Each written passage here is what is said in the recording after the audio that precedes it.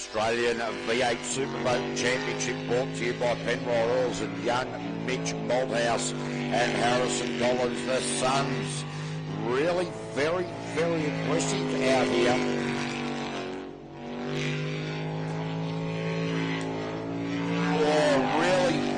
Very tight. There's just millimetres in that right-hander right in front of commentary. These guys super aggressive at the moment. There is no doubt about it. Oh, hesitation. He was going to go left. He went right and he made a rotational error. Are they aware of it? I doubt that they are. There's a long way to go from back there, but you suggest by the pace that they're carrying, the attitude of the boat, oh, they're all over the shop now, or they're back on it again. They're back on it. Wow, what a recovery.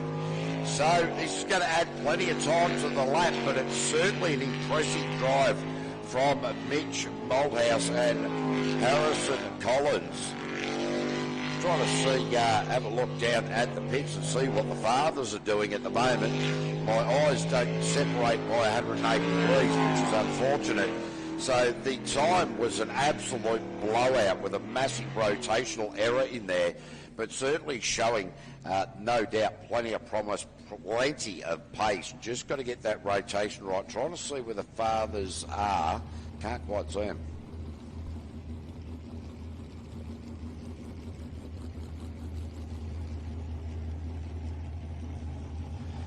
All right, ladies and gentlemen, welcome to the live stream from around the world. Ladies and gents, if you're here and your family members can't be here, get them to click on the V8 Superboats on off your Facebook and, follow the links. And it's a free service. We do this free, so we are now live on the live stream right around the world. We are now going the B team of Disturbed Racing. Jade Atchison, Erin Kearney doing the navigational duties. Don't know why I say Kearney in an Irish accent, but that's just how it goes. So people starting to click into the live stream already. This Disturbed Racing team, the B team with Jade and Erin, is they girls, just every time I have a look at how they're going about their racing in this Stinger Hole, certainly very impressed. In the run for the line, the ladies across the line with a 54.873, 54.873. Good run, ladies. So, ladies and gentlemen, welcome to the live stream right around the world. It is fantastic to see. We are at Keith, the Spitwater Arena at Keith in South Australia, a couple of hours east of Adelaide, not far from the Victorian South Australian border. We are now going to be switching to the Group A, brought to you by the Keith Motor Inn. And first out will be the A driver of Outlaw, Justin Roylance, Tracy Little, Group A Co-Championships with the B driver of this boat, Ollie Silverton from New Zealand. So Justin Roylance in practice for Kubota Marine Airflow International, signed your seat, Pulse Race Boat, Spitwater.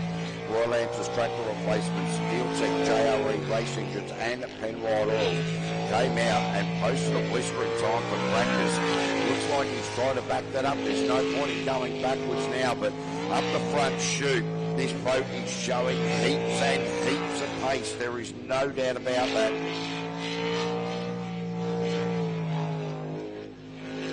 Well, a little bit untidy around the exit. Just held on the steering wheel just that little bit too long. Oh, nearly darted down to the left channel and made a mistake. He needed to go left. Realised that he'd gone too far.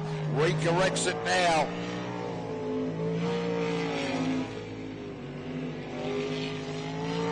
But has added plenty of time to the clock now. So Justin Roylance and Tracy Little made a rotational error, did correct themselves and wind up with a 62.042.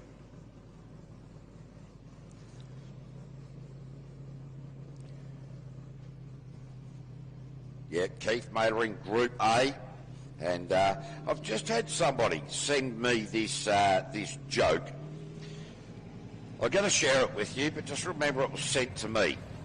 Where do you take someone who has been injured in a peekaboo incident? Peekaboo, you take them to the ICU. That joke is terrible. Why did I knew it was terrible before I read it out. If you've got if you've got a worse joke than that, that's family friendly, I don't know, send it to me via carrier pigeon. All right, so now we have Andrew Garth in the Kennedys A. We are at the Keith Motor in International Group A program, the Atchison Jet Unit, the Atchison Hull, the Kennedys race team. So Andrew Garth just coming straight back to the trailer, disappointingly. So wondering what's going on there. See if they, as they go past commentary, if we can see anything that's lit up in the dashboard. Well, the dashboard's painted red, so you're not going to see a red light flashing in there that well, I wouldn't have thought. But anyway, they're certainly not overly happy with what's happening with that particular boat, so it is now heading back to the trailer.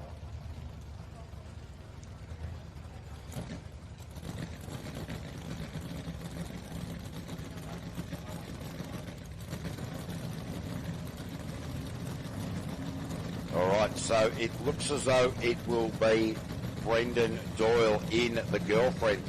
So Brendan Doyle in this Pulse race boat, he said to his lovely lady, I want a girlfriend. He said this to his wife, I want a girlfriend. She said, right, you can have a boat, you call it the Girlfriend, done deal. Happy relationship, can't see the problem here.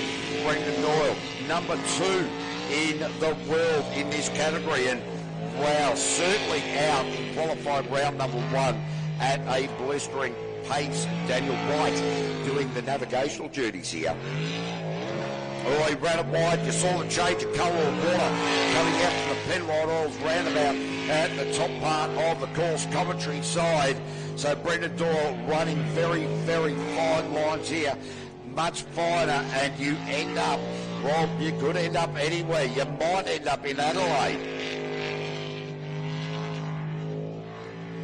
So Brendan Doyle very aggressive out here in the JRE race engine with the Pulse hull, number 2 in the world.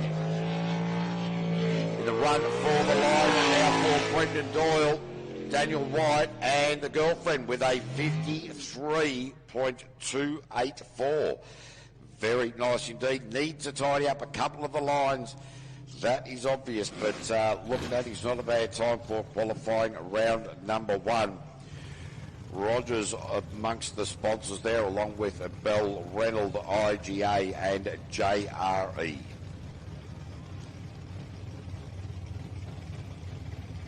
So it should be Bastian Mullen coming out next.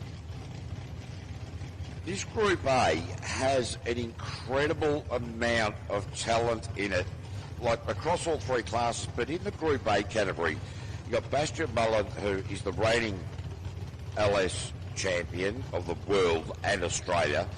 You've got Ollie Silverton, who is the co-reigning Australian, New Zealand and world champion in this category. You've got Justin Roylance, who is 3rd in the world and co-reigning Australian champion. Brendan Doyle coming in there, who's 2nd in the world in this category. Some phenomenal talent and some phenomenal incoming talent as well in this category. So such a positive thing. The Group A category was down on numbers. Certainly it is rebuilding right around the world, and it has been announced that America will be holding the next World Championship under the UIM, the Union of International Motor Nautique. It is regarded as the Olympics of power boat racing and recognised by the Worldwide Olympic Committee. So congratulations to the Americans, and we're looking forward to how the World Series with 3 categories operate over there in 2026, mid-year next year. So plenty to do for the teams heading over there, no doubt about that. As we see now, Bastian Mullen, Group A category, qualifying round number 1, brought to you by the team motoring Talia. Oh, have a look at Bastian out of the blocks.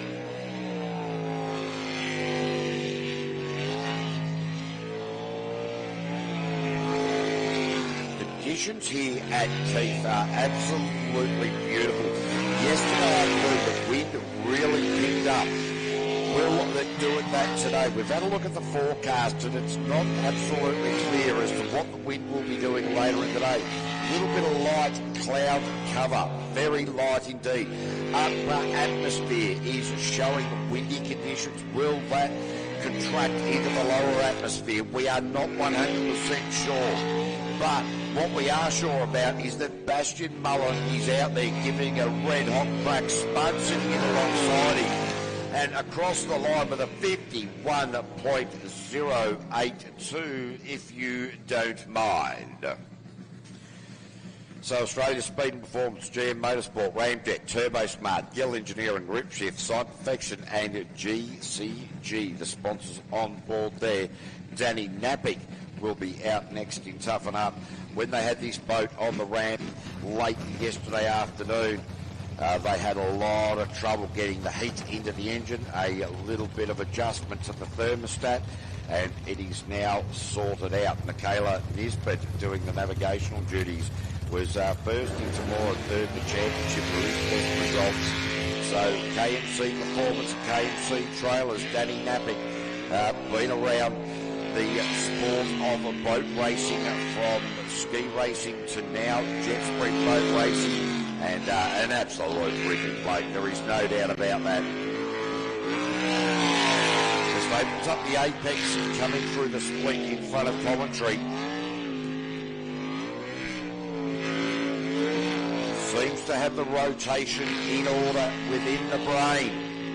Easily for that to go disassociated and fall out of the brain cells, but Danny Napick, he's looking all right at the moment. Keep looking to the ladies who are our rotation checkers to my right here in commentary. Very important role they have in making sure that everybody is doing correct rotation at all times. Danny Napick with a 53.925. 53.925 there for Danny Napick. Well, the Maniac, I tell you what, TJ in the unlimited category with the local man, Rob Taylor, already on the ramp. They are keen and ready to go. Troublemaker coming down as well. Looking for a few more Group A boats. We're waiting for Ollie Silverton in the Spitwater machine. He's been driving Justin Roylance's Outlaw machine. So these guys are joint Australian champions in this category, and A and B driving the boat. So, yeah, it's quite a phenomenal sport like that. I know that Justin Roylance drove Ollie's boat last season and shared the drive when there was problems with the Outlaw machine. The favour is now being returned to the New Zealander, Ollie Silverton.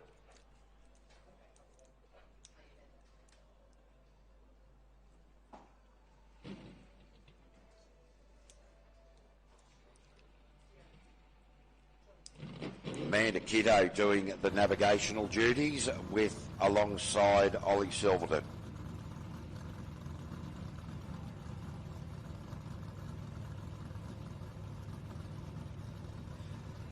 The Kennedy's B team not coming out this round, which is very disappointing. Damien Kennedy got halfway through his first ever practice lap, and unfortunately, we saw Andrew Garth just take it back. So hopefully the Kennedy's crew can get that sorted out. Ollie Silverton won't be setting world records here, I don't think, as far as time goes. Still getting used to the handling nuances of this particular race boat, new to him and navigator Amanda Kiddo. So Amanda Kiddo was a number 3 navigator in the unlimited categories at this track in 2018, and now returns to this track as a world #1 navigator in this category alongside the man behind the wheel at the moment in Ollie Silverton.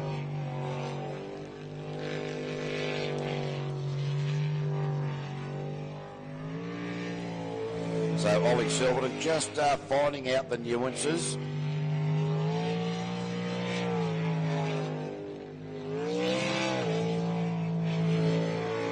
So in the run for the line, it is Ollie Silverton with a 57.405. The important part there for Ollie Silverton is he's actually beaten the A driver in Justin Roylance because Justin Roylance made a rotational error.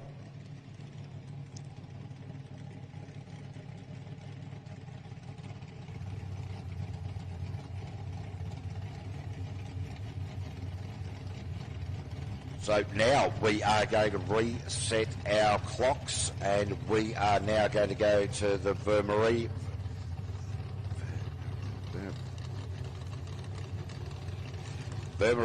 Bros Superboat Unlimited category. I'll get somebody to help me pronounce that in a little bit. I seem to be a little bit tongue-tied somewhat, but it is TJ coming out right now.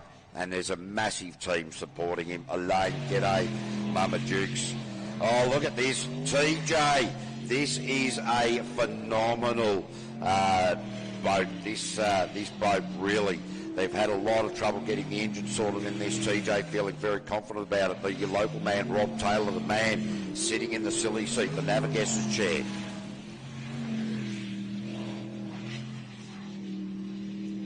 Oh, this is TJ too tight into that right hand and drifted a little bit wide. Caught the Long Island closest to commentary just a little bit. Unsettled the boat. Got out of the power. The experience showing right there for TJ.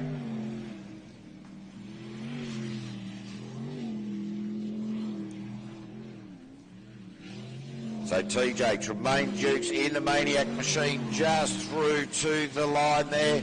And finds himself with a 52.676, so 0.3 seconds quicker than last time. So have a listen to the people down supporting TJ today in memory of Papa Dukes. Elaine, his mum, married to Papa Dukes for 51 years. Our heartfelt condolences.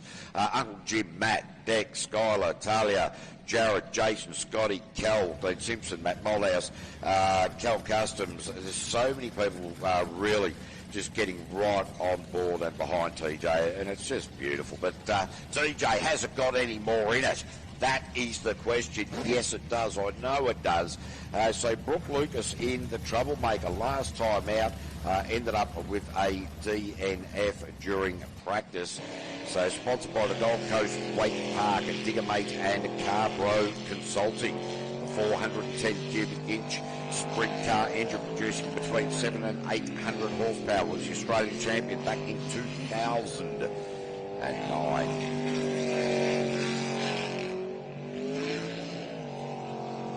So the troublemaker with Nicky Dale doing the navigational duties.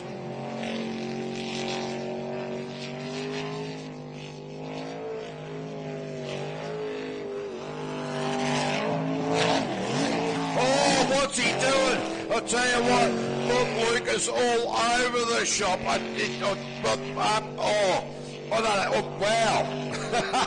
I'll be keen to have a look at that replay. In just a very short moment.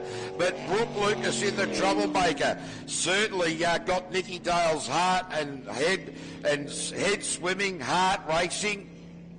And this is looking a little bit disastrous by now. They've made that many mistakes. It's like a game of Scrabble without a vowel, really. Wah, wah, wah, wah. All right, so just wondering if we can get the replay on the live stream. So V8 Superboats on off your Facebook.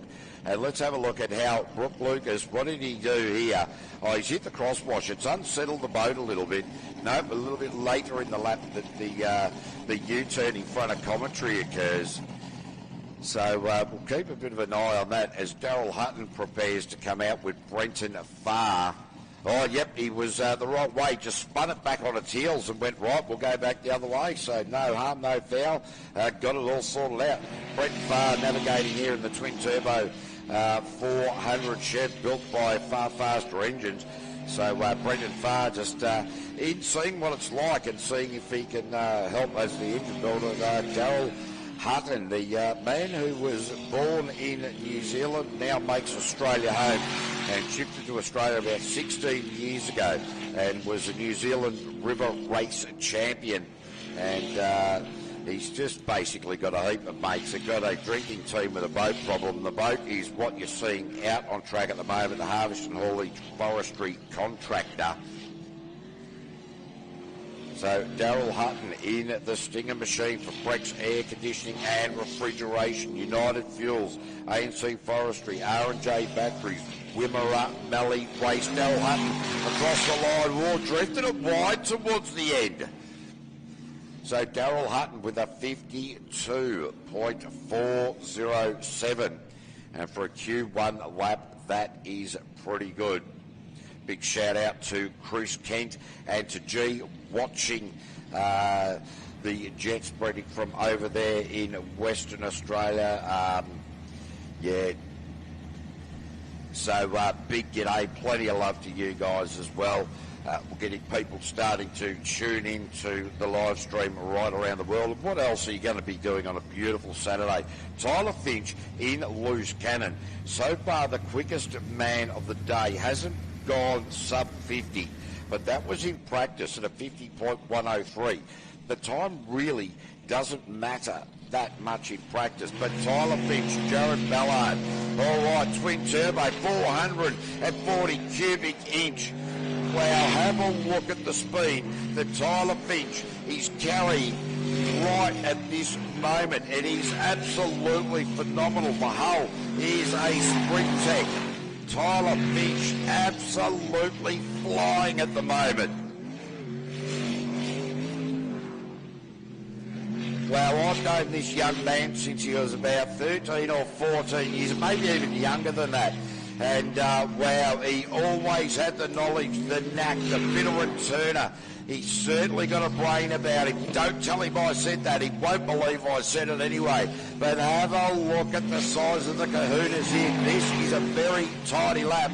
Tyler Finch, and he has just looking for 48.1 in qualifying number 1.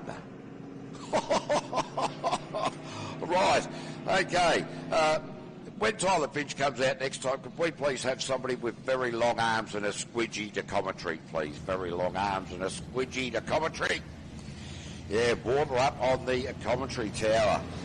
So the 30-year-old from Wentworth in New South Wales for the Vermeeren Bros Superboats. Kenny Casper in the Mexican took a lot of time out of the sport. Kenny got his daughter Kate in alongside him now.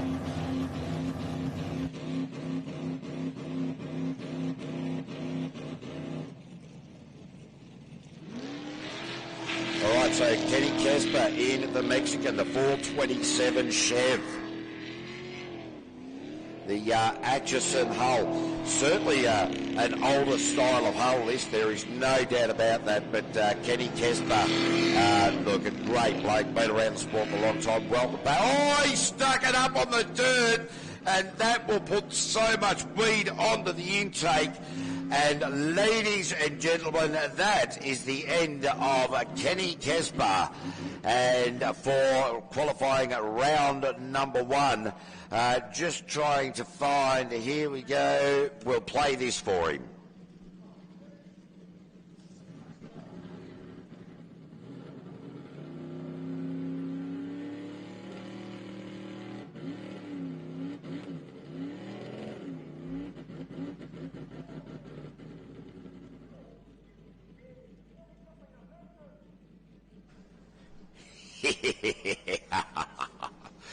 We'll take a short break while we effect the rescue of Ken and Kate Kesper in the Mexican.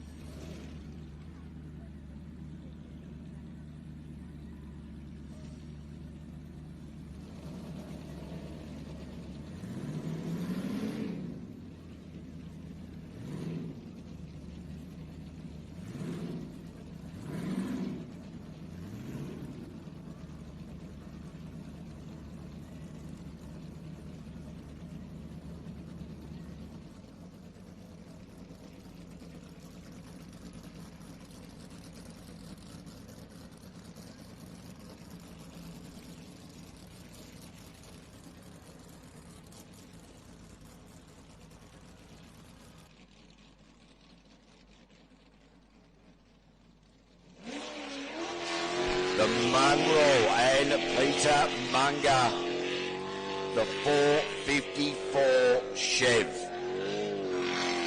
Love the old school engines, and I tell you what, this is a beautifully prepared boat. Peter Munger for many years drove a fiberglass hull, and just great to see down here. This is the first time we've seen him down at the Spitwater Arena in Keith since 2018. So just a ripping bloke. The Sprint Tech hull, he's made a rotational error again. He made a rotational error during practice. And, well, we might as well name his sponsors while he works this out. Steve Manning, Fire Protection Services Australia. So he sorted the rotation out, but now it is a long way away from that start. Well, from the time that he wants to be getting down to. But it takes an incredible presence of mind to be able to sort the rotation out, because as you can imagine, when you are down at water level, and your eye level's only a couple of feet above, a metre or so above the water level, it's actually very difficult to differentiate between the lines. So the mongrel there does post a time with 118.404. All right, so Fonzie Mullen now on the ramp in the ramjet machine. Now, this bloke made a rotational error uncharacteristically during the practice lap. Not that it matters, but it's interesting to see that that in fact happened.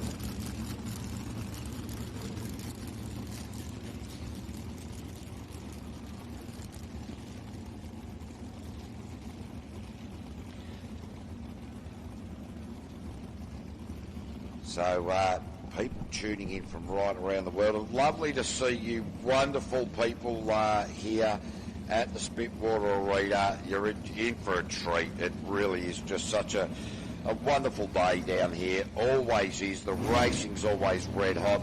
And make sure you go to the Brandt Bar. And they've got strawberries galore. Be a taste tester. Get up there.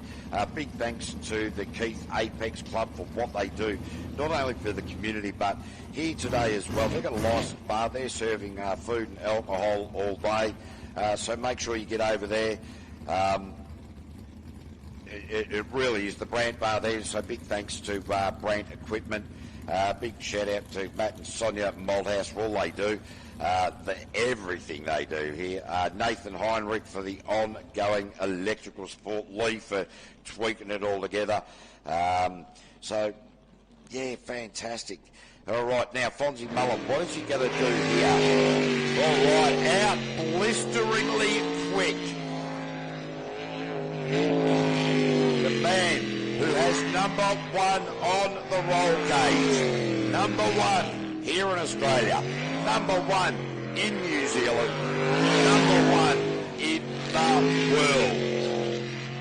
Now remember, Tyler Finch put down a 58.1 in qualifying round number one. The two big blokes, Ding Dong Q1, 4 more qualifying runs to do. So what will Fonzie Mullen and Narelle Pello offer?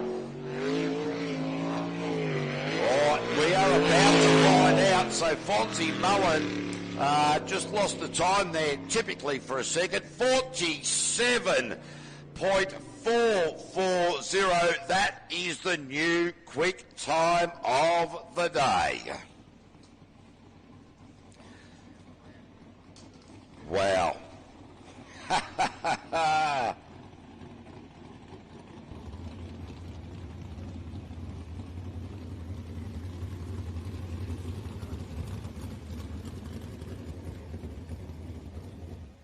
All right, so that rounds out qualifying round number one across all 3 classes.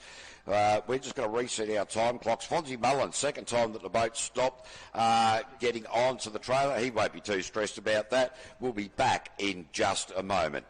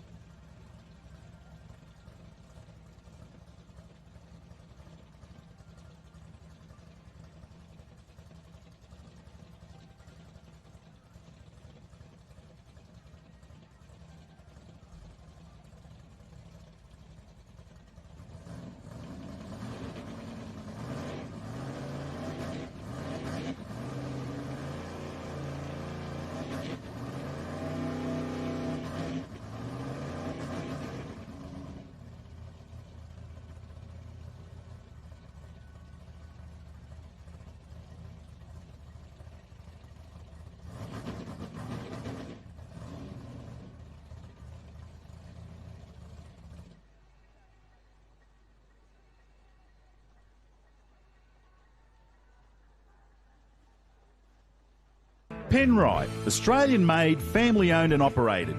Make premium quality engine and racing oils, warranty-approved coolants, automatic transmission and manual gear oils, a complete range of engine and fuel additives, heavy-duty and industrial products for every application. Visit penriteoil.com for more information. Penrite, Australian-made for Australian conditions since 1926.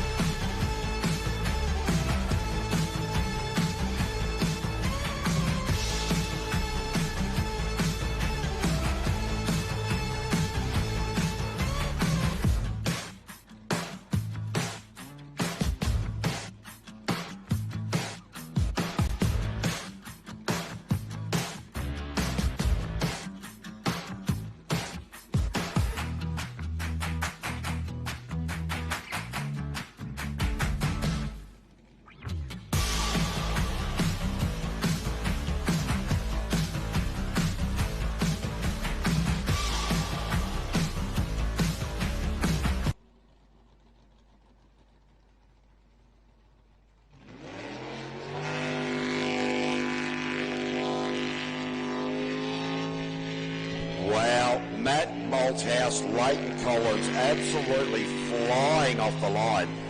No doubt about that. And, well, these two blokes really have the bit between the teeth. The boat. Oh, no, Matt Malthouse. I do not know how he saved that. I thought he was going to end up in the pits there for a minute, and he never backed out of it either. He said his eyes were going. Maybe he didn't see that himself. I'm not 100% sure. But that is just wow. So at the moment, this lap is looking really good. Keep it together, boys, out here. This is a very exciting lap, no doubt about that. So Matt Malthouse, wow, that is a much better lap, some 5 seconds quicker than their previous best time with a 52.833. And for those of you on the other side of the facility from the commentary tower, I don't know if you would have seen how very, very close Matt Malthouse was to throwing that lap all the way. It was literally millimetres, a little bit more to one side, and it would have been a very different outcome, no doubt about that. Now, we are in qualifying round number 2 for the LS category. And it is going to be the Disturbed Racing Team. For those of you at home for Sunnyside Turf, we can have a look at what's happening here. I've got one eye on the track, one eye on the replay here.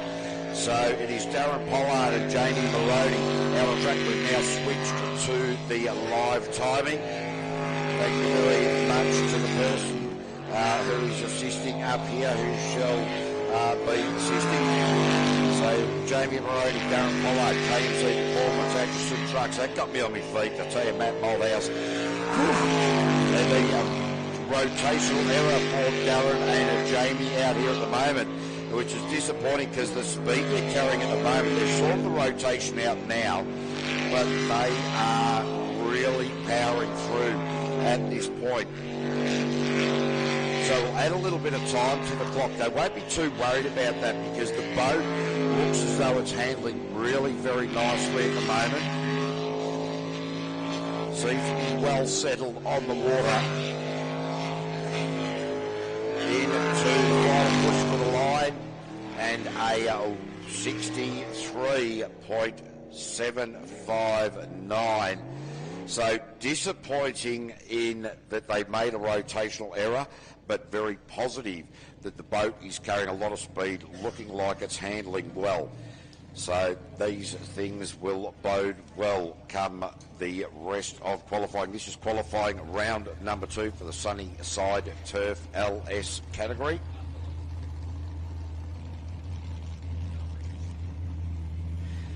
Yes, absolutely. Matt Malthouse will be sucking in the big buds. Absolutely, Chris. There is no doubt about that, mate. Holy moly. Whew, got my heart rate going. So Daryl Atchison now in the Kennedy's racing machine for Andrews Asbestos Removal and Demo, Ausdig Excavations, Real Bathroom Solutions and Kennedy's Transport. So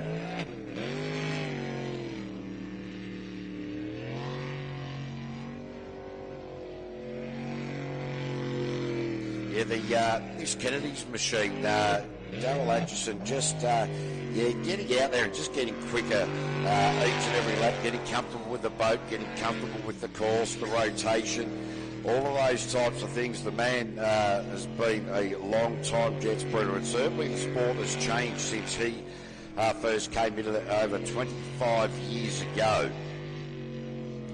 Finding out all the nuances, remembering all the tricks, all the tips.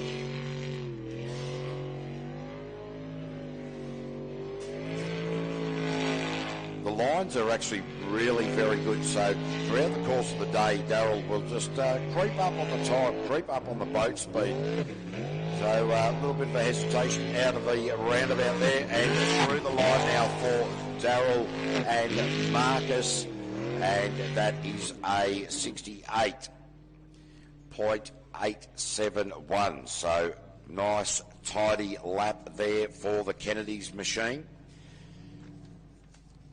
Next out will be Anarchy, Simon McMahon.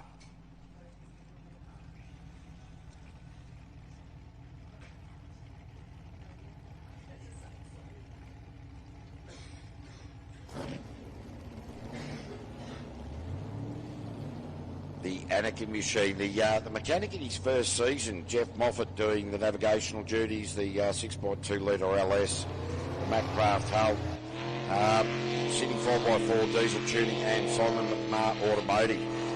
Rookies.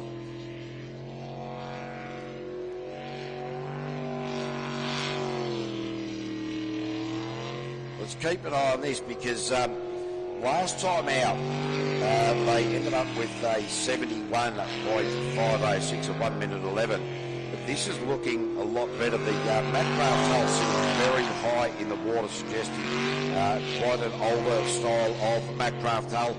And he's, I tell you, Simon seems to be having his eye right in at the moment with Jeffrey Moffat assisting. There's a hesitation, or did they run it wide? I just looked down at the paperwork, something not happy there. And that is, the fire's still in the belly, so maybe a light's come on the dashboard. Just having a look at our camera work to see if we can get any facial details to give us an indication of what's going on with the Anarchy machine. No, can't see too much. They're both looking down at the dashboard, so maybe it's the same thing that Kobe Burke had, which he's coming out now. So maybe just a warning light came up on the dashboard. No point torching the engine. They're not cheap to replace. Kobe Burke and Jessica Little coming out now. Kobe Burke looking very confident out there. He was saying after he stopped during qualifying round number 1 that there was a warning light that came up on the dashboard. So what he did was just shut the boat down. They've gone back, they've checked the Motec, and you would suggest at the moment that the issue may have just been a slight disconnection in the electrics and caused that light to come on. And they seem to have sorted that problem out because he's certainly driving with confidence. There is no doubt about that. He certainly has no gremlins in the head. Artie Kate is sort of, well, worried, pacing, looking, sweating, weirdly.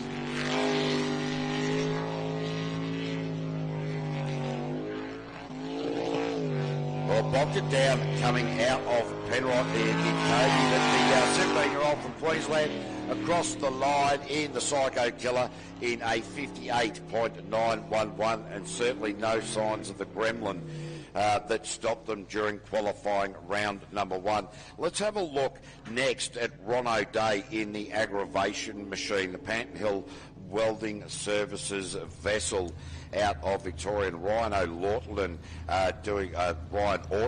doing the navigation duties. And so far, Ron O'Day has looked incredibly quick, but has not got the rotation right. During practice, he made a rotational error, got the rotation right eventually in qualifying round number 1, ended up with a DNF, did not correct the rotation at all. What will qualifying round number 2 provide for Sunnyside Turf in this LS category? We're about to find out in about just over 50 seconds. We will know.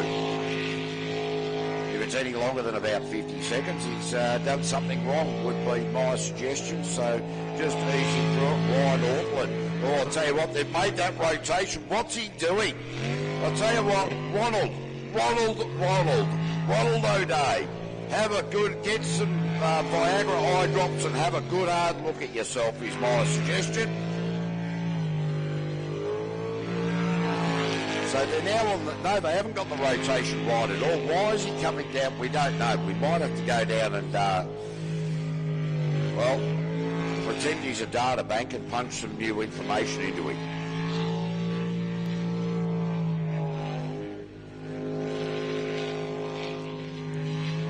So, hasn't corrected this at all.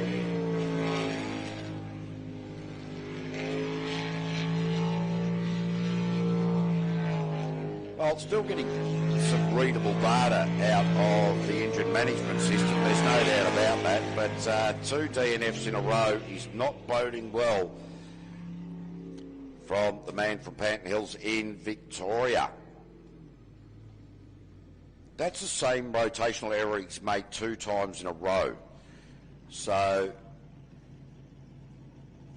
I Obviously discussion going on there with driver and navigator as they just make their way back to the trailer. So there'll need to certainly be a lot more discussion than what is happening at the moment. There might be a need to check the track map and just reconfigure how they're going to go about all this. But in the meantime, it is Rip Shift with Nate Mullen. Kirsten Schubert coming out now. Now, Nate, even in practice, came out very aggressively. We're not expecting anything different here. And let's see what this young man can produce here. So far, a 52.197.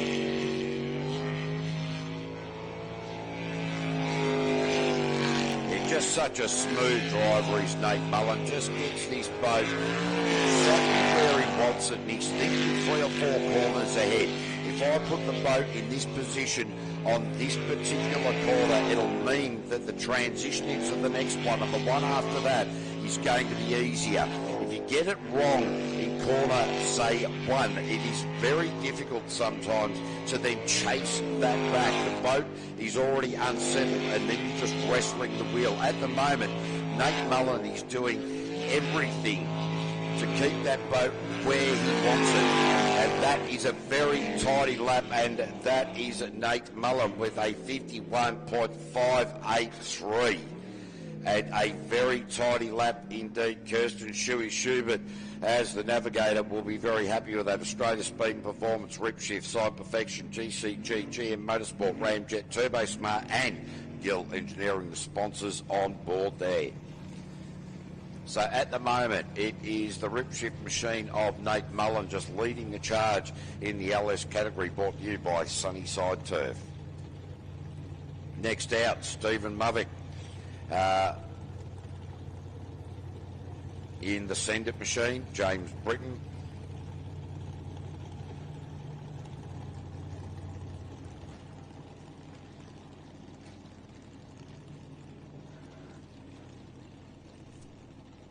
G'day to Mike Simonson watching from over there.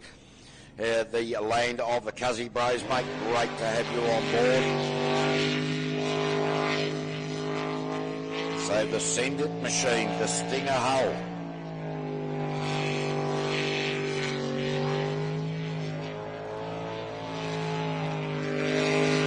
So a really good look. The Stinger hulls traditionally sit high in the water, as indeed is the Send It machine from Steve. I'm not sure if it's Movick or Movick. But he's had a hesitation. He's had to straighten that up. A couple of grabs on the wheel. Got too tight around where that traffic cone is, the witch's hat.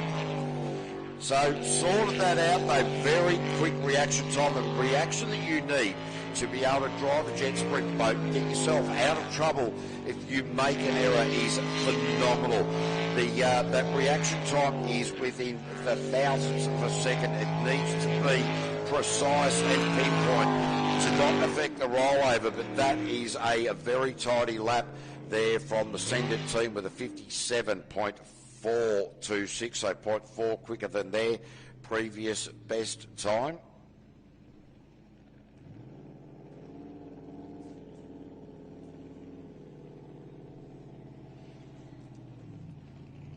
Now it is Steady Eddie coming out. Jody Saltz, Will Cartwright.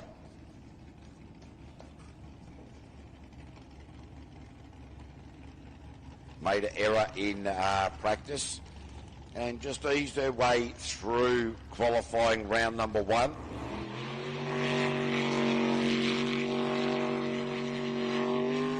Yeah, now starting to pick up the pace in the Sprint Tech machine.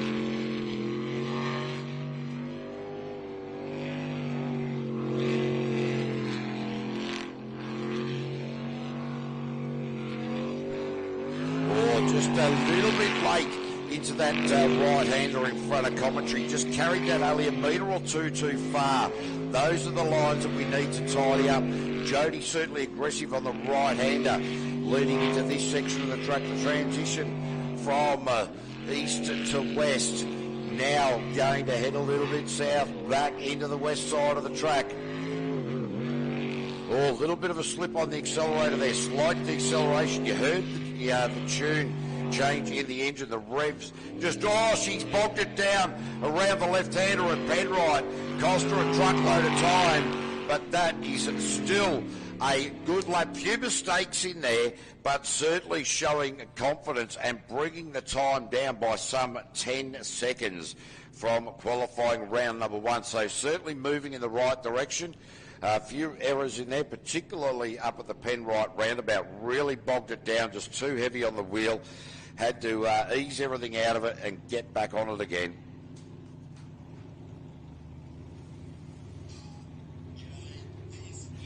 And what a big shout out to Darren Smith. He's noticed that my 2009 World Series race shirt has shrunk somewhat. GT, yours has done the same, I'm understanding. So it is fired up, and it is young Jaden Myers and Dylan Schmidt all the way from Perth. And I did a bit of Google Mapsing from Perth to here. It's 2,800 kilometres or thereabouts. So it's a reasonable drive across the Nullarbor. We certainly have competitors coming all the way down from Queensland, which are doing some 1,200 odd kilometres, but certainly the 2,800 kilometre drive, certainly nothing to sneeze at. I think it's a day and a bit to come over here if you drive continuously. So certainly a lot of commitment to race over here from the people over in Western Australia. And of course, they do race at Baldivis, just south of Perth, only about 20 minutes south of the Perth airport there. And that is fired up with a 55.910, and they're certainly heading in the right direction, getting quicker and quicker each time, and certainly getting more confident in the track rotation. But so if anybody's ever thinking about racing over in Perth, I can guarantee the people over there in WA, fantastic people. They'll look after you. They'll get your boat to the race meeting.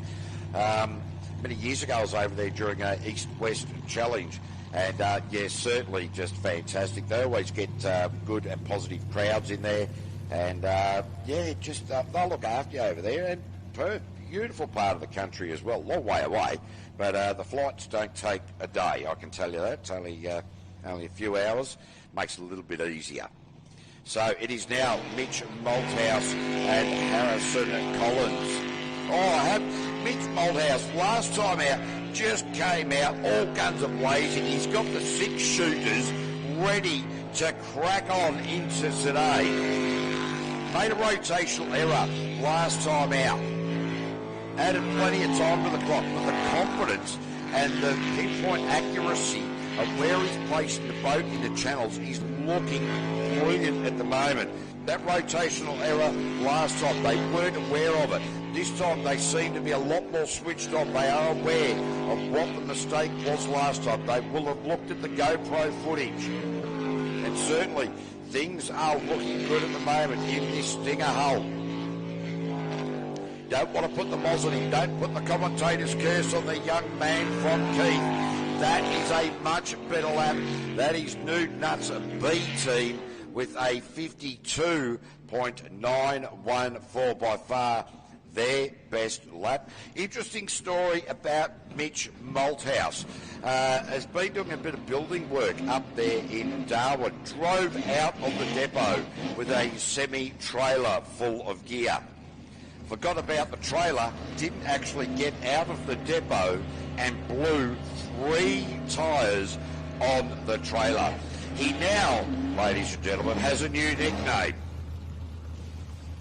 In the meantime, we are going to stir the racing of the B team, Jade Atchison and Erin Kearney. And these girls just love it. Love it, love it, love it.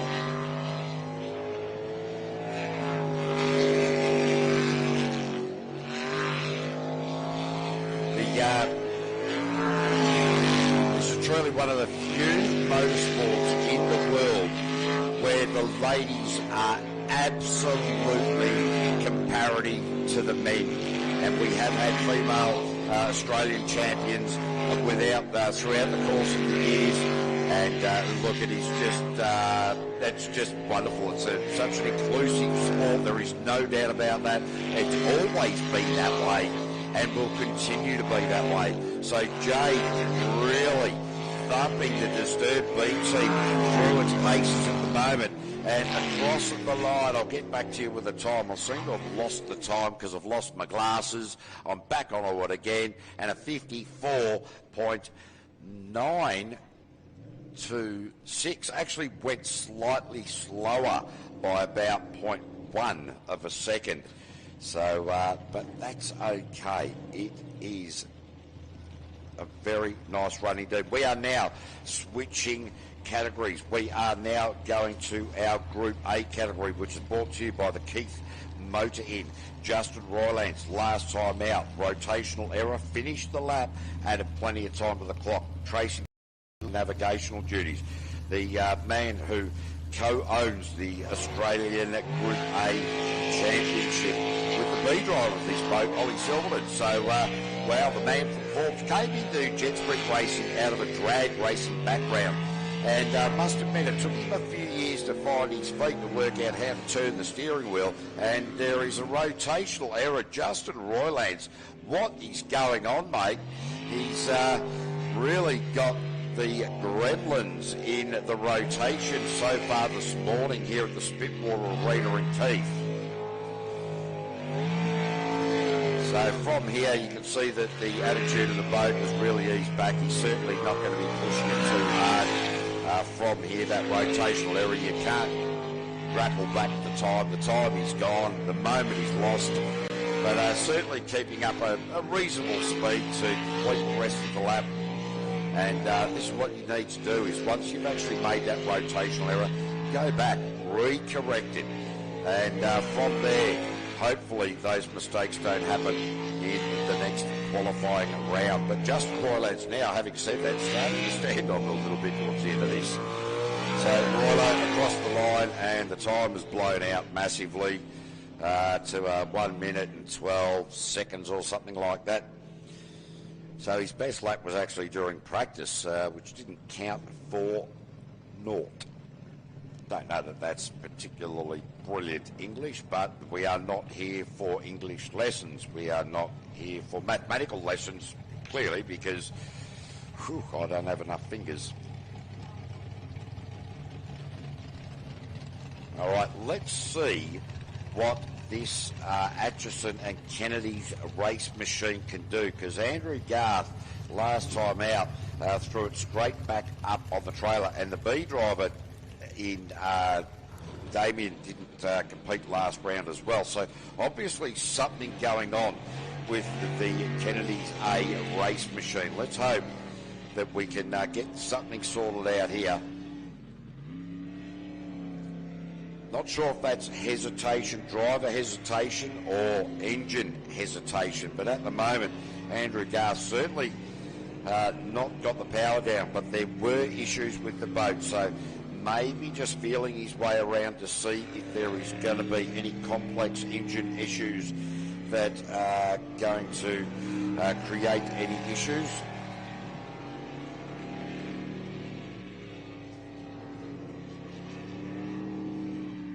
So if you are looking for the live stream, go to V8 Superboats on Facebook and find it there.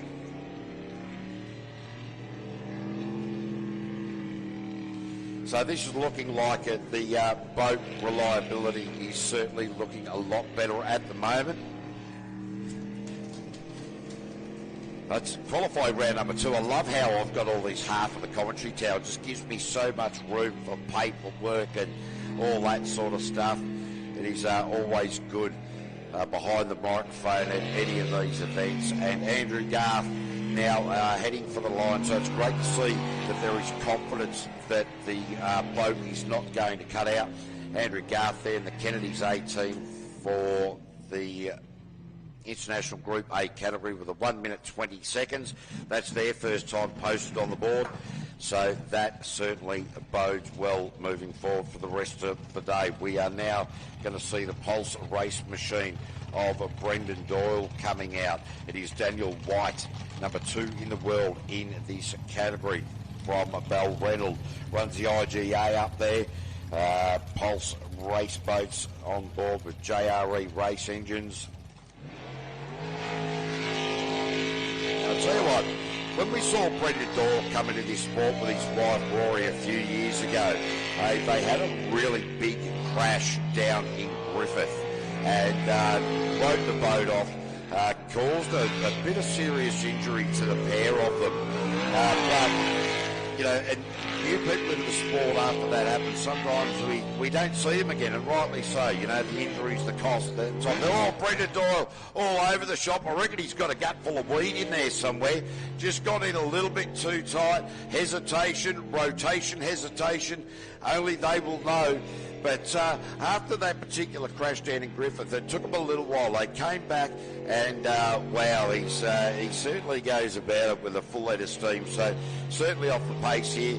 Got the rotation sorted out now by the look of it. But there just seems to be that, I think he's just going to go across the line and forget about that one pretty well. Certainly posted a time, not the blistering time that no doubt he was hoping for, but the lap is completed. The boat will go back onto the trailer straight, and that is always a good outcome. So now we are looking down at the pit wall, and it will be on the launch ramp, Bastian Mullen. Talia Spud Mullen doing the navigational duties.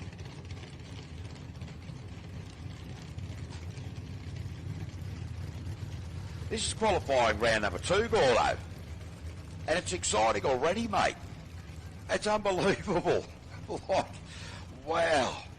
Some of the times that we're seeing already, and from some of these guys that have been around the sport for a number of years, go out blisteringly quickly. For the rest of them, they're just creeping up. And I'm having a look.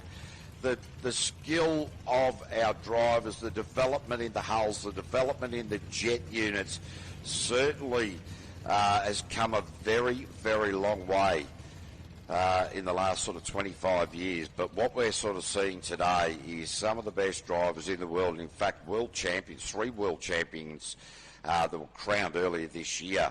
In fact, racing here today. So it is 100% world class. Bastian Mullen out of the blocks right now. He step up in a Group A, and I was speaking with his father Fonzie last night, and he said we just can't seem to get more or enough out of this particular hull at the moment. But, well, Bastian, they've certainly got a good leader there in the Mullen team, the big chief, the grandfather, big chief Danny Mullen. Then you've got the old man Fonzie and the 2 sons, and wow, they push one another. They're always looking for that slight little edge. But having a 3-boat team certainly throws plenty of cats in amongst pigeons. There is no doubt about that. So Bastian and Talia into the Penrite roundabout. So Bastian Mullen across the line there with a 50.526 straight to the top of the table. Chris Edmonds, g'day, watching from the tractor, mate. And what are you doing? You're harvesting barley for beer. Oh, mate, you better concentrate. Stop looking at the live stream. Concentrate on what the tractor, we need the barley. Okay? So just, it's great to hear from you, mate, but you're texting while watching, while driving a tractor. Just be careful, mate. Beer needs to be made. All right, so we are now going at Danny Napick Racing with Toughen Up. Oh, he's had to straighten it up. I'll tell you what, he got in really tight into that sweeper around the top. Had to get on the wheel, straighten it up. People in the commentary tower, they jumped. They're still coming down from the ceiling now. So Danny Napick qualifying too. This is just straight plenty at it. There is no doubt about that early in the day. That sharp right-hander, I thought it was going to cause a lot more problems than it has. But really, everybody's just so getting onto it at the moment. There's not much in there. It's a very sharp right-hander, but Danny Napick seems to come off that pace just a little bit. The reason for that is a rotational error. Slight roll off the accelerator as they now just try to work their way around. They've got the googly eyes on at the moment, and the Groucho Mark goggles, they have just gone back to the pits. Wrong way, Danny Napick, toughen up, sort it out.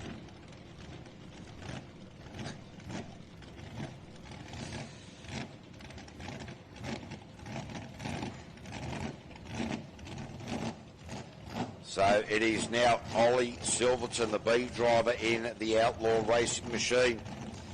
And so I've recently found out, ladies, that there's a lot of taxidermists in New Zealand.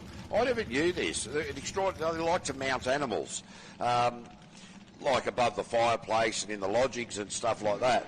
And I just never knew that. Anyway, moving on, Ollie Silverton now with Amanda Kiddo, qualifying round at number 2 in this Group A category, brought to you by the Keith Motoring. And Ollie Silverton, in his first few laps here, just easing through it, now starting to pick up the pace, now starting to understand the different handling characteristics of this Pulse race boat compared to his Sprint Tech race boat.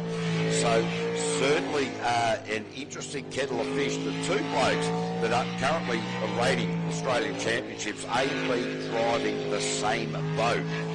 So there'll be plenty of sledging, but also plenty of assistance. It's a little bit of a weird one.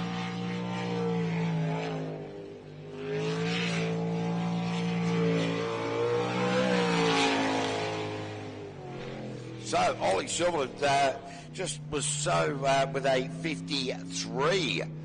That is a very good lap, 53.376 there for Ollie Silverton, and Amanda Kiddo put themselves just behind Bastian Mullen by 2.8 seconds, so quite a significant difference in the scheme. However, it is only qualifying round number 2. Ollie Silverton, as I said, getting used to this boat that is new to him.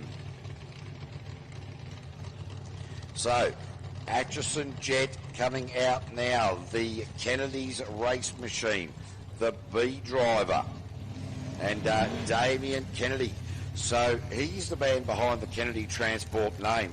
Craig Willman doing the navigational duties. They come out in the practice lap and had a bit of drama. We haven't seen him since. So he only got about a quarter of a lap in.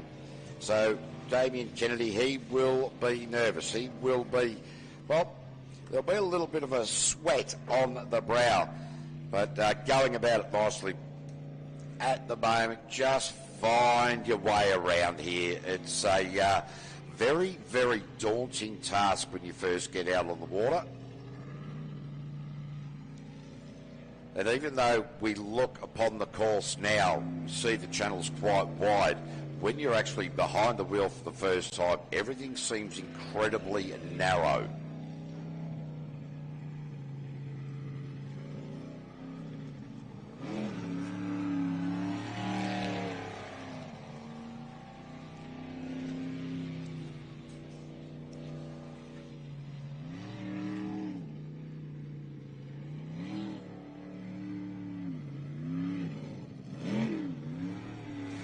The interesting part about driving these jet sprint boats is that when you're going slowly, they do not handle well at all. Their steering is very laborious. The trouble is, when you're a rookie, if you try to drive fast to get the handling right, you will oversteer it. So there's such a massive compromise in trying to get used to the boat and slow enough to get around the race course without being on and off the throttle and changing the handling of it. So that sort of weird nuance. The speed comes with time and wheel time and experience. But Damien Kennedy, well done. That is your first completed lap in a V8 jet sprint boat. And you should be very, very proud of yourself, along with Craig Willman and indeed the entire Kennedy's race team. So, and not a terrible time either at a 58.746. So well done, boys.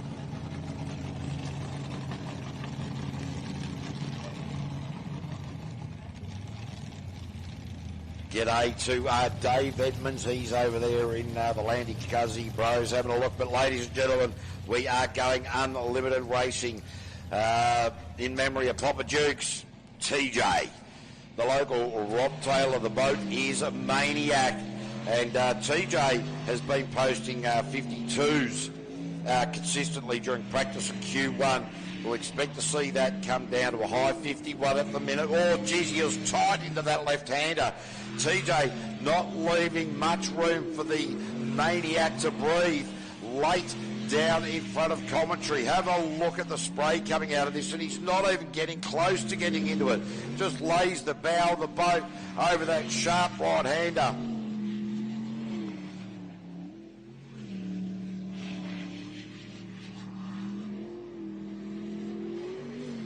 Oh, he got too close in there.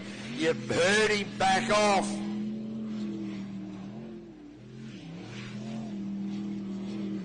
Oh, and runs it wide to the far side. Not the tidiest lap we've seen from TJ, but runs a 52.941. So far he's run a 52.9, a 52.6, and then blew that back out to 52.9. So at the moment, he's certainly winning the battle in consistency. But is there any more in it, TJ?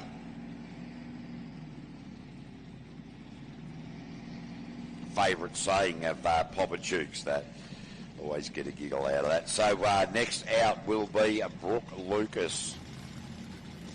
Nicky Dale. Last time Brooke was out on the track, he certainly showed how quickly these boats can turn on themselves in that they spin around within their own axis or their own length. He did that just in front of commentary as he made a rotational error and then stood back on it, got himself out of trouble, but certainly not going out as as confident as he did during qualifying round number one. Had a lot of trouble with his boat over the last couple of years, just has not been able to get it reliable at all. And he's been to this Spitwater Arena in Keith a number of times over the years and has never raced here before. So welcome to being behind the wheel here, Brooke Lucas. Oh, ran it too wide and got it up on the grass, and this track is unforgiving in that regard. So Brooke Lucas just slowing it down. May have a little bit of weed on the intake of the jet unit. Looks like he's gone the wrong way as well. So having a little bit of a mare out there is Brooke Lucas today. The troublemaker, DNF, all the way through. He's got the rotation re-sorted out now. Let's just hope he can complete the lap, post a time. And it looks as though he'll be able to do that. So a 1:19 and some change in there. So, well, he's got a time on the board. So that is certainly positive in moving forward.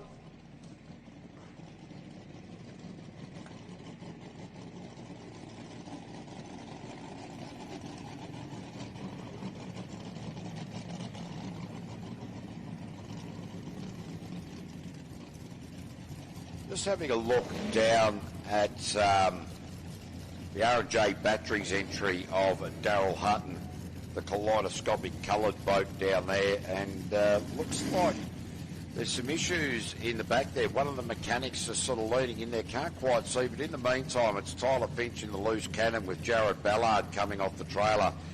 And at the moment, it's Fonzie Mullen who's got the quick time in the 47s. Tyler Finch last time out posted a 48.1. Interesting to see what's going on with the R&J Batteries on the launch ramp. But in the meantime, Tyler Finch, this will be quick, ladies and gents. This will be sub 58. Oh no, it won't. Tyler Finch too tight, pushed it out, and that is the end of that.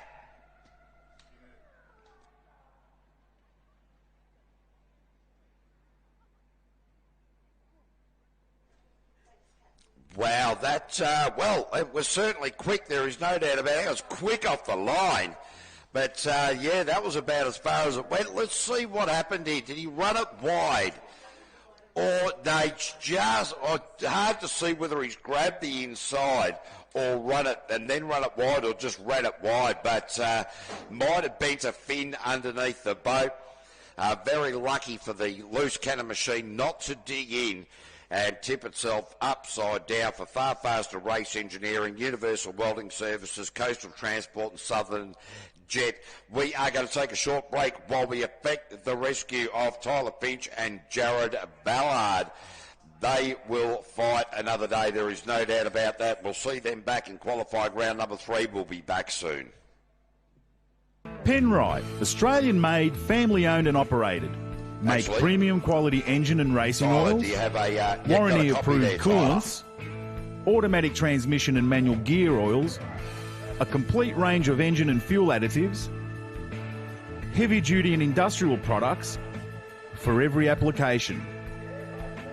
Visit penriteoil.com for more information. Penrite, Australian-made for Australian conditions since 1926.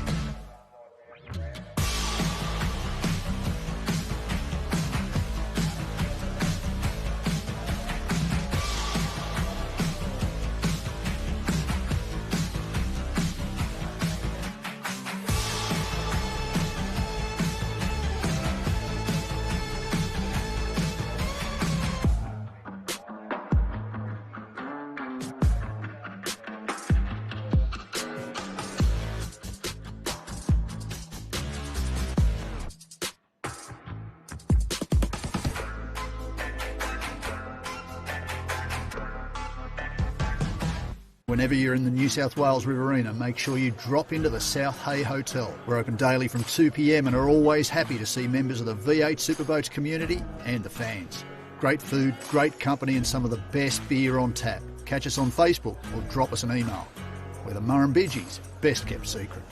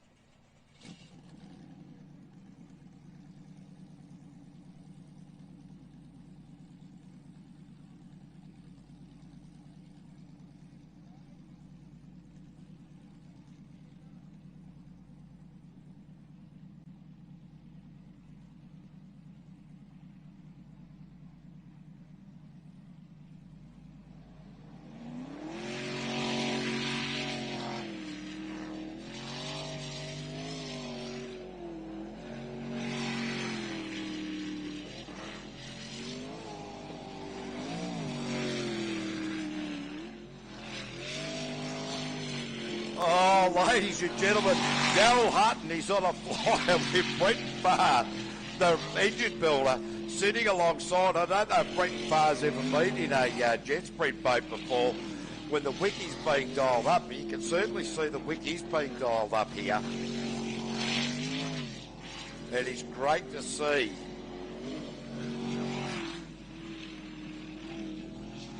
Plenty of power. This boat's got like 1,400 horsepower. So Daryl Hutton, the run for the line, lost him in a spray of water, gets through the line. And the time there for the R&J Batteries entrant is a 51.475. So down on the time, but certainly there are moments in that lap that Daryl Hutton can certainly tidy up. He will no doubt admit that. But that is absolutely phenomenal. 51.475. Still some seconds down. Plenty to tidy up. Plenty of power. But it's looking promising, no doubt about that. As we now go down to the Mexican in Ken and Kate Kesper. Last time out, these pairing ended up with a rescue.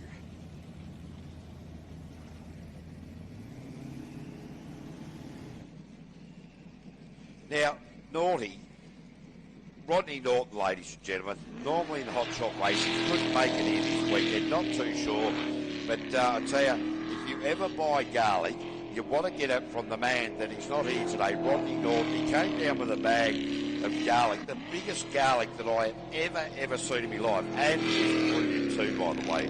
So, mate, we're missing you down here today. Thanks for giving us a chance and saying g'day. And we look forward to seeing you at Cabarita on the 8th of November, mate. In the meantime, it is Kenny Kesper out on track at the moment, all over the place. The boat, well, it might have sucked up a little bit of weed. That's what happens here at this Keith facility. So they're carrying on at the moment. And, look, there's a bit of puff of smoke as well. Yeah, that is, that's not boding well. And, of course, they won't be able to see that either.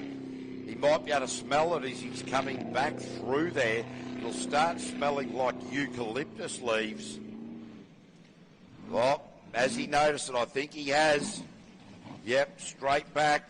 No fire that can be seen there. A little bit of flame out of the exhaust pipe. That's just unburnt methanol. Just going to nudge it in there. They've turned it off.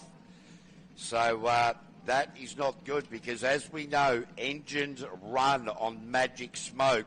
And when that smoke escapes, sometimes the engines don't run well at all. So Ken and Kate Kesper, disappointing end to that run. As we see that the Mexican is, the mongrel is being pushed out.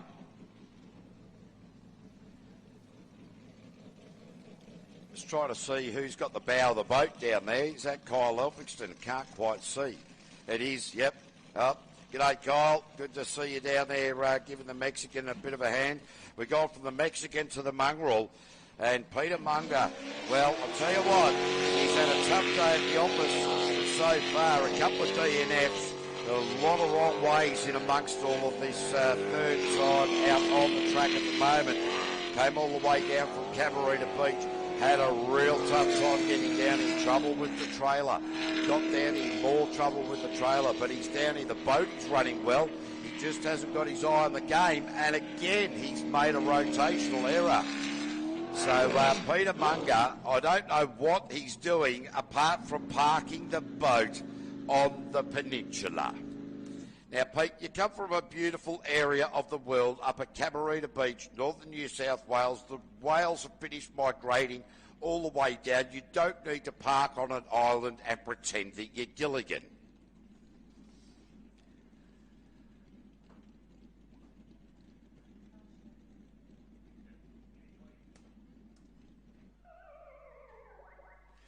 Yeah, that's a sad way to end that, mate.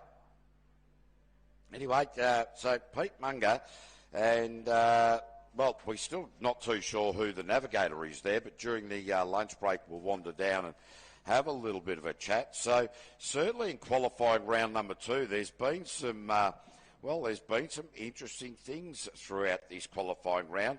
Everybody's sort of starting to get set a little bit, but then all of a sudden falling over. So, well, this gives me another opportunity to take a very quick break, but it is currently Peter Munger under the stewardship of the rescue crew wandering their way back to the trailer as Scruffy the tugboat, the rescue boat, makes his way out to drag him back.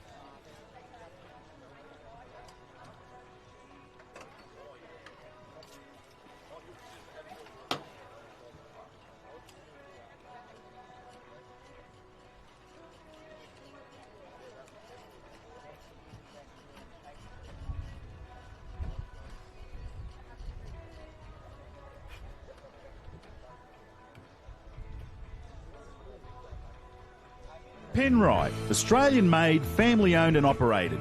Make premium quality engine and racing oils, warranty-approved coolants, automatic transmission and manual gear oils, a complete range of engine and fuel additives, heavy-duty and industrial products for every application. Visit penriteoil.com for more information. Penrite, Australian-made for Australian conditions since 1926. Whenever you're in the New South Wales Riverina, make sure you drop into the South Hay Hotel. We're open daily from 2 p.m. and are always happy to see members of the V8 Superboat community and the fans. Great food, great company and some of the best beer on tap. Catch us on Facebook or drop us an email. We're the Murrumbidgee's best kept secret.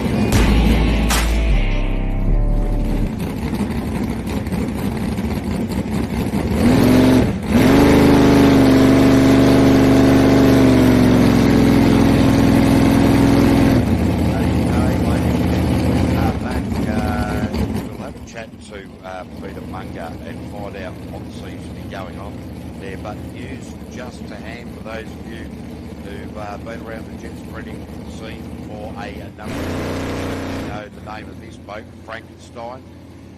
Certainly a well-regarded vessel under the helm of Teddy Sagidis, and I do believe, and this is word just to hand, that Frankenstein will be making a comeback at Cabarita on the 8th of November with an as yet unnamed V8 supercar driver. So that is going to certainly be a very interesting move. I haven't got any word on who the driver is yet, but I had my spies working on the job. So news just to hand, Frankenstein will be back next round. In the meantime, it is Fonzie Mullen. And wow, Fonzie Mullen, last time up at Cabarita Beach. Oh, geez. Last time up at Cabarita Beach in the top 12, a rag got jammed between one of the belts and it skipped the two, and Fonzie ended up 8th for the meeting. So in himself to get another Australian title, he's certainly got a long way to go. It's got to be pinpoint perfect for every single round from now on. And I tell you what, the way he's going about it, first thing this morning, made a rotational error during practice. But this time out, certainly got the foot on the ball. And Fonzie Mullen, certainly in Q2, was quick. That time was quick with a 47.909, but he's half a second slower than he was previously. So Fonzie Mullen, 47.909.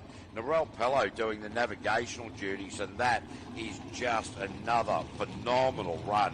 Then tell you what, Tyler Finch, with that mistake up the top, certainly going to go back. You heard from Tyler Finch, he's going to change the setup of the steering. The boat knifed rather dramatically, so he will be trying to work that one out, no doubt about that. So we are going to reset our clocks, and we are going to begin qualifying round number 3 for the LS category.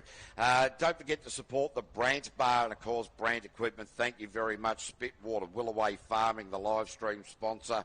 Panton Hill Welding, Australian Moulding and Door Company. Hugh Gilchrist is in the crowd here today as well. Fantastic. Great to see you, mate. Waste Carriers for your local rubbish removal. And that was the Vermeeren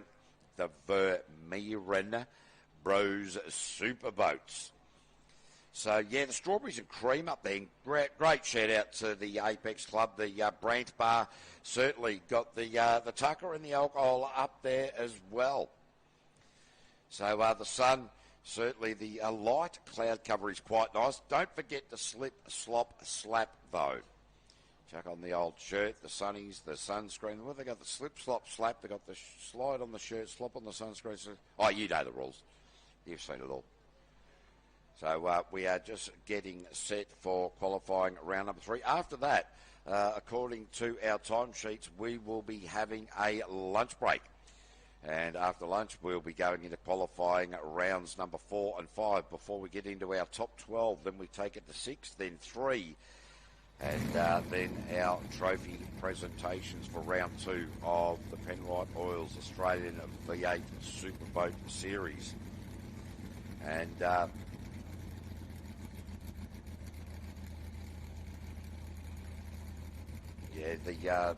LS category boats now coming onto the launch ramp. Just having a look at Psycho Killer. That's sitting skew whiff on the trailer, as is the Kennedy's machine as well. So the guys can get around a racetrack but can't park the boat in a trailer square.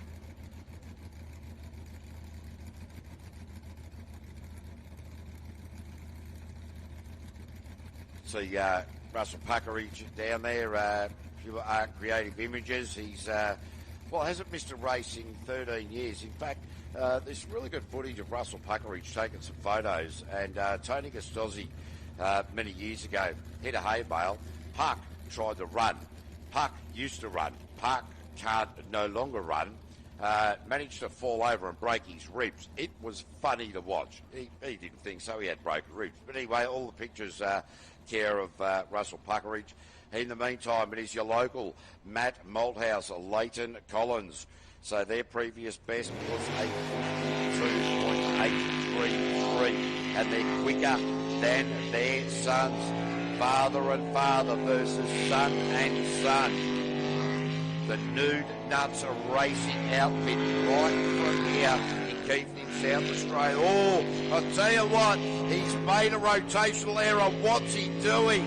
I tell you, Matt Malthouse is all over the handling of this.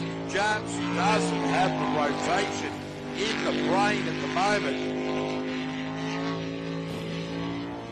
He's made a couple. Oh, there was a hesitation. He nearly went left. Leighton Collins, the navigator, said, mate, don't go down there. Obviously, the conversation had to be a little bit quicker than that. Oh, Malthouse is running a fine line. There is no doubt about that. Keep your eyes on this. He's certainly providing plenty of excitement. There is no doubt about that. Matt Malthouse, Leighton Collins, made a rotational error, resorted it out, and end up with a 60.374. Woo. I'll tell you what, Certainly an exciting drive there. There is no doubt about that. They're having a little bit of a... Oh, actually, I'm having a look at Leighton Collins there. He's actually showing that the old hands were shaking a little bit. Have a look at that on the live stream. Oh, that is hilarious. Yep, I don't blame you, mate. I don't know if I'd be strapping back in if he's going to continue driving like that, mate. My goodness. In the meantime, we're going to go to Darren Pollard and Jamie Maroney. Now, these guys have come out super positively in Q2. We are now in qualifying round number 3. And they made a rotation error during qualifying round number 2 when they picked up the pace. Hopefully now they've got that sorted out. You can see the GoPro camera on the bow of the stern race now. Team A. 3-year-old behind the wheel of this Stinger. And this is looking like a much better attempt at this lap. The rotation they seem to be very confident in it at the moment, which is great news because Darren Pollard is not just a race in the overall OS category, it is a race between the A and B drive, the boys versus the girls. And Darren Pollard, that is a nice lap, certainly a few little bits and pieces to tidy up, but he's gone his quickest by some 3 seconds with a 55.512. So very positive move to get those times right down in qualifying round number 3 for Darren Pollard and Jamie Maroney as we check out the Kennedy's race machine with Daryl Atchison. And it's interesting to see that Matt Malthouse is only 1.2 seconds slower than Nate Mullen and certainly on the edge driving. But he's now the Kennedy's machine. This is the LS category for Sunnyside Turf. Marcus Hall doing the navigational duties. Andrews Asbestos Removal and Demo. Real Bathroom Solutions. Og's Dig Excavations. And, of course, Kennedy's Transport. A bit of a hesitation off the line. Probably put too much into it. Oh, yeah, just really interesting for Daryl Atchison. I'm sure the boat's quite hooking up at the moment.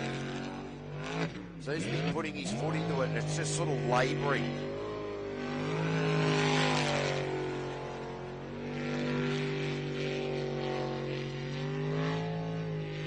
Try to have a little bit of a listen to what's going on there. Not technically minded enough to give you a complete answer. But certainly the boat's not doing quite what it's meant to at this point. But Darryl certainly got a bit more pace going on about him this time, which is great to see.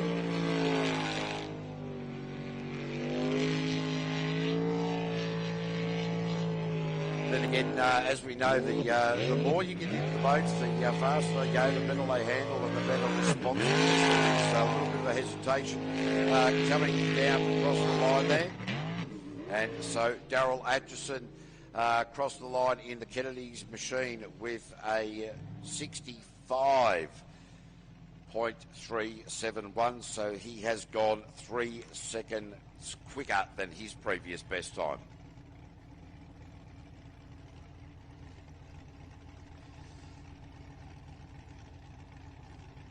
So now we move to the Anakin machine, and behind the wheel at the helm is Simon McMahon. Jeffrey Moffat doing the navigational duties. So their previous best time is sort of around the 71 second mark. So we certainly want to see that coming well down. Then he ended up with a DNF. So really want to just concentrate, get this rotation in right so that when you're coming into the lunch break, you're going into the lunch break with positives, not negatives. It means that the lunch break is only just going to be just simple boat maintenance, the basics of it. Have a look there at Jeffrey Moffat. He's got his hand well out over the bow there as the navigator saying, Simon, you need to be going here, mate. So he's got his hand right in Simon's face. I'm not too sure whether that's productive or counterproductive. but we'll certainly keep an eye on it, because around the right-handers, well, I suppose the field of vision is very limited for the drivers. You've got the headrest, you've got the harness device, which supports the head through wires connected to a shoulder bracket that's connected to the helmet. So your field of vision in these boats is very limited. So the navigators that are getting it wrong, which they've set Simon the wrong way by the look of it at the moment, makes it rather difficult. So the navigators will put the hand right in front of the driver's eyes. A lot of the teams will actually use in-helmet communication. They're back on the racetrack proper and the rotation proper, but the Anakin machine has blown that out to 1 minute 21.819. So certainly need to do a little bit about that to sort that out come qualifying round number 4 after lunch. In the meantime, it should be Kobe Berg. Had a bit of an issue during Q1.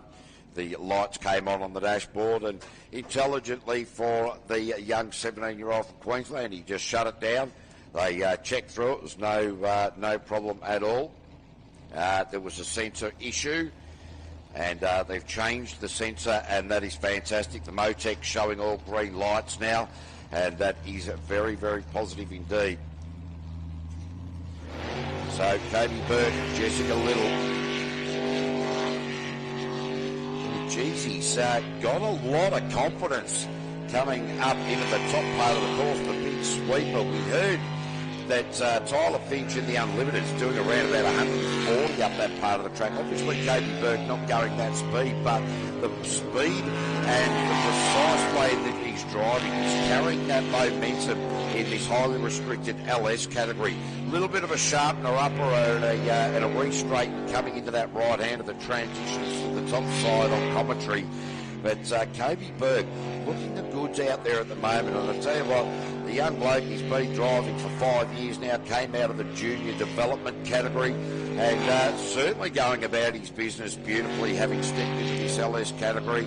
Love the way he goes about it. Jessica Little doing the navigational journeys, and a young pairing in the line that goes Kobe Berg, and the time he sets there is a 58.499.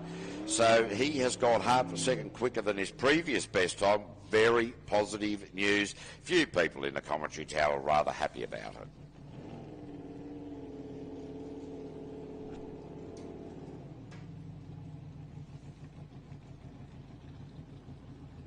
So Ron O'Day in aggravation coming out next.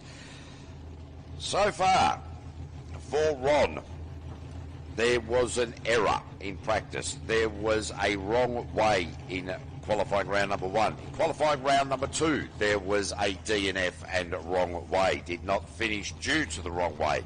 What will he be able to produce here?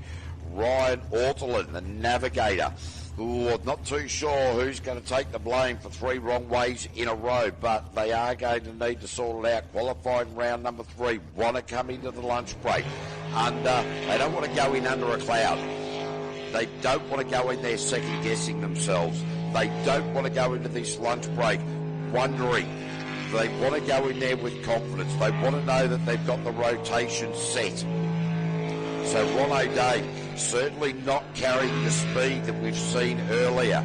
Seems to have just eased back on the adrenaline button at the moment, and this is already a lot better lap. He's got through much further throughout this lap than he has in any previous time today. So just easing back on that accelerator. We know the boat's got plenty more. We've seen it, but it's all about getting that rotation right. Don't want to create the commentator's curse, but at the moment, things are looking a lot more positive for Ron O'Day and Ryan Ortolin. It's just the right-hander and through the finish line, and they've laid one down at Q3 with a 59.199. So really very positive there for the director, Ron O'Day. They will no doubt, just having a look into the boat. Yep, they're happy with themselves. They've got it sorted out. Well done, boys.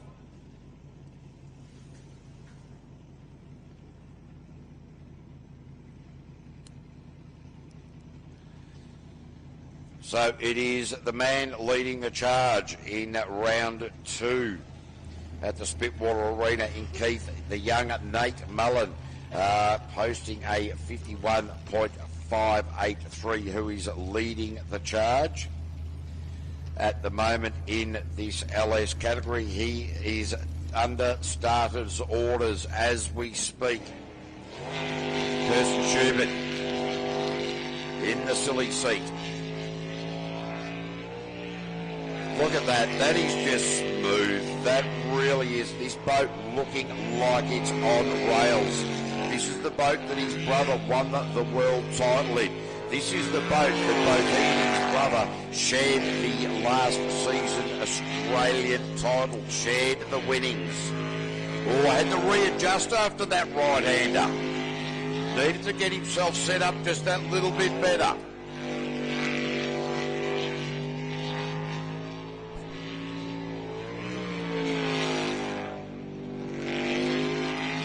He's keeping a very close eye on this Pulse race boat. Now, he's grabbed at the outside. I don't know how he's got away with that. We will get back to you with the time in just a second.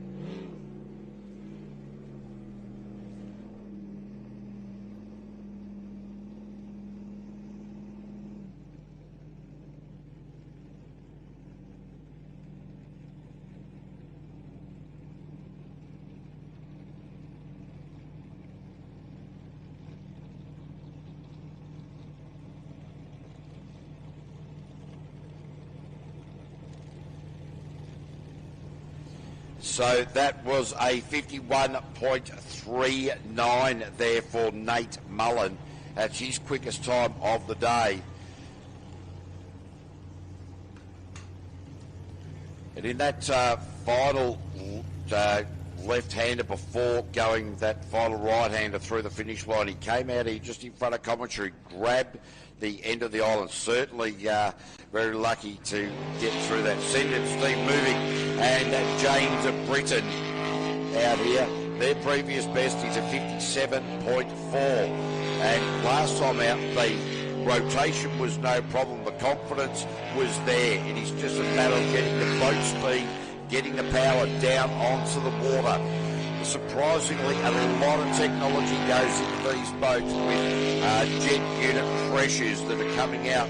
So the water goes in underneath the boat. It is going through almost like an air conditioner, where the drive shaft goes through, pushes the water into the impellers. The impellers turn. Then it goes through a stator which straightens the water up.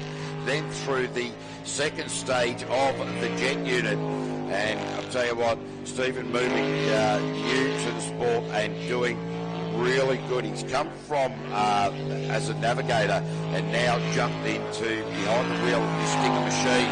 And that is a time of 57.869. So certainly very consistent. He's within 0.8 of a second across 3 runs. So 57.869. I'm starting to get my own writing all a little bit confused. In fact, that's his second slowest run of the day. But 57.8, 57.4, 57.8. So absolutely consistent. Steady Eddie now. Jody and Will.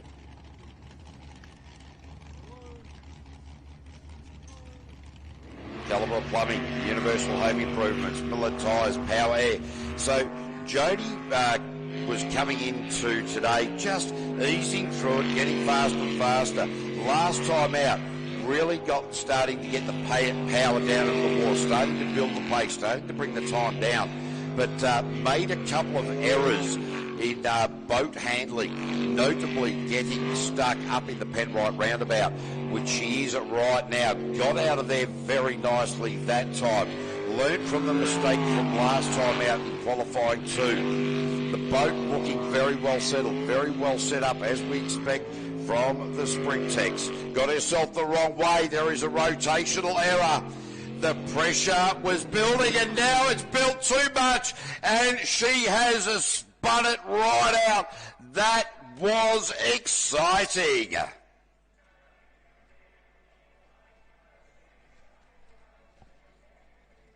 Round, round, round, you spin me right round, baby. Wow. And the help is right there, and we are just about to find out if we can get a radio to Jody. Jody, are you there on the radio? No, not at the moment. Just trying to see where Aaron Hedman is. Well, the girls are going to come back to... the girls. Will Cartwright won't be overly happy about me calling him a girl. But anyway, Jody and Will coming back. And, that was certainly... they were starting to get the power down, starting to pick the pace up. The rotational error really threw them. Having a look at the replay on the live stream, just turned in about probably a metre and a half too early around that right-hander. And you saw the outcome, ladies and gentlemen. Might have bet a fin or two under that. Will in there, they are just laughing about that. Yeah, well, that was pretty cool. Millard service centre in blazoned across the back there.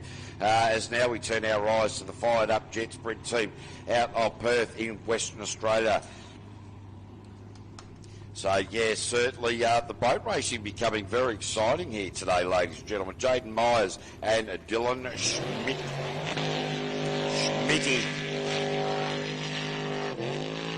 Oh, bit of hesitation. Wow, what is going on? From halfway through qualifying two, lots of little mistakes being shown right across the three categories. A little bit of a hiccup there for Jaden, but he got through it. Have a look at the height of this roll cage. He's a tall young man. I asked him how tall he was yesterday. He said, 6 foot something or other. He doesn't care. He's loving boat racing, I can tell you. He's around about 6'3". So, very, very tall roll cage from the lanky man from the suburbs of Perth. He's got the rotation wrong. It's going to be a long way to claw it back from here. The aggression is certainly positive. Dylan Schmidt, the navigator. Tell you what, they've got to sort it out, but they're not aware of it. You can tell by the way they continue on lap at this pace, and that will be a DNF. Wrong way.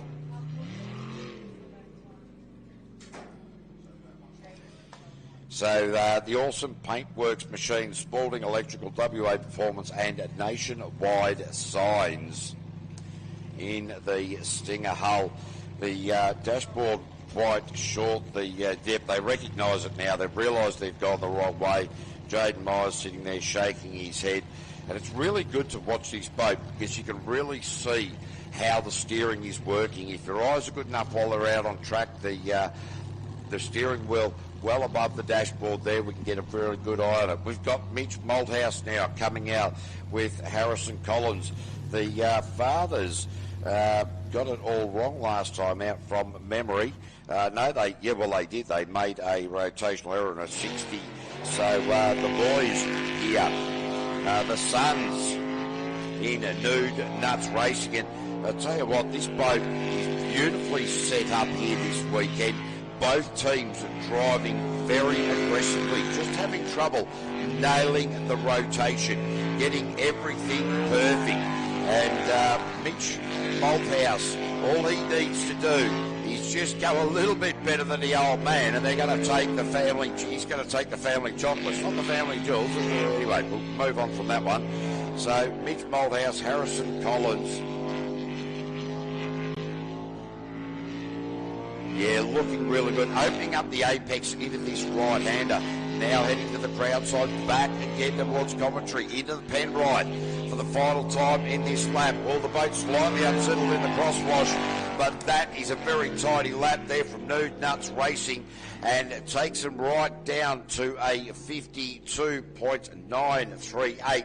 In fact, have gone about 0.2 slower, 0.24 slower than previous best times. So, it's a very good lap, but the racing between the fathers and the sons so far going with the young men. So now we are going to go Disturbed B team, Jade Atchison and Erin Kearney. The time that they want to beat of their A drivers of Darren Pollard and Jamie Moroney, 55.512. We've done it 2 times previously. Will the girls be able to bring down the time beyond a 54.8 in qualifying round number 3 to beat their previous best time? I would suggest so. It's starting to get to the time of the days, ladies and gents, when they're now starting to have a look at nozzle sizes. They're starting to have a look at really good look at what impellers are working better. Is the boat well balanced? So are they changing fins? Are they putting an extra mill on the fins on the starboard side or on the port side? What are they doing with the fin that is just under the delta? All of these little things will come into play. And remember, the salinity here at Spitwater Arena in Keith is a lot higher than any racetrack on the Australian calendar due to an artesian wall water. The buoyancy is different. So Disturbed B team, Jade Atchison goes a 54.735, and that is her quickest time of the day, and incredibly consistent as well with a 54.7, a 54.8, a 54.9 in amongst all of that mix. So they'll be looking at trying to tweak the boat, trying to tune the hull, trying to do these little changes that are going to create and bring down their times. We now switch into the Group A category. Justin Roiland, Outlaw Racing, got it all wrong and got a rotational error and blew out the time last time out. In fact, the last 2 times. What can we achieve here, Roylo?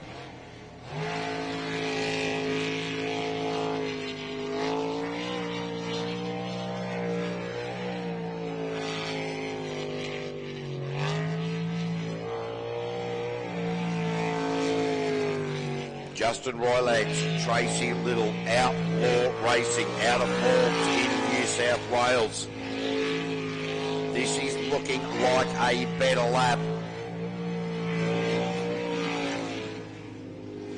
Much better lap for the man who is leading the Australian Championship after a win last time in Cabarita during the month of August.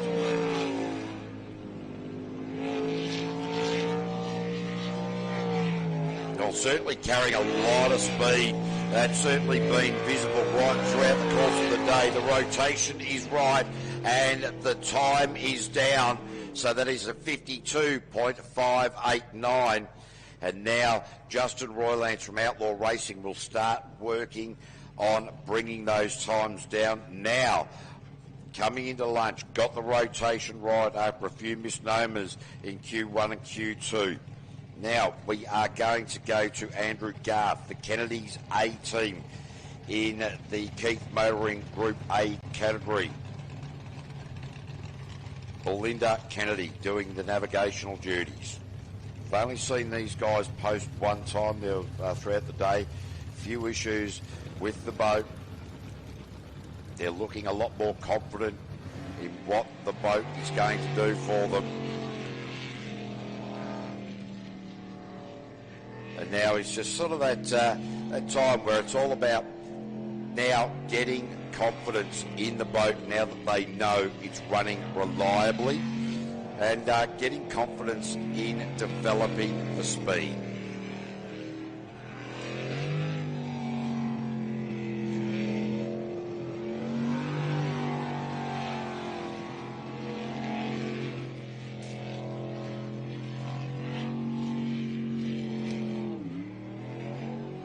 Ease off coming into that Penrite roundabout, and certainly not surprising. It's great to see Andrew Garth go I was about to say great to see him doing something, but then he's gone the wrong way.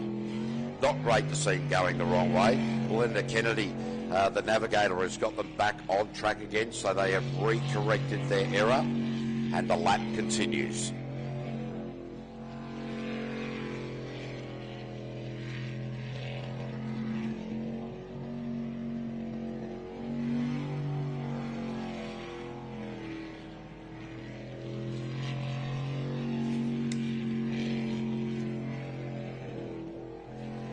So Andrew Garth in the Kennedy's machine.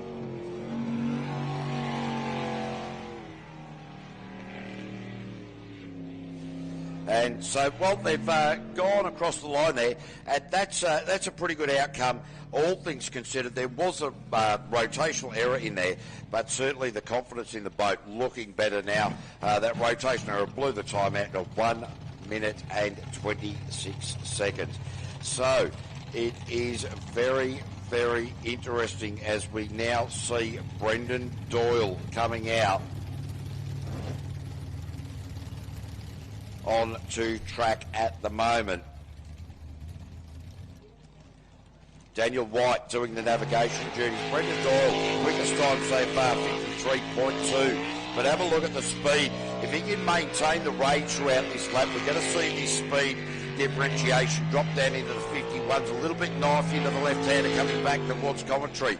Into Penrite, eased it back a little bit, just got the boat set up beautifully. The pulse hole just cutting through the crosswash like it doesn't even exist. On the right hand, you really hear that engine, the jet unit load right up into that sharp right-hander. Brendan Doyle starting to see it all like a 6-lane highway at the moment. Certainly tricky out on that far part of the course, closer, furthest away from commentary. A lot of water sitting where the racetrack isn't. Very, very easy to make an error out there, and that is Brendan Doyle in the girlfriend and brings himself down into a 51.665. Really very, very tidy lap there. So it is the girlfriend leading the charge at the moment. But it is Bastian Mullen who has the quickest time in the Group A in Q2 at this point was a 50.526.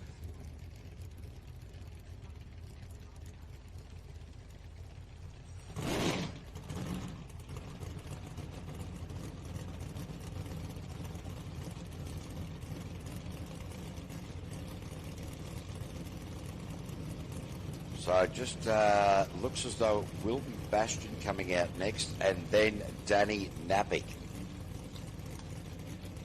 So it's a bit of game on as we're heading into this lunch break, which is exactly what we like to see.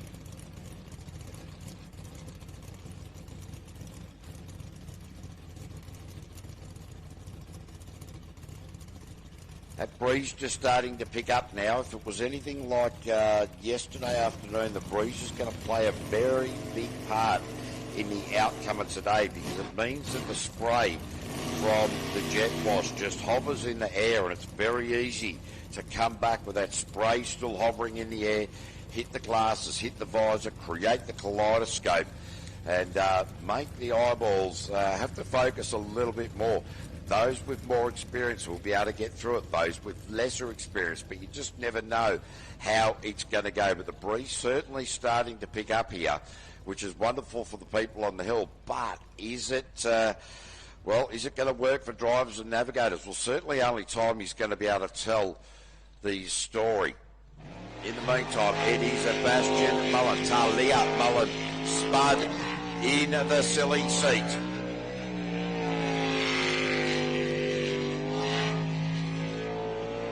Have a look at the way that this man drives. In the past, we used to call Slade Stanley Mr. Smooth, but it is these Mullen boys in the LS and the Group A category that just look picture perfect.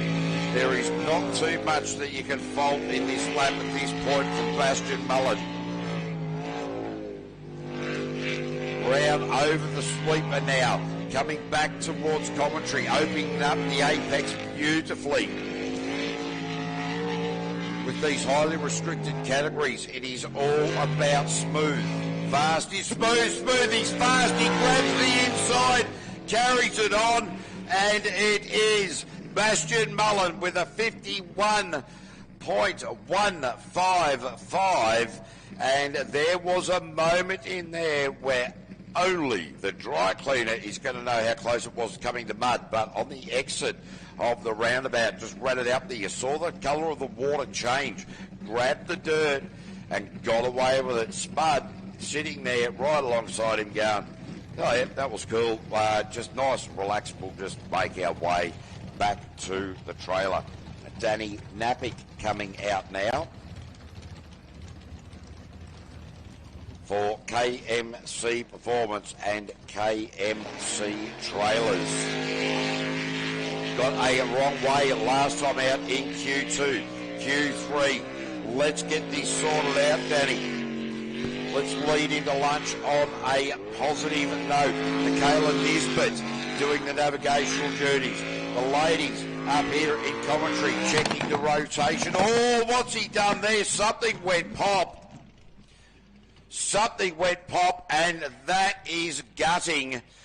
So Danny Napick has just eased it up right in front of the safety crew. I dare say that is going to be a scruffy, the tugboat rescue attempt out here, and that is a very disappointing outcome. It took them yesterday. They had a lot of trouble getting the tune and getting the heat in the engine for the engine to run properly. They sorted it out. Let's have a look if the replay is going to show us, tell us a story, going to give us any indication of what's happened. So certainly looking very confident out of the blocks. Coming up into the Penrite random, everything's looking absolutely beautifully, but there was just that sudden pop and stop. So let's hope that that is not terminal. What are you seeing there, Gordo, that I'm not? A bit of a flash there. Right. Oh, that does not sound good. Let's have a look as we go back over the replay. Great work from our camera crew and good spotting with better eyes from Gordo. If we can just go back a little bit, about another 3 or 4 seconds, it might tell us a better story. But, well, during the lunch break, we'll have a chat to Danny, and he will definitely know, have a better indication of what's going on there, because, well, he's been a water ski racer, plays around with race engines. And, yep. Well spotted, mate. Geez, I'll tell you what, you got Superman eyes. That is amazing. In the meantime, not so amazing for Danny Napick and Nicola Nisbet. We'll take a short break. We'll be back in commentary in just a moment.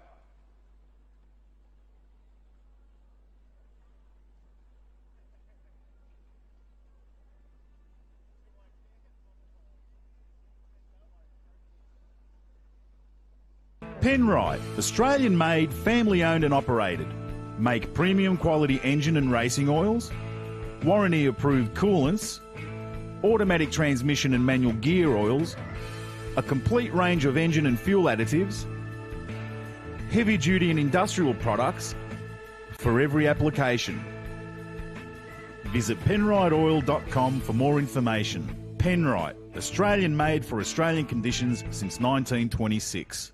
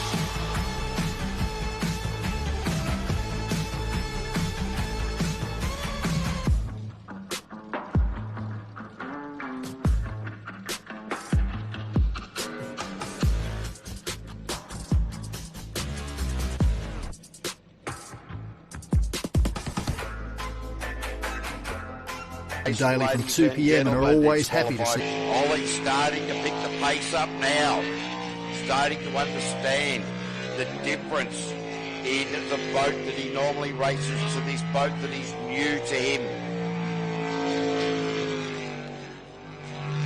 And really, Ollie Silver, well, we knew it wouldn't take long for him to start to understand this. The first man in the world to hold 3 titles in jet sprinting in the history of jet sprinting. He held the New Zealand Justin Roilands and Ollie Silverton with a 52.978. So that's his quickest time of the day so far. So very positive moves there for Ollie Silverton. So just having a look down at the toughen up machine of Danny Napick that stopped just a short time ago.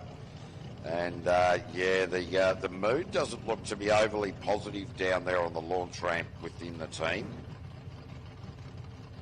In the meantime, it is Damien Kennedy, the rookie, completed his first ever full lap in Q2.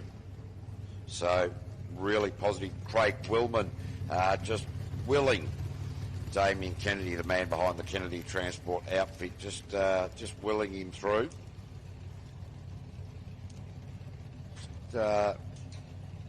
As Damien Kennedy is under starter's orders, got the green light now. Just having a look at the body language down here with the team Toughen Up and Danny Napick.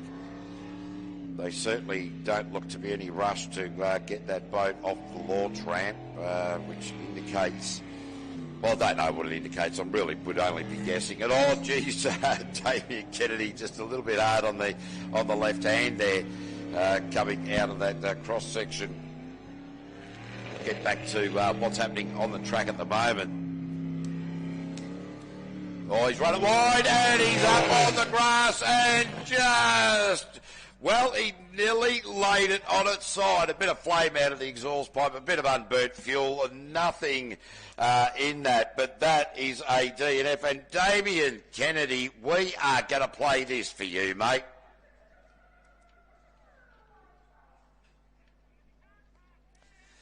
So, DNF. So, certainly just ran it a little bit wide, just didn't get on the wheel. And look, this is just what happens. It's jet sprint racing, but it's great to see Damo out there giving it a crack. They've got all of the safety crew out there. Heave-ho, and away you go. Heave-ho, and away you go. 1, 2, 3. Oh, well done. What I quite like, ladies and gentlemen, is drivers and navigators rarely get out of the boat to lighten the boat to help the safety crew push the boat back into the water because they don't like getting their feet wet. Anyway, big shout out to the safety crew, ladies and gentlemen. Give them a round of applause. We can't go racing without these guys. We're having a look at the replay here, and Damien Kennedy certainly just hung onto the steering wheel a little bit too hard around the left-hander, found himself up on the grass. Might be a little bit of damage to the port side of the Kennedy's racing machine hull. Certainly nothing that won't buff out or be painted over. So that's a bit of a disappointing end to that, but I'm sure the boys are having fun. Don't worry about that. We are now moving into the unlimited category, the Vermeeren Bros Superboats, TJ Tremaine Dukes, racing in memory of Papa Dukes, who passed recently, and certainly so many people down here supporting TJ and the team. I mean, the team is just massive. Uncle Jim, Matt, Deck, Skylar, Taylor, Jared, Jason, Scotty, Cal, Glenn Simpson, Matt Moldhouse, Cal Customs on board, the navigator Rob Taylor, local, he's jumped in there, and a big shout out to Elaine, we keep saying this, but Papa Duke's just such a intrinsic part of jet sprinting for so many years. And just a ripping bloke, so memories will always remain with us. But TJ in the Maniac, last time out has got a little bit slower. He's actually been very consistent within 0.3 of a second of each of his 3 timed runs. So what will the Maniac offer up here for us? I'm hoping that we are going to start seeing the times of TJ coming down into the very low 51s this time out.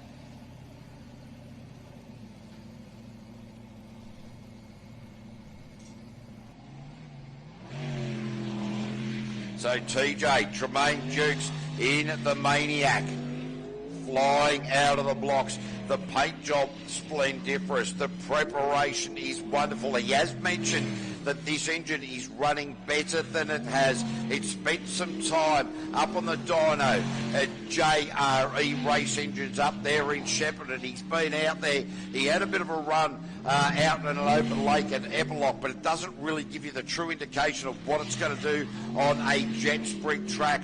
But what we can see so far is that the reliability is looking good. TJ just getting to grips with the power, and I can guarantee you he would be on about 55% throttle throughout the process and of this lap. So Tremaine Dukes across the line.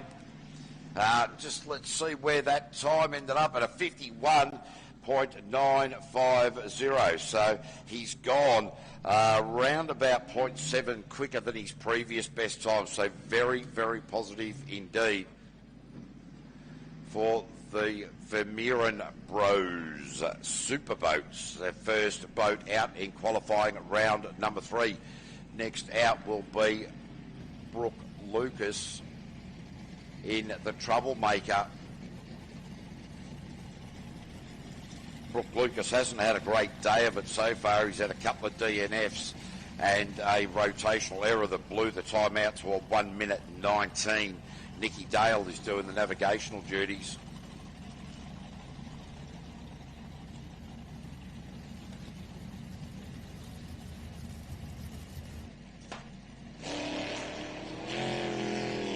So, the Troublemaker.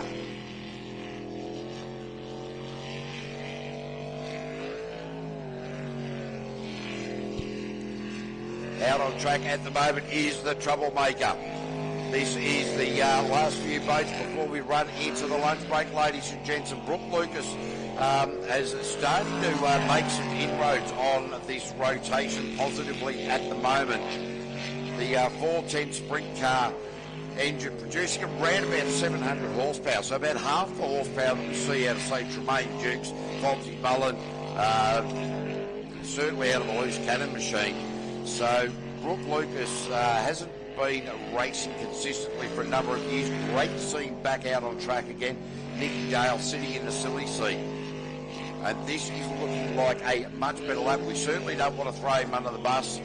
But Brooke Lucas now into the line and gets himself his best time of the day by far with a 58.989. So welcome to times proper there for Brooke Lucas, brought to you by the Gold Coast Wake Park Diggermate and Cabro Consulting. Next out should be the R&J Batteries machine of Daryl Hutton and Brenton Farr, the twin-turbo 400 Chev producing 1,300 horsepower with a hydro jet 9-inch unit in the Stinger hull.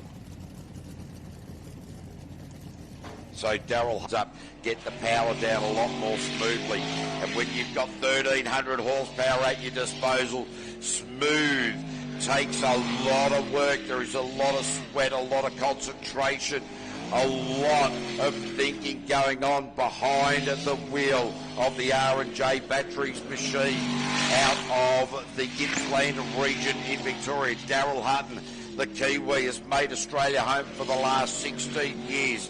The Managing Director of AMC Forestries, R&J Batteries, Wimmera, Melly Waste. His long-time navigator, Mick Parry, couldn't be bothered showing up here this weekend. Had something better to do, according to the team from R&J Batteries. But Daryl Hutton looking the goods at the minute. In the run for the line, Daryl Hutton.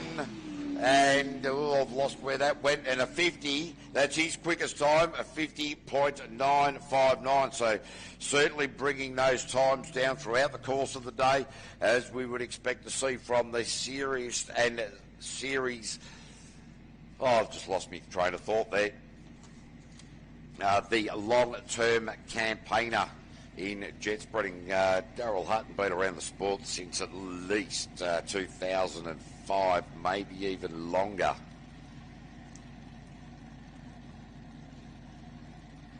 Oh, am I saying? No, 1995, sorry. I'm getting all my years mixed up. Why am I talking numbers? I get so confused. Tyler Finch, last time we saw Tyler Finch, the boat knifed on him, threw him up in the sweeper at the top part of the track, the fastest part of the track. He didn't even make 300 metres. Lucky not to have barrel rolled it. They've gone back to the original setup in Q2 and have a look at the way Tyler Finch is approaching this. This is blistering. He knows that Fonzie Mullen is into the 47s. Tyler is into the low 48s.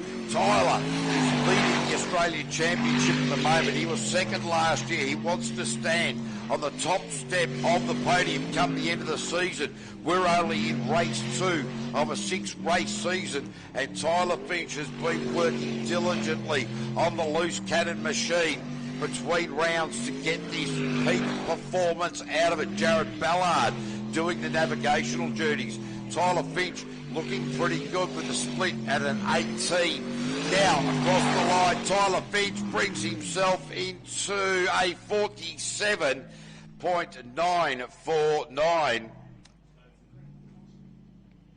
So that is a good move forward for Tyler Finch and the team of Loose Cannon. What I'm not seeing on the boat ramp at the moment is Fonzie Mullen, although Fonzie Mullen now being reversed down onto the boat ramp. Haven't seen Ken Kesper. So the Mexican was blowing a little bit of smoke in qualifying round number 2.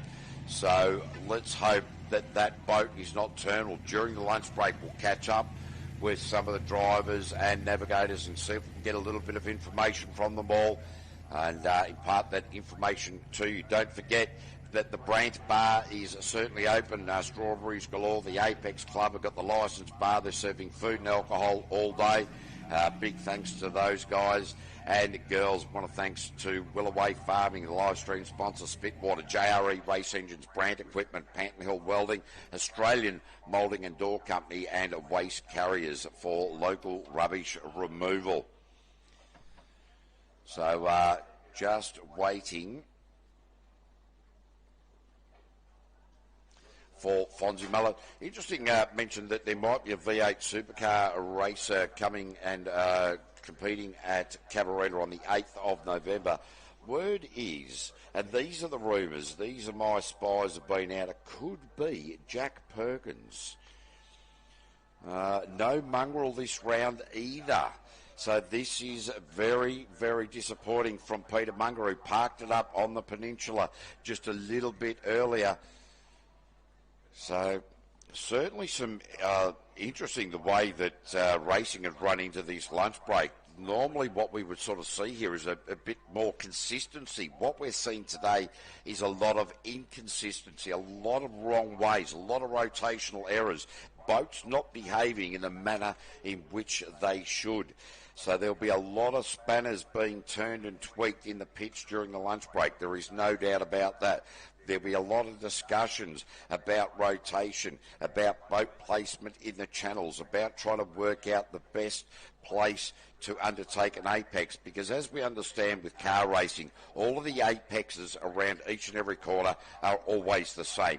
Jet sprinting, depending on the power that you have at your disposal and depending on how quick your boat comes out of the hole, will depend on the apex. So there's no specific right and wrong. Some drivers will come tight into certain apexes, others will go wide into those apexes. So that is where the differentiation is. Obviously tarmac and water, somewhat different. Tarmac's hard, water, well, he's hard at speed. In the meantime, just waiting for the... They've got the methanol into the trumpets now. The ramjet machine of Fonzie Mullen, the last boat before the break.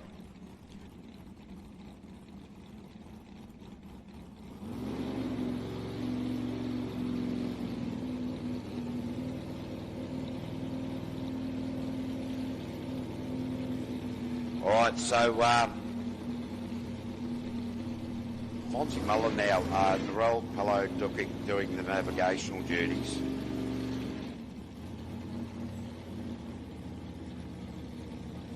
some of the Superboat drivers just wandering down to get a bit of a vision of how Fonzie will go about this lap. Certainly a bloke who spends a lot of time making sure that the temperatures of everything within the engine are going right. He will never ever leave the trailer until he's happy, and Fonzie Mullen just indicating to the starter that the arm restraints are on, so you'll see the drivers as they're moving into under starter's orders, they lift their arms up, show that the arm restraints are in. That is to prevent the arms flailing about in case of a rollover. Keep your eyes on this one, ladies and gents. Fonzie Mullen, bang, 142 kilometres an hour. Oh, I tell you what, the man is moving. Don't worry about that. The quickest man on the racetrack thus far today, with a 47.440. Oh, a bit of a hesitation around the left-hander. The quick right-hander across the bottom of commentary. You take your eyes off the track for a second and he's on the other side of the venue. The most dynamic water sport on the planet, right before you, right now. Oh, got himself caught in the crosswash. It almost acted like a BMX berm. Sent him back into the channel, heading back towards commentary. Fonzie Mullen across the line, and where's he gone? Fonzie Mullen, 47.384 quick time. All right, ladies and gentlemen, that commences our lunch break. It'll be approximately half an hour. You are allowed into the pit and paddock area. Go up, say good day to the team, say good day to the drivers. Some of the teams have got stickers and posters for the kids. Get a few photos.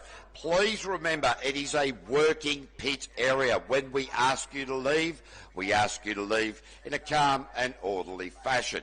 But if you could please, do not smoke in the pits. If you are caught smoking in the pits, you'll be dragged out by your ear and you'll have a foot up your bottom. So you'll be thrown out. No smoke in the pits and no alcohol in the pits, no glass in the pits. But please, welcome to the pit area. We will give you, ladies and gentlemen, a bit of a call when we are going to clear the pit area and continue with qualifying round number 4. We are going to go into our lunch break. We will be back in about half an hour.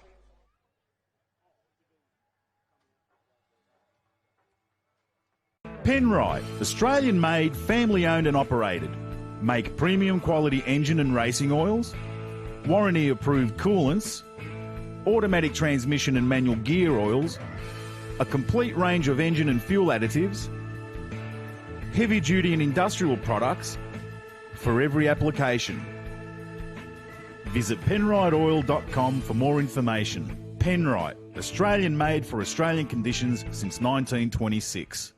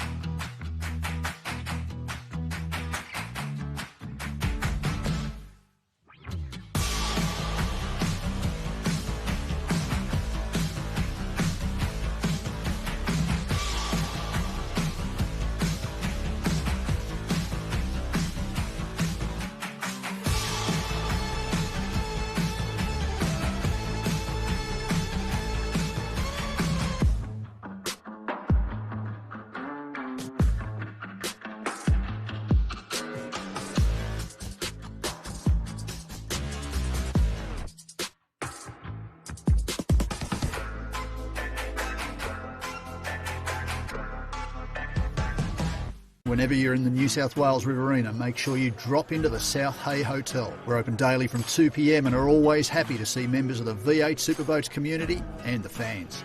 Great food, great company and some of the best beer on tap. Catch us on Facebook or drop us an email. We're the Murrumbidgee's best kept secret.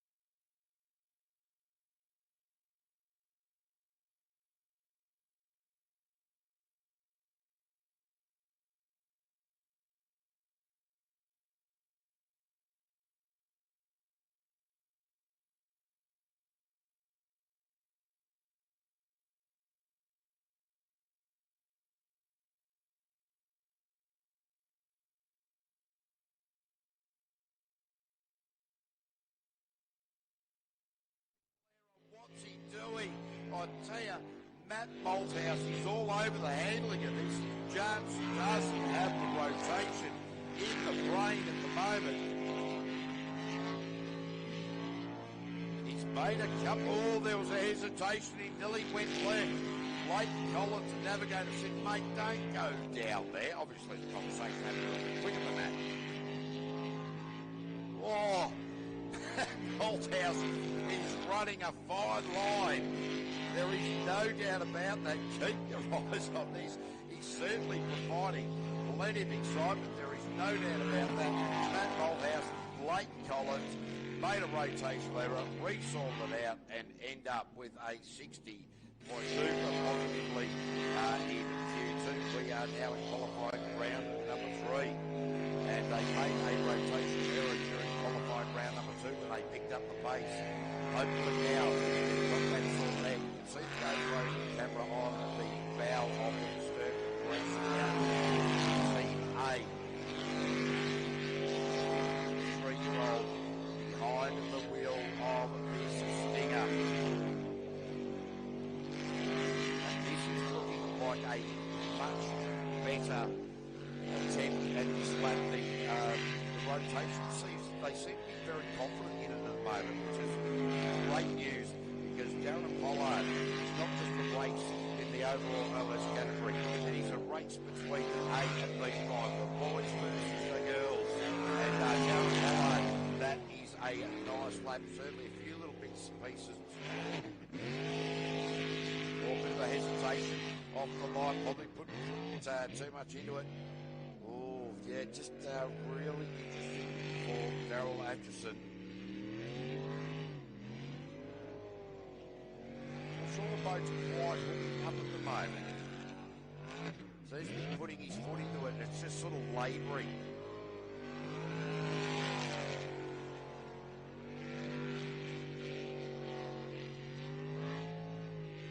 Try to have a little bit of a listen to what's going on there. Not technically minded enough to give you a complete answer.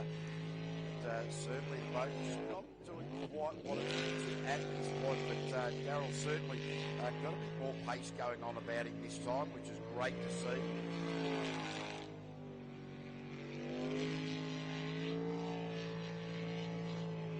Again, as we know, the more you get into the boats, the faster they go, the better they handle and the better response. So a little bit of a hesitation coming down across the line there. And so Daryl Atchison, so we certainly want to see that coming well down.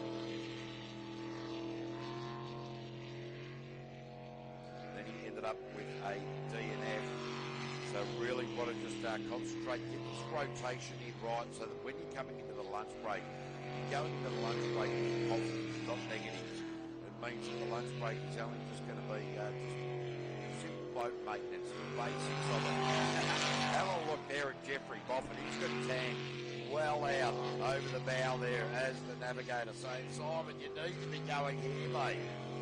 So he's got his hand right in Simon's face. I'm not too sure whether that's productive or counterproductive, but we'll certainly keep an eye on it because around the right-handers, well, I suppose the field of vision is very limited for the drivers. You've got the headrest, you've got the harness device which supports the head through wires connected to a shoulder bracket that's connected to the helmet. So your field of vision in these boats is very limited. So the navigators that are getting it wrong, which they've sent Simon the wrong way by the look of it at the moment, makes it rather difficult. So the navigators will put the hand right in front of the driver's eyes. A lot of the teams will actually use in-helmet communication from back on the racetrack proper, and a lot of confidence coming up into the top part of the course, the big sweeper. We heard that Tyler Finch in the Unlimited is doing around about 140 up that part of the track. Obviously, Cadenberg not going that speed, but the speed and the precise way that he's driving is carrying that momentum in this highly restricted LS category. A little bit of a sharpener upper and a re-straight coming into that right hand of the transitions to the top side on commentary. But Kobe Berg looking the goods out there at the moment. And I tell you what, the young bloke, he's been driving for 5 years now, came out of the junior development category, and certainly going about his business beautifully, having stepped into this LS category. Love the way he goes about it. Jessica Little doing the navigational journeys, and the young pair in the line that goes Kobe Berg, and the time he sets under a cloud. They don't want to go in there second-guessing themselves. They don't want to go into this lunch break wondering. They want to go in there with confidence. They want to know that they've got the rotation set. So Ron O'Day certainly not carrying the speed that we've seen earlier. Seems to have just eased back on the adrenaline button at the moment, and this is already a lot better lap. He's got through much further throughout this lap than he has in any previous time today. So just easing back on that accelerator. We know the boat's got plenty more. We've seen it, but it's all about getting that rotation right. Don't want to create the commentator's curse, but at the moment, things are looking a lot more positive for Ron O'Day and Ryan Ortolin. It's just the right-hander and through the finish line, and they've laid one. Kirsten Schubert in the silly seat. Look at that. That is just smooth. That really is. This boat looking like it's on rails. This is the boat that his brother won the world title in. This is the boat that both he and his brother shared the last season Australian title, shared the winnings. Oh, I had to readjust after that right-hander. Needed to get himself set up just that little bit better.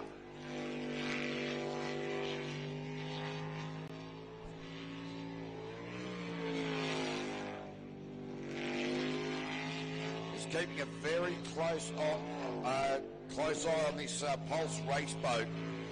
Now, he's grabbed at the outside. I don't know how he's got away with that.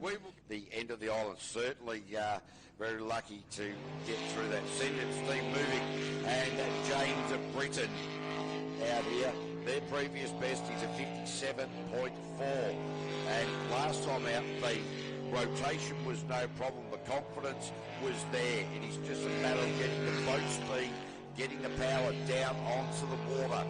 Surprisingly, a lot of technology goes into these boats with jet unit pressures that are coming out.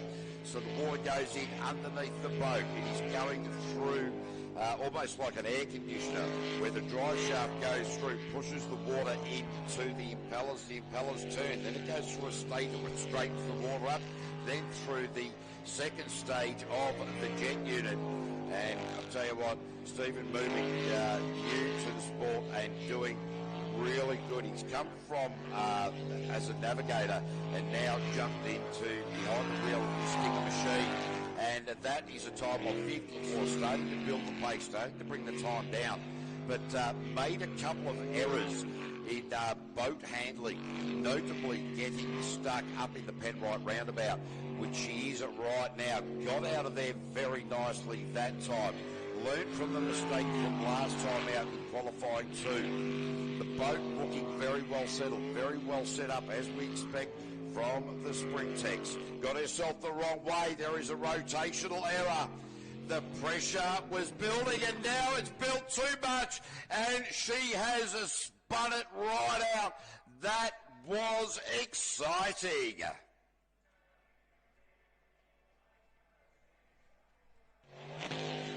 Schmitty. Oh, a bit of hesitation. Wow, what is going on? From halfway through qualifying 2, lots of little mistakes being shown right across the 3 categories. A little bit of a hiccup there for Jaden, but he got through it. Have a look at the height of this roll cage. He's a tall young man. I asked him how tall he was yesterday. He said, 6 foot something or other. He doesn't care. He's loving boat racing. I can tell you, he's around about 6'3".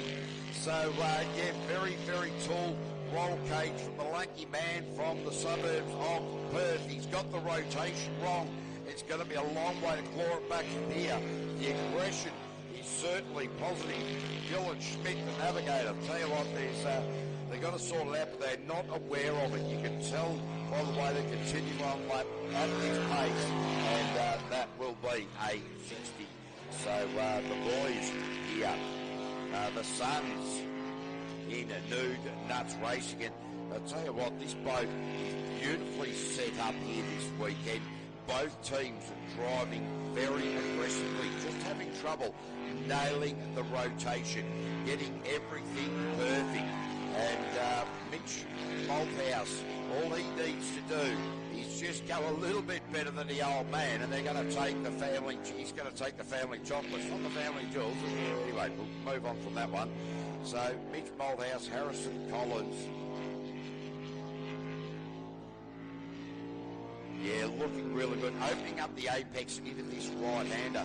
Now heading to the crowd side, back again towards commentary, into the Penrite for the final time in this lap. All the boats slightly unsettled in the crosswash, but that is a very tidy lap there. We've done it 2 times previously. Will the girls be able to bring down the time beyond a 54.8 in qualifying round number 3 to beat their previous best time? I would suggest so. It's starting to get to the time of the days, ladies and gents, when they're now starting to have a look at nozzle sizes. They're starting to have a look at really look at what impellers are working better. Is the boat well balanced? So are they changing fins? Are they putting an extra mill on the fins on the starboard side or on the port side?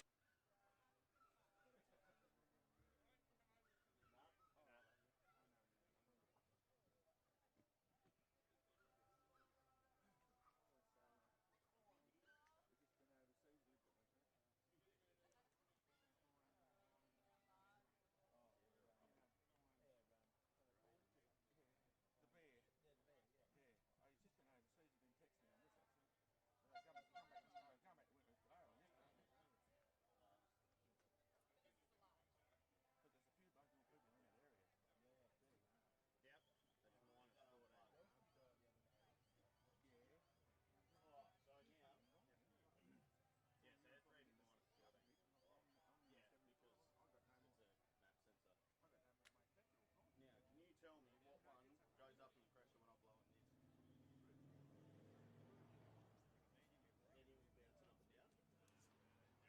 up and down. Yeah, but it'll go like it can.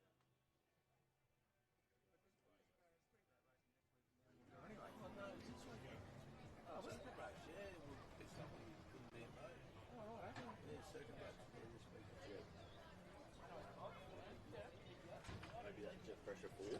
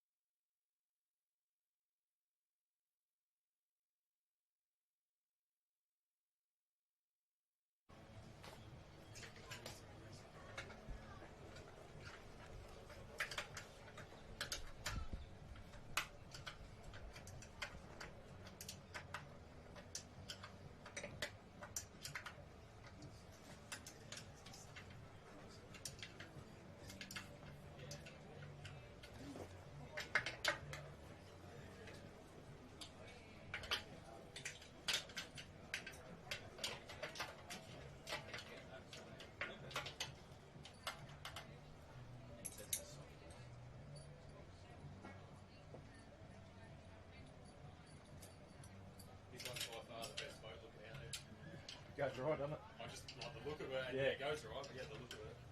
Definitely. No, they haven't also got the paint job on it.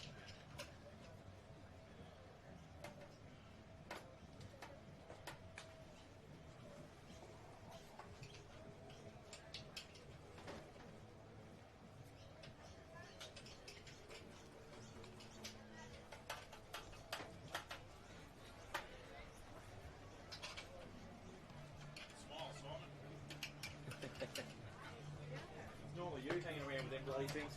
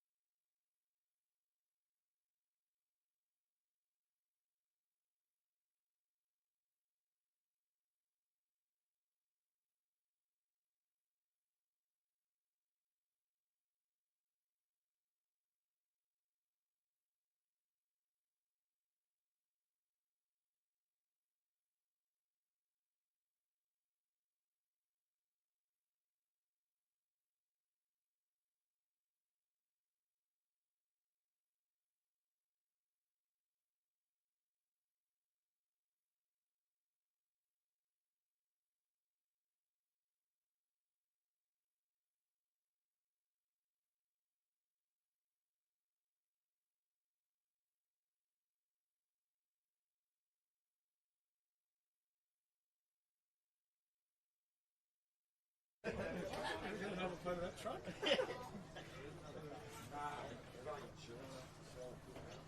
Sorry, guys.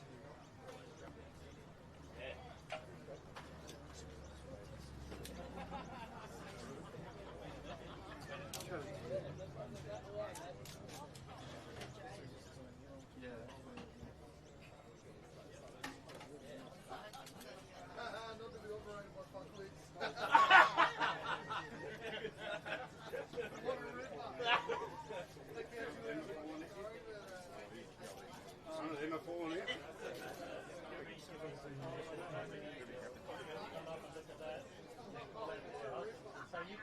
Need a mirror, don't we?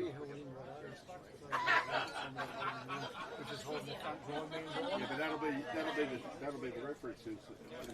Yeah, and see how it's all on by these bolts coming through this. Yeah. They're holding it on that side of the line. Yeah, but the pieces coming off the piece over there. See, you know?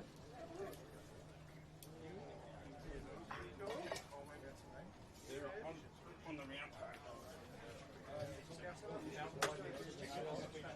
We do hold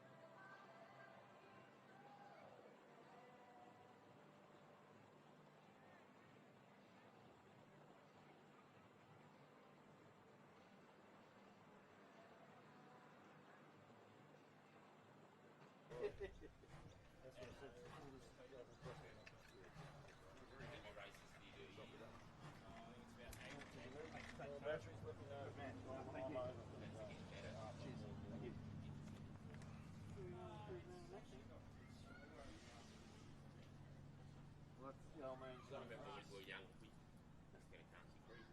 Yeah. And you never hear so much of it. We didn't have too many here. You come to show one as well? yeah. Contact Glenn. Oh, yeah, yeah. Yeah, wrapped up. Yeah. Put in blue. Nah, that was good. What do you mean last race you did? Yeah. Oh, yeah. Last time we were here, it was good wrapped up. Yeah, yeah. Thank you very much. Was it Kenny Day? Yeah.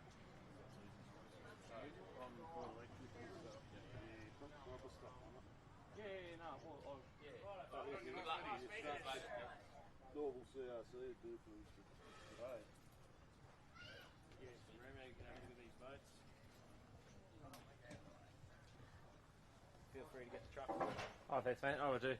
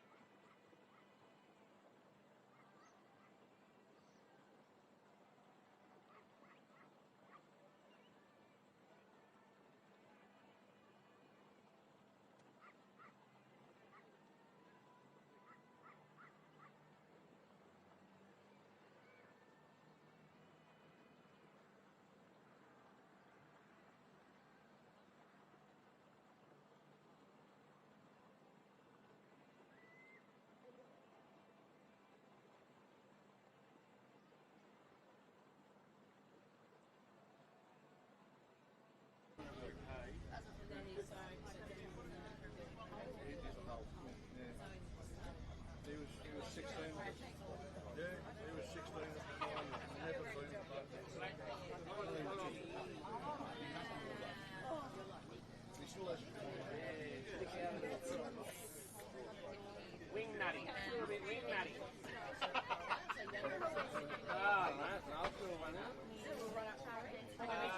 No, it's not old school.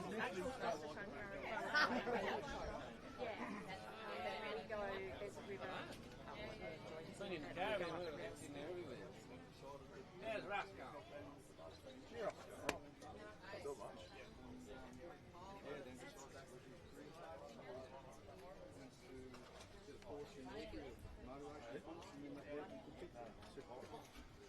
Waiting for a fix, right?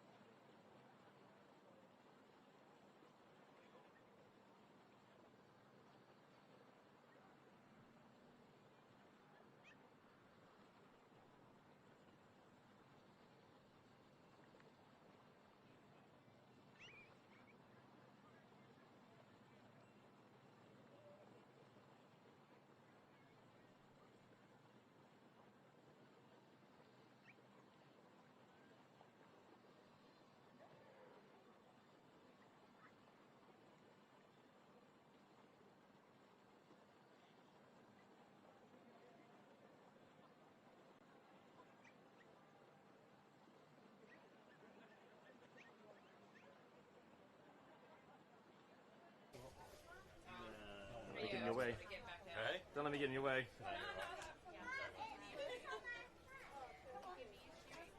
Oh, you're getting out of the way. I am getting out of the way. Oh. I didn't know you were filming your legs.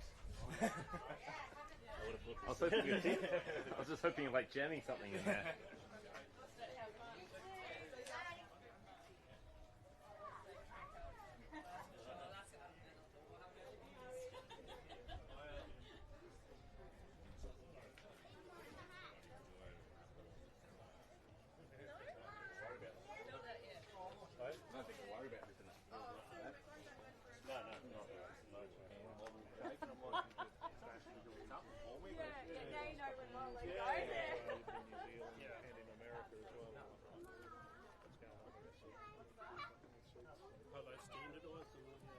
Not yet.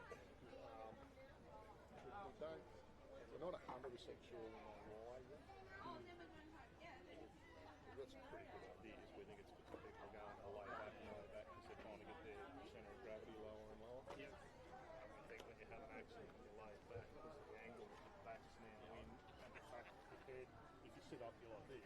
Yeah. If you're laid back, looking like that, it's straight away, it's all natural position for the body to. Penrite, Australian-made, family-owned and operated. Make premium quality engine and racing oils, warranty-approved coolants, automatic transmission and manual gear oils, a complete range of engine and fuel additives, heavy-duty and industrial products for every application. Visit penriteoil.com for more information. Penrite, Australian-made for Australian conditions since 1926.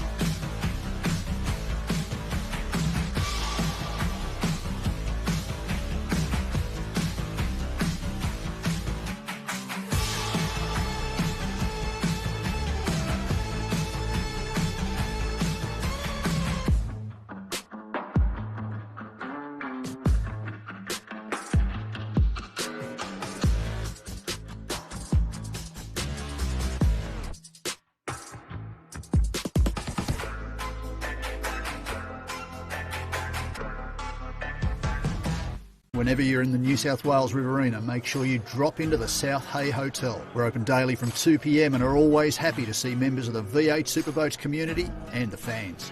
Great food, great company and some of the best beer on tap. Catch us on Facebook or drop us an email. We're the Murrumbidgee's best kept secret.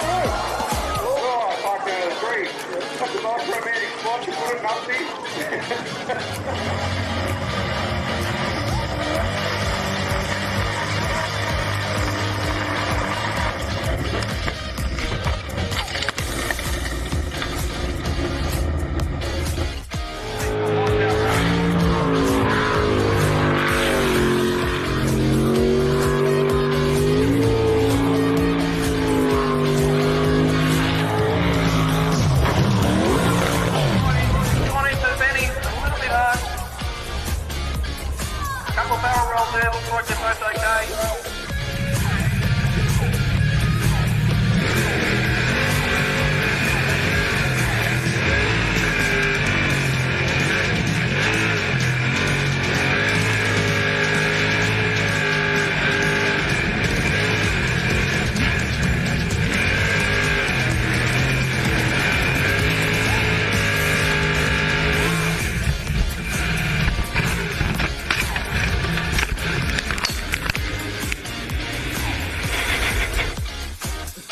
Over, boys.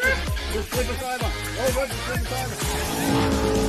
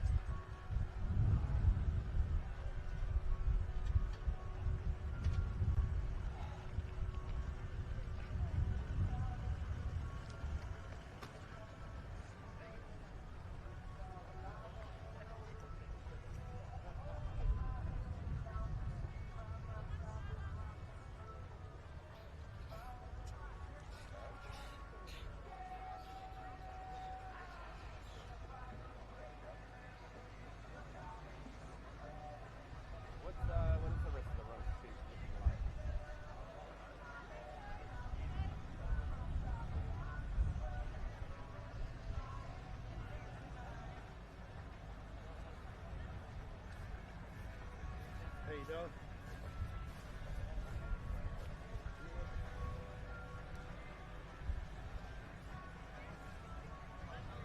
Right, so 2 more rounds of every one, and then the actual final. Awesome. Thanks, mate. Done pretty well. Still going, is he? Sorry? Still rolling, is he? Yeah. Yeah, it's still locked up wide. Yeah, right. Usually it's like that. Yeah, I think it's been both. Yeah, there's only so many matches to play.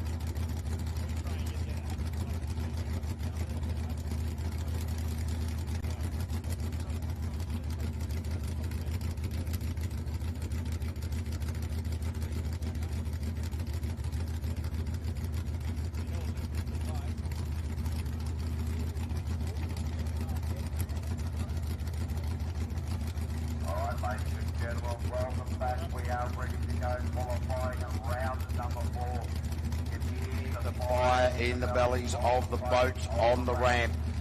So it is going to be an interesting afternoon. I tried to catch up with Kenny Kess, but haven't found out what's gone on with the Mexican.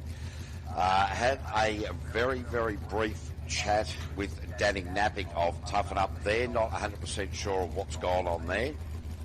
And TJ has just jumped into the tower. So I'm going to hand you that, TJ. We are going to have a chat to you just after Matt Malthouse comes and has a bit of a crack. Now, Matt Malthouse, ladies and gentlemen, local Matson Motors, of course, here in Keith, fantastic. He has had an interesting day. He has been running the ragged edge. It has been for. So keep an eye on this one, TJ. And wow, I'll tell you what, these boys are absolutely flying. They've just come out of the blocks so well. Both the A and B team from the New Nuts Racing outfit, the fathers and the sons, have been phenomenal. Matt Malthouse has been on the edge every single lap. I tell you what, he's taken more grass off there than at the boat tractor.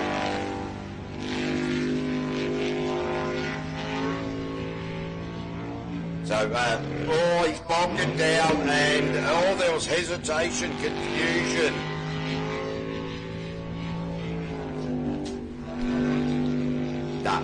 Yep, now it is. So, anyway, Matt Malthouse continuing on. A little bit of hesitation everywhere there for the moment there, TJ. Put the microphone near your face. Call this one over. Oh, he's finished.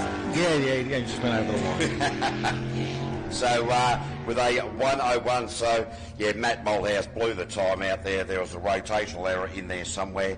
I was too busy bloody looking at other stuff. So TJ, mate, great to have you up here in a 61.520 there for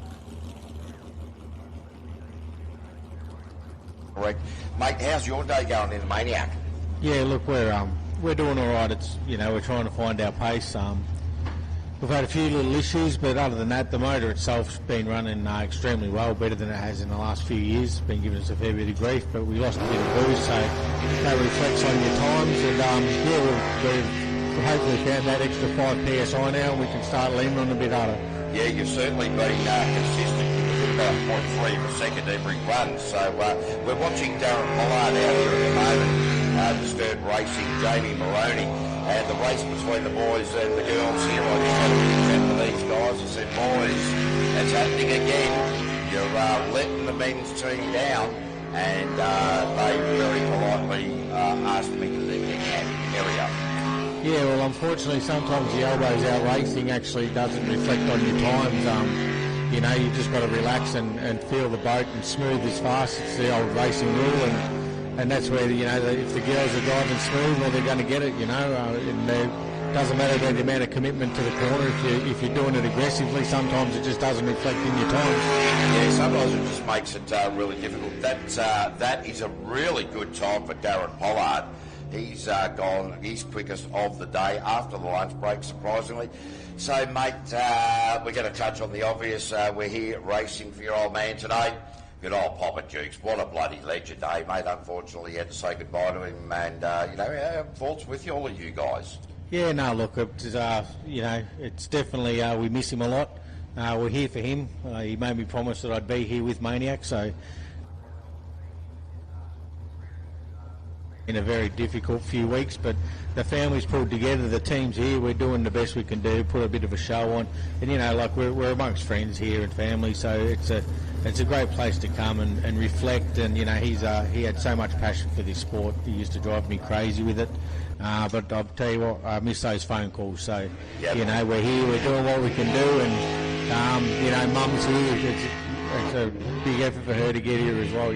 So we're just here as a family, mate, all holding hands and just getting through it. Yeah, mate, and look, it's just so wonderful because obviously you did have a lot of passion, and funnily enough, the passion certainly went to you, but it's almost bypassed you to a small degree. As Daryl Atchison all over the place here at the moment. Not sure if it's the boat or he's just on and off the throttle here at the minute. But I find it really interesting that the passion has come down to your son, Decky. He is just mad. He's a bit lost out there, mate. He's all over the place. Decky's definitely... Decky's got more passion in it than I think I ever have, so... it's unfortunately he doesn't have the bank account to back up his passion, but that's all right. That is why he's got you. Oh yeah, no, he got written off there as well, unfortunately. But look, we're always never far from the sport, even when we're not on the track. So we won't be going too far. We might have a bit of a break with the Maniac and put it in Cotton Wool for a bit, but probably nearly time to evolve, mate. These boys have done some massive jumping up over the last few years. And they are so quick now, the old girl's just not going to have it in it, so. Yeah, look, there's a massive difference. And Darren Pollard out there did eventually get, Daryl Atchison did eventually get a time of 1:15.436 with a rotational error in there. And, I dare say that that's an engine issue, having a look at the body language of the boat as it's coming back towards the ramp. What are your thoughts, mate? You got a bit more knowledge about this than me. No, look, I think he was coming off the throttle pretty hard in the intersection, so it may have just been indecisive decision of where he was at. Yeah, fair enough. Yeah, it's sort of a bit hard to tell. I was sort of really concentrating on what you're saying as well as trying to watch that. And I can't do two things at once. Yeah, no, well, I'm not the easiest to listen to either sometimes. So oh, you're a beautiful man, TJ. Out we come with the Anarchy Machine, and it's Simon McMahon and Jeffrey Moffat. Now, these guys seem to be having a little bit of trouble with the rotation as well. And interesting these guys, their first race was at Cabarita. And Cabarita, even though it's got a lot more islands, somewhat an easier track because the islands are different. Here, the islands are all the same height. I was just having a chat to Peter Munger from the Mongrel, and he was saying he's struggling at Waterland to see the opening of the channel is. Yeah, well, look, if everyone notices that single witch's hat sitting out there just going past now, actually count the amount of times we go past. It's actually a key player in our track direction because you're constantly running past and you're going, you hit it there and then you come back the other way and you've got to do the same. So that without that there, I think we'd have a lot more trouble with track direction. But that single cone there, as you can see, we keep running past it. It's a great point of exchange because we do go through there multiple times. And as long as you've got your rotation or your entry coming into it, you know where you've got to come out again. Saying that, I'll probably get it wrong way. No, we're not doing the commentators cursing, mate. We're only on the chat, not bloody with the kibosh on yourself. So that is actually a good lap for the Anarchy team, a 109.032. So, mate, right. Now, you've had a few little issues with the Maniac. You're going to put 5% more boost into it? No, we lost 5%. So essentially we put it on the dyno and we have it tuned, and we had a hole in the pipe.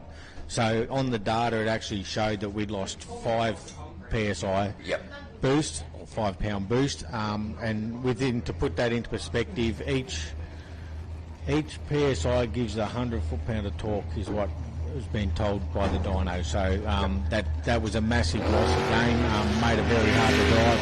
It just felt real lethargic. The last one had come back, but I didn't want to throw it over the fence. So we're just going to step it up slowly and just hopefully be there at the end of the day. Well, this is an unusual thing for TJ to just go about things slowly. Normally you'll chuck everything at it, bang. So have we got a slight bit of maturity going on here, mate? Look, I think the broken ribs has probably pulled me up pretty hard. That big right-hander. Berg has just gone over that piece of dirt over there. I do not know how he's managed to do it, but he certainly knows his racetrack well enough to have gotten away with that. So let's get back to how you break your ribs. We don't race that often, so I thought motorbikes would be fun. Motocross tracks are great fun, but unfortunately... the bike doesn't hurt you, but the ground definitely does when it comes up and bites you. So this is a good lap for David Berg, and I reckon that will put him as his best time for the day. It certainly does, some 1 second quicker. So he's certainly at the right end and starting to make those time differentiations come right down. So the motorbike stayed firmly where it was meant to be. You disassociated yourself from the motorbike and you reduced yourself to the ground. Yeah. This all happened about 4 metres in the air. So, but that's all right. Look, we're here.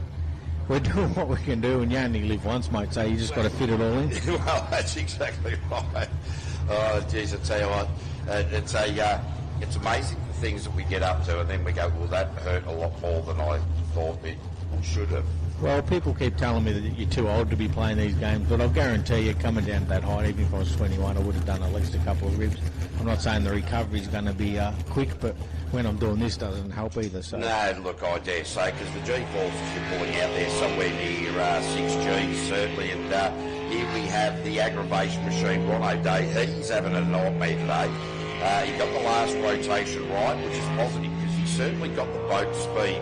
Well, we can't really tell, but it looks quick, it looks settled, it looks drivable. The trouble is that the rotation is what is causing him and Brian Orland the problem. But now they've got one in the bank. Let's hope that they can continue with that sort of attitude. Yeah, look, I mean, this track is, when you're actually driving it, it's a grouse track. Your lines you can pick dead on. There's no over-excessive height in the bank, so it's not going to grab you and throw you if you do rub against the bank, as we've seen a couple of them have, given it a little bit of a tickle, but you seem to get away with it. The biggest thing is if you actually get the jet unit onto the grass, because it's such a beautiful lawn, we all generally take our own little piece of it and it clogs up the jet unit. So that's probably the biggest problem you're kind of going to have out here, unless you do a little bit more than rubber bank, and you actually take one out. So. Well, yeah, that's it. You can't take them out anyway. They're not dressed well enough. Ron O'Day has actually just done his best time of the day, so 58.357. So that's positive. Now we'll start seeing the speed that we saw earlier in the morning, hopefully translate to speed in the final qualifying round. So I like how you've said that everybody wants to take a piece of grass. I don't know if you saw Loose Cannon before, Tyler Finch, and he's parked it up the top here. Yeah, no, look, unfortunately when they're running, I'm just actually coming out of the water, so I missed most of that. But. Yeah, geez, he was incredibly lucky that the boat didn't dig in and sort of flip him back out towards Adelaide. I'm going to have to love and leave you, mate. I'm going to have to go and drive the boat. So, mate, right, hey, TJ, thanks for coming up and having a chat, mate. Really appreciate it. Good luck to the rest of the day. And later on, Nate Mullen out on the water at the moment. Kirsten Schubert out there doing the navigational duties. And big thanks to TJ for coming up. We know it's a difficult day, but a very proud day as well. Nate Mullen really knifed it into that right-hander coming through the split at the bottom of the course in front of commentary. So Nate Mullen, his previous best times at 51.3. So the Rip Shift Racing Machine for Turbo Smart, Ramjet, GM Motorsport, Gill Engineering, Sign Perfection, and Australian Speed Performance really tearing up the course here at the moment is the young charger from Melton in Victoria. Oh, he's done that twice now. That really sucked in a whole heap of weed. You can tell as he's trying to hit the accelerator coming across the line. And on the exit to the roundabout up there at Penrite, he just ran it too wide over the peninsula where we saw the green boat at Bungrel Park.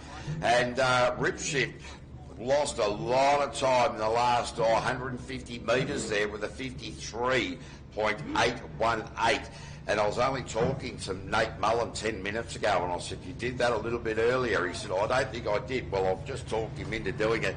So, well, he'll not run that wide out there next time because you can tell that the weed has got into the intake of the jet unit. You can hear the engine revving. There was just no water going through the jet unit to provide propulsion. Send It is up next. Stephen Moving. I like to move it. I like to move it. I like to move it.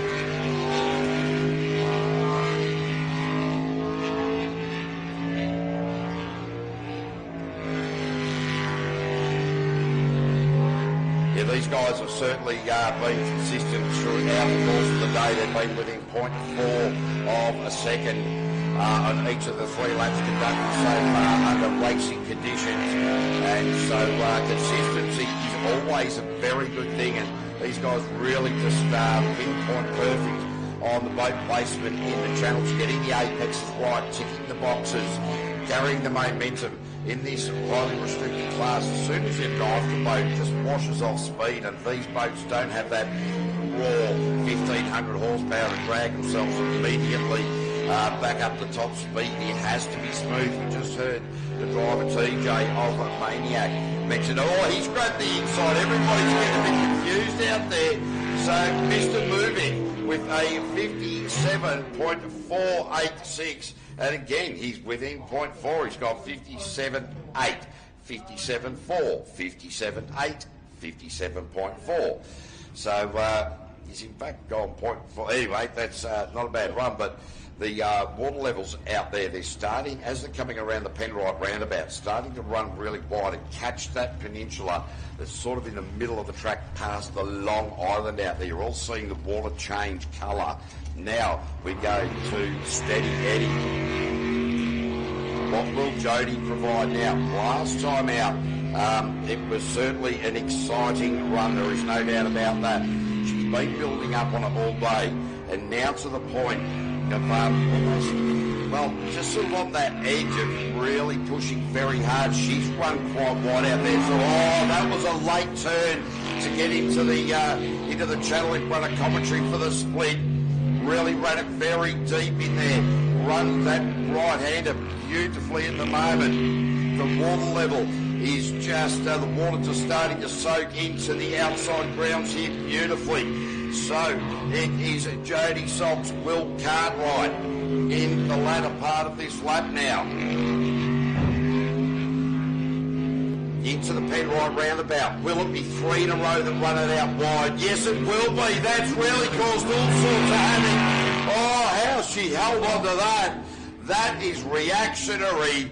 And wow, they're all starting to do it out of Penrite, out of the roundabout, running wide. 3 in a row out there. So Jody Socks there with a 58. So that's her best time, 58.269. Wow. Yeah, they're starting to get really wide out of the Penrite roundabout coming down in the run for the finish. You see the change of the watercolour, and that really denotes that split second. And we might be able to just sort of see here on the replay.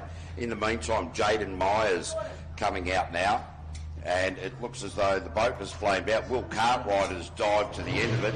He's trying to get a line, maybe a pina colada off the bow of the boat there. So Jaden Myers, the man from WA, Dylan Schmidt, doing the navigational duties.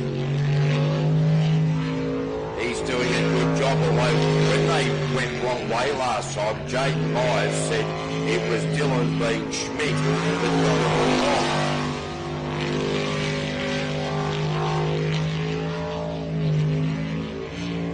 These two sit so high in this seat of the fired up machine. Just trying to see how they go through Penrite there. And yeah, Dylan was actually sort of saying that, I'll tell you what, he said, Jade goes the wrong way again, I'm going to punch him. I said, mate, it's the perfect boat to do it. We're going to be able to see it all. Oh, so gee, that was very fine. So that there is the fired up machine with Jaden Myers and a 55.670. So that's their quickest time of the day. Well done. So I'm not too sure what's happened with the Steady Eddie boat. That is just being wheeled gently down. It did cut out on the way into the launch area.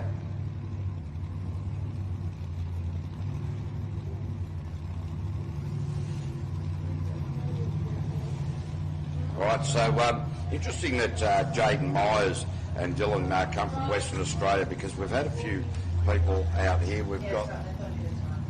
All right, so we had some interesting things out. I recently saw an article about somebody in Western Australia. They were killed in an unprovoked shark attack.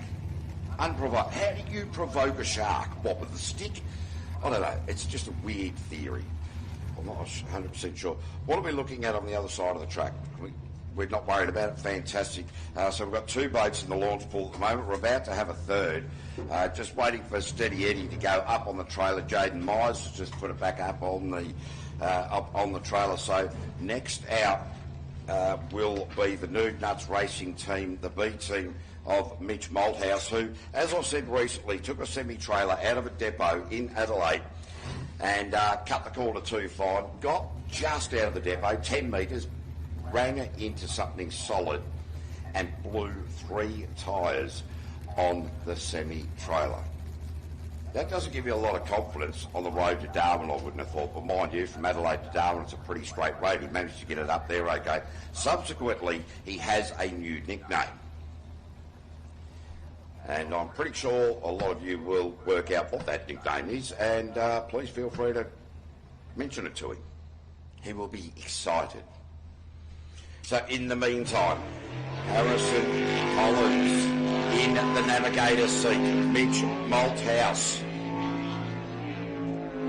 Their previous best time was a 52.914 in Q2. These boys both... The fathers and the sons teams have been driving this boat beautifully. It's incredibly well set up. At the moment, it's the young men that have got it over the old fellas. And these guys are looking good. They're looking fast. They're looking like they've got their eye in at the moment. The communication between driver and navigator certainly working to great effect into the Penrite roundabout. bang, out the other side. Whoa, in the crosswash, a little bit of unsettling, but it was nicely done, 52.672. So that's his quickest time. And I'll tell you what, Mitch Malthouse, that crosswash coming out of that Penrite Oils roundabout in the top part of the course there, that crosswash, as the speed is coming up, seems to be getting bigger. The pressure wave, the anticipation of Mitch Malthouse not to allow that to upset the boat, beautifully done. Really coming to the fore now as we go to Disturbed Racing, the B team, Jade Atchison, Erin Kearney, and I'll tell you, they are all over the B team. They are the B team, all over the A team out of Disturbed Racing in this LS category at the moment.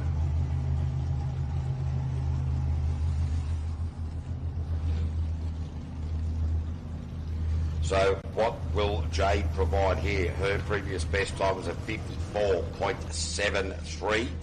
So we'd like to see that coming down, right down to the low 54s.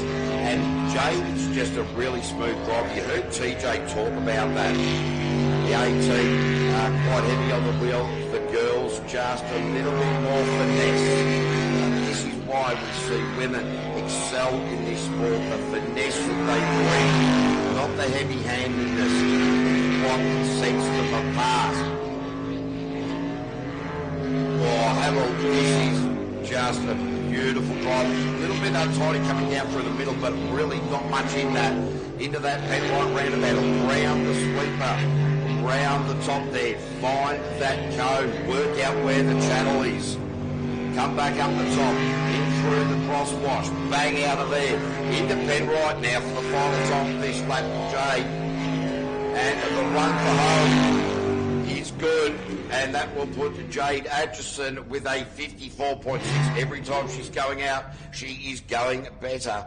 So 0.1 better than her previous time out, or thereabouts.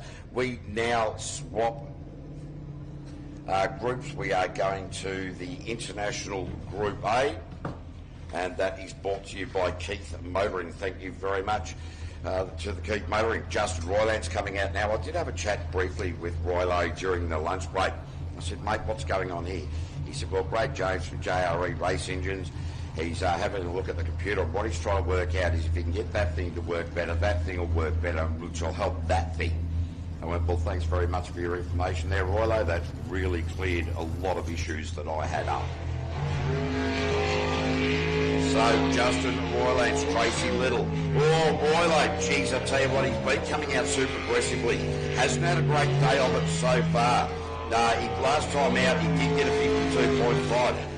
He's had a couple of laps out here where he's made rotational errors, has corrected himself. So he's got to run on the board for every single qualifying round. Some way better than others. You've got a discrepancy of some 20 seconds between his best and his worst, which is telling. The consistency is what he's looking for here. Get the rotation right. Make sure that's set. The boat speed is good. The setup of the boat is looking good. It's looking like it's not too bowed down at the moment. So this pulse hull really going very well. Roylo nicely through the finish there. Justin Roylands with a 51.320, by far his best time of the day by 1.2 seconds. The right time of the day to be starting to bring those times down.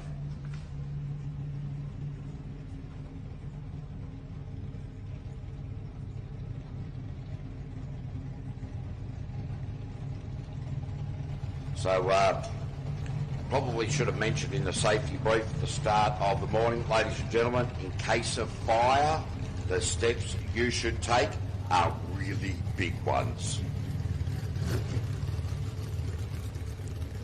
I think that's quite helpful, isn't it? Very. All right, so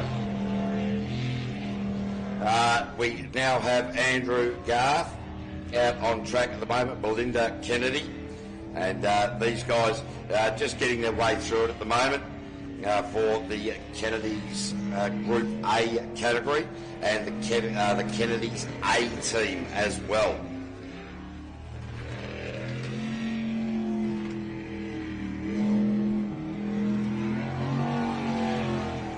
So the rookies loved how these guys went up in Camarita last time out. Found themselves in the top 6, so phenomenal.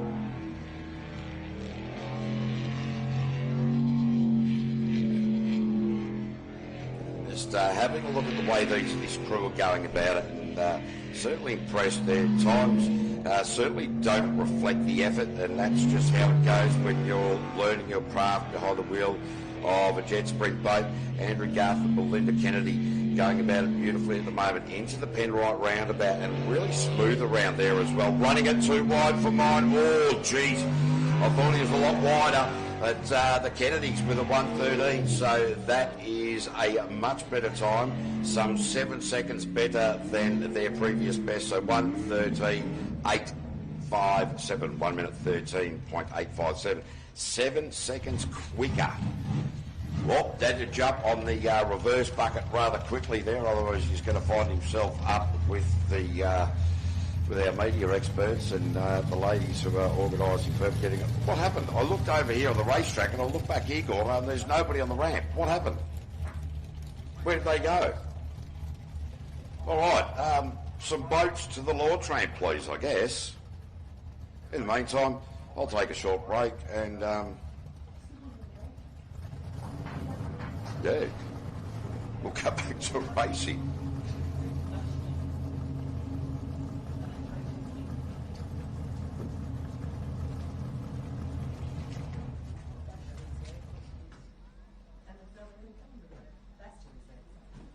I'm so glad that I am not in control of the green light.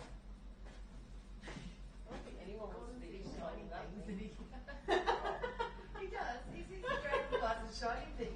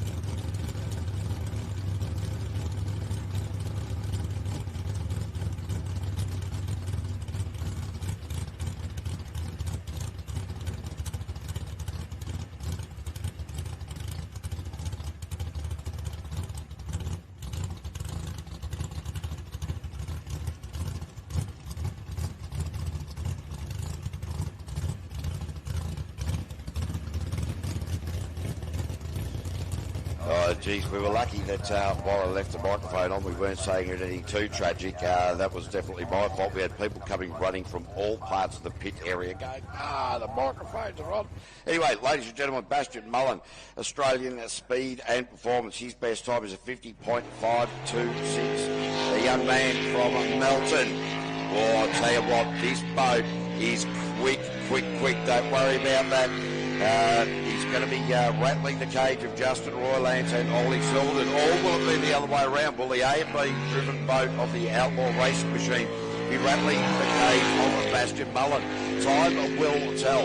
This is qualifying round number 4. We still have another qualifying round to go before we get into our top 12, then subsequently 6 and then down to 3. but it is young Bastion Mullen out on track at the moment. Finding the cone, find the channel, make your way through there, open the apex, young man. Just doing a beautiful job. I don't know why I'm trying to give him advice. He is a world champion in the LS category, stepping up into the Group A. Bastion Mullen in ASP, and it is a 50.773. Still not his quickest time. His quickest time was actually in qualifying round number 1. Toughen Up should be next. It is Danny Napick. Bastion Mullen just missed the shoot. Yep. So Danny Napick should be up next, but Toughen Up will not be making the start this time around. And neither doesn't look like the girlfriend is on the ramp either. And the Kennedys, Damien Kennedy, will not be making. He parked up on just in front of the commentary tower. The boat must have got a little bit heavy to the left-hand side. And interesting, Damien Kennedy's grandkids said, "Oh, Granddad fell over." So that's quite funny. We love that. But now, after that, we had 3 Group A boats. The rest are sitting out by the look of it. I don't know where Brendan... Oh, here we go. Ollie Silverton coming out. Just trying to see if Brendan Doyle's going to make it down. But it is now Ollie Silverton, the B driver of the Outlaw Racing Machine, Amanda Kitto. So at the moment, it's Justin Roylance in his own boat that he's beating Ollie Silverton. There's not much in it though. There's only about 1.6 seconds. And don't worry, Ollie Silverton certainly knows how to drive. You're not the first person in the history of the sport to hold 3 titles at once and then back it up.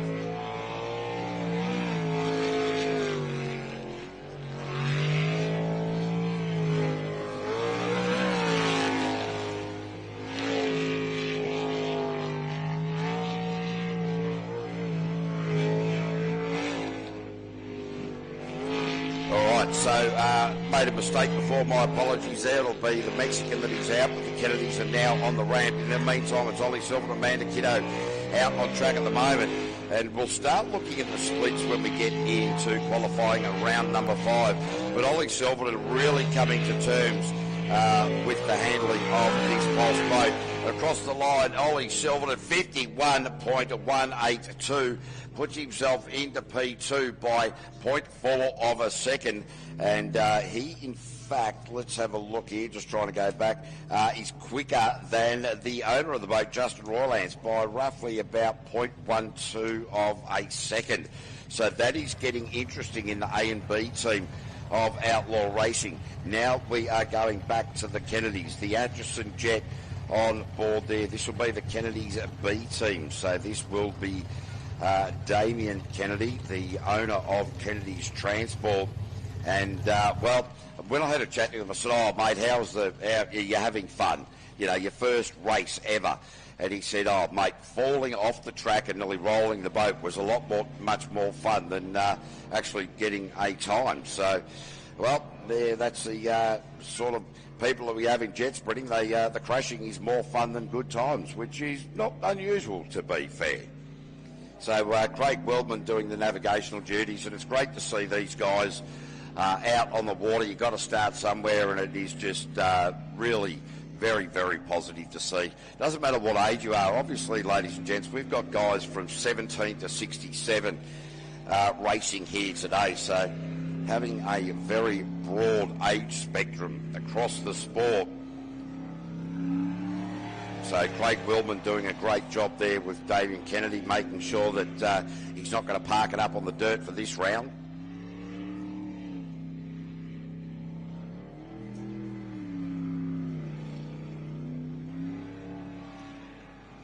So Damien Kennedy, these small nuances as he's accelerating through corners, starting to learn the nuances of a jet boat. Unless there's water going through the nozzle, you've got no power. So, in fact, coming into a corner, you have to squeeze the accelerator to be able to utilise the steering to its best effect, which is counterintuitive to how you would drive a car. You tend to brake coming into the corner and then accelerate halfway through the corner. In this sport, you need to be accelerating right through the corner to be able to have the drive and the steering capabilities. Now let's have a look at what Damien is going to do. A little bit of a squeeze across the line and a 1 minute 38. So that is well done to those guys. 20 seconds quicker. So that is a positive outcome. And it didn't need the help of the rescue crew. So now it looks as though we are going to go unlimited racing, I think. No, can't see the girlfriend. No, definitely we are going unlimited because it is a Maniac with TJ coming out.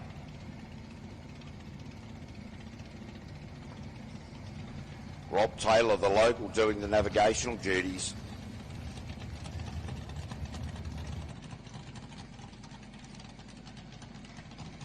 So TJ's mentioned that he lost a little bit of boost. They're hoping that they've found it. I don't know where you find boost. Well, I suppose where you left it, really. So Tremaine Dukes, TJ. And hopefully during that pit and paddock walk, ladies and gents, you had a very good look at the bow of this boat that's in memoriam of Dukesy, Grave Dukes. So, yeah, look, this Maniac boat, it's certainly looking a lot more reliable than it has over years. TJ not pulling out the remainder of what very little hair he has. So this is a very positive news for Team Maniac. Seems to have got right off the button there. He's gone the wrong way. He's come down, and funnily enough, as he was in commentary, he said, "Oh, geez, I hope I don't go the wrong way." And he's put the moz on him. Wasn't me, it was you, TJ. Oh, there's the frustration, the bit of a squirt in the transition from east to west. Now across the line, Tremaine Dukes in the Maniac and gets a 61.245, and he's blown that out by well over a second. So not a very positive go there for the Maniac, and that destroys his, well, basically it was incredibly, well, each run, he's within a second of each run. That one blew it out by 10 seconds, so just for being nice, guys, we might just scrub that one off the board. Now, the troublemaker, Brooke Lucas. The 410 Sprint car engine. Nikki Dale.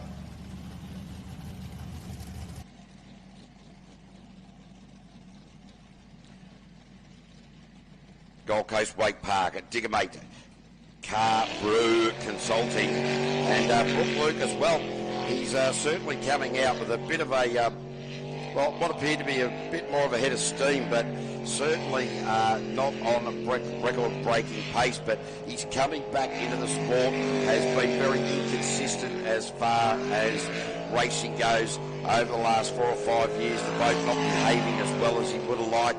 So really, it's almost like starting from scratch all over again, learning how to walk, learning how to talk, and all of the things that get combined into all of that, working out the nuances, the speed differences, the sunlight, the handling. So many factors go into reworking out and reconfiguring how to get your brain fully on the race pace, particularly now that you've got a boat that is reliable. Because in the past, when you've got an unreliable boat, it puts doubt in the driver's mind. It creates confusion. And then all of a sudden, that is where mistakes are born. So it is the troublemaker with a 57.385, and that is Brooke Lucas' best time.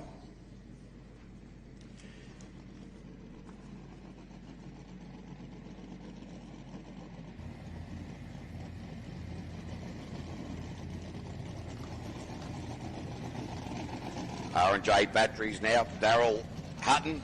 Hello. He was 58 last week. Brenton Farr doing the navigational duties. As I said before, the twin turbo, 400 check, 1300 horsepower, 9-inch jet unit from Hydrojet.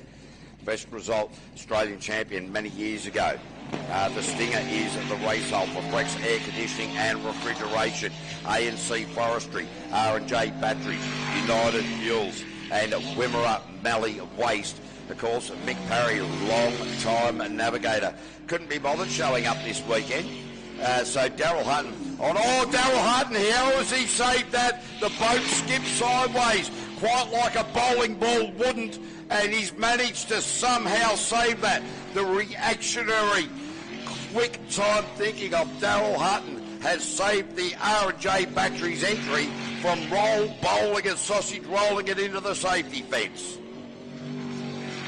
Getting on with the lap now is Daryl Hutton, easing its way into Penrite, blasting his way to Penrite, probably more accurate, 1,300 horsepower, and bang across the line. So Daryl Hutton in the R&J Batteries entry with a 52. So he's obviously dropped a lot of time in that little moment just in front of commentary mid-lap. He came in here, grabbed the inside of the aisle that he's at right now, pushed him out sideways, and wow, that certainly was very, very close to mud in the undies.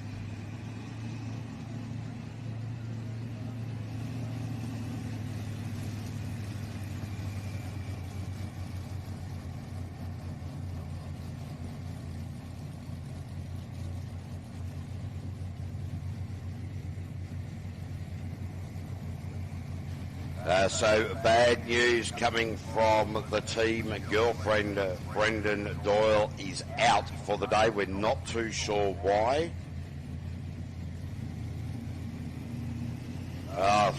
Number three piston has detonated.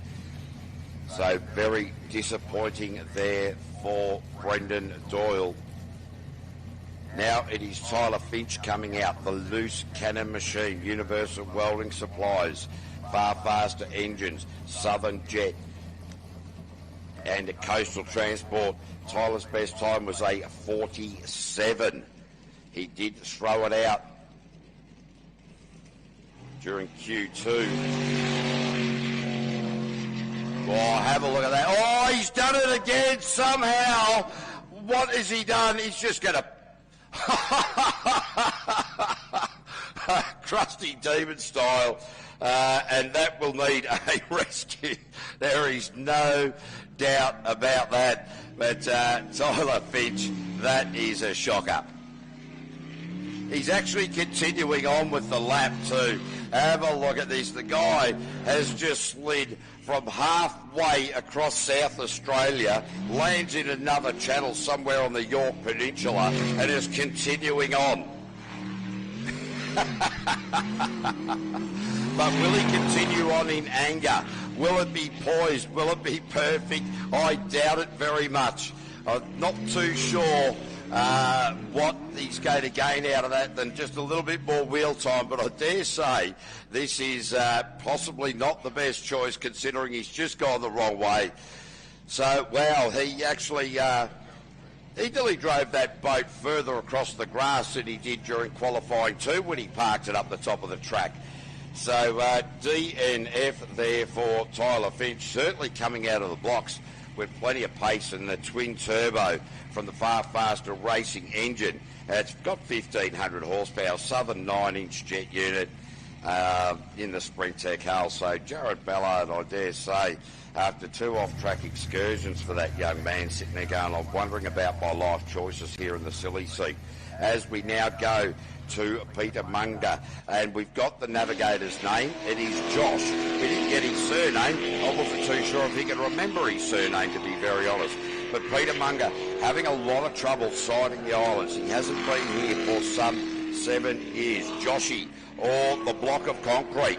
All right, perfect. Thank you very much to the unnamed person in the commentary tower. So the block of concrete sitting in a line beside Peter Munger. And Pete hasn't raced here for 7 years, so every time he's coming around into these various parts of the channels, he's got the map direction right in his head, but the entrances to the channels he's finding hard to get into. Oh, the boat's gone off. The boat has gone off, and that is the end of that run for the mongrel Peter Munger, really struggling today.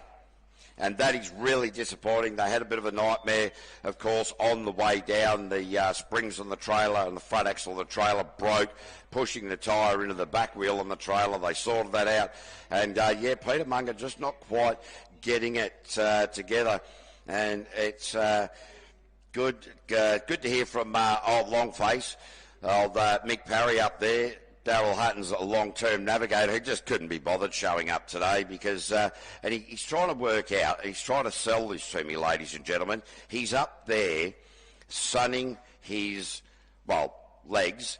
I can't quite repeat the exact comment there. At Hamilton Island. Fair dinkum, mate, do better. Anyway, we are now going to have a chat to Peter Munger. Pete, what do you reckon went on there, mate?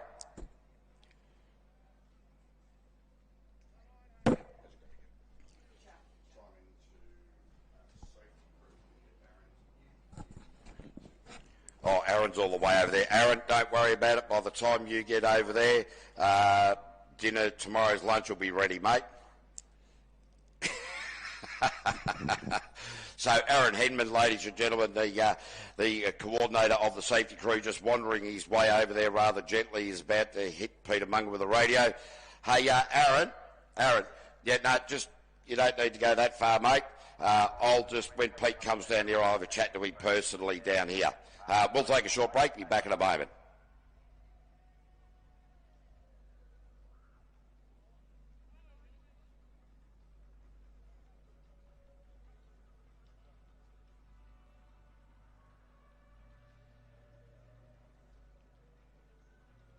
Penrite, Australian-made, family-owned and operated. Make premium quality engine and racing oils, warranty-approved coolants, automatic transmission and manual gear oils, a complete range of engine and fuel additives, heavy-duty and industrial products for every application. Visit penriteoil.com for more information. Penrite, Australian-made for Australian conditions since 1926.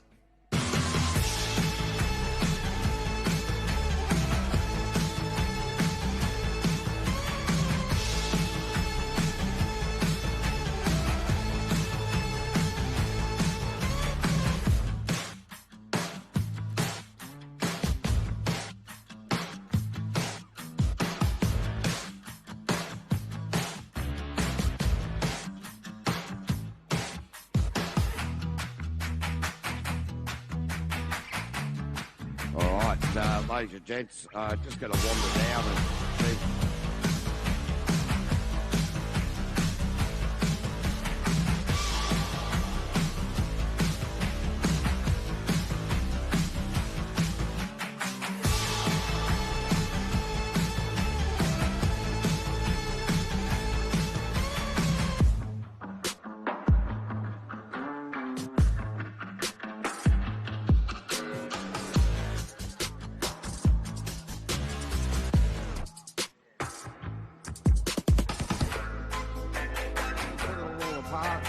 Together, fell around there, and we've got a boat full of water. Whenever you... So yeah, that'll be it for the day, unfortunately. Oh, that's absolutely gutting, mate. You've had a bit of a rough trot coming down from Cabba this time. You blew the springs in the trailer. Now you've got a water pump issue. Well, what's the plan? Crack a can, I guess. Oh, why one?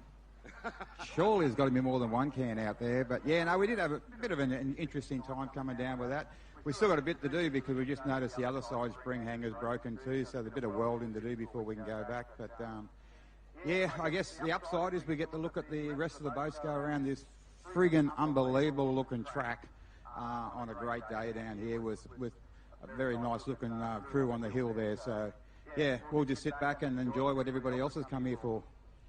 Pete Munger, sorry your day ended like that, mate. It's always great to see you, though. We'll see you up at Cabarita Beach, Round Mount Raceway on the 8th of November. 100%, mate. Thank you. Good idea. Ladies and gentlemen, Peter Munger from the Mongrel. The last time we will see him today. Very disappointing outcome for those guys. It's a long drive down from Queensland, but look, that is motor racing. That is how things tend to go. We are now seeing and listening and hearing that Fonzie Mullen from Ramjet Racing, the Narelle Palodukik, doing the navigational duties. So it is great to see that Peter Munger, after, you know, what's been a rather, not the best of days, he's still got a bit of a smile. He's one of those sort of guys that, you know, throughout the course of racing over the years, it's just, you realise that not everything runs as smooth as you'd like. There's no doubt about that. Great work from Scruffy, the tugboat operator, to drop Peter Munger right here at the toes of the commentary tower, so that is fantastic. While I'm down out and about, I might see if I can grab Russell Puckeridge. No, he's absolutely ignoring me. Aaron Henman. No, he's ignoring me as well. I'll wander back up into the tower and we'll see how Fonzie Mullen rolls out qualifying round number 4, unlimited style.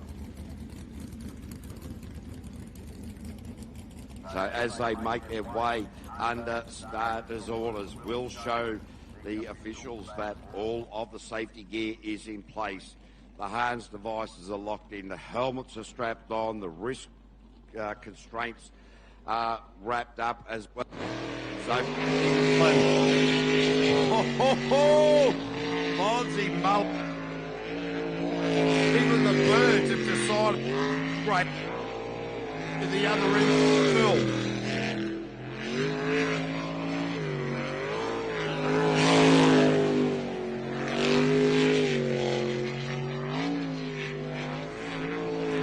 So Fonzie Mullen, absolutely blistering. There is no doubt about it. You can see why he wears the title of a world number 1, New Zealand number 1, and indeed Australian number 1. So this is a phenomenal lap from Fonzie.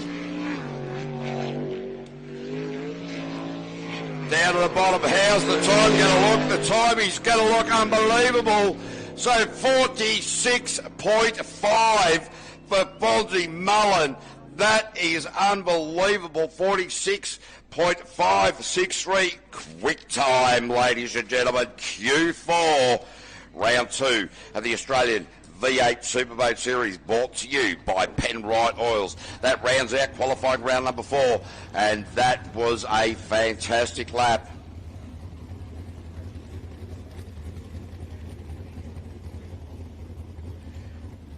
So a couple of times in the previous qualifying rounds, as the boat's coming out of the trailer, Fonzie's actually turned it off because the engine getting quite warm. A reasonably quick turnaround time here today at Spitwater Arena. So what they're doing is he was just worried about the temperature rising too quickly, turning the boat off. So of course that's just engine management. They let the engine run too hot and it kind of goes bang, releases that magic smoke we were talking about a little bit earlier. Really disappointing to see the end of the day there for Peter Munger and Josh, the block of concrete. Now, I did speak to Josh earlier. I think that he represents the block of concrete in the passenger seat. Having a chat to him, I recognise that the block of concrete's probably between his ears. But, yeah, look, that's only subjective. And you could pass your own judgment at some point in the future as well. So, here we are.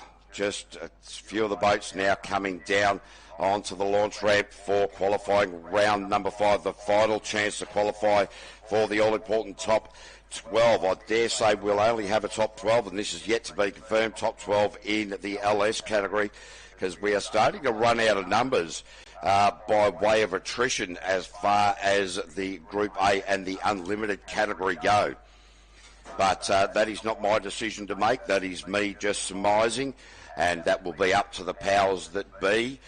In fact, we have a bit of a conference going on here at the moment by the powers to be. We've got the race director in here talking to the technical director, talking to other directors. In fact, there's that many directors in here.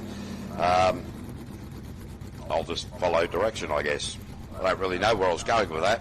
I have no idea. I really thought if I opened my mouth and said something smart was going to come out. It failed me. Don't know why I'm surprised about that. Anyway, I'm surprised that the wind hasn't picked up. It has changed direction a little bit. So it's more coming from the north, very gentle breeze. So this is very positive. The conditions fantastic here for racing. There is no doubt about that. Hope you guys thought to bring the sunscreen. We're starting to get into the old summer months and check up. Don't get dehydrated. It's probably the biggest issue of the day. Now, Matt Malthouse, Leighton Collins, the locals, you guys get behind them.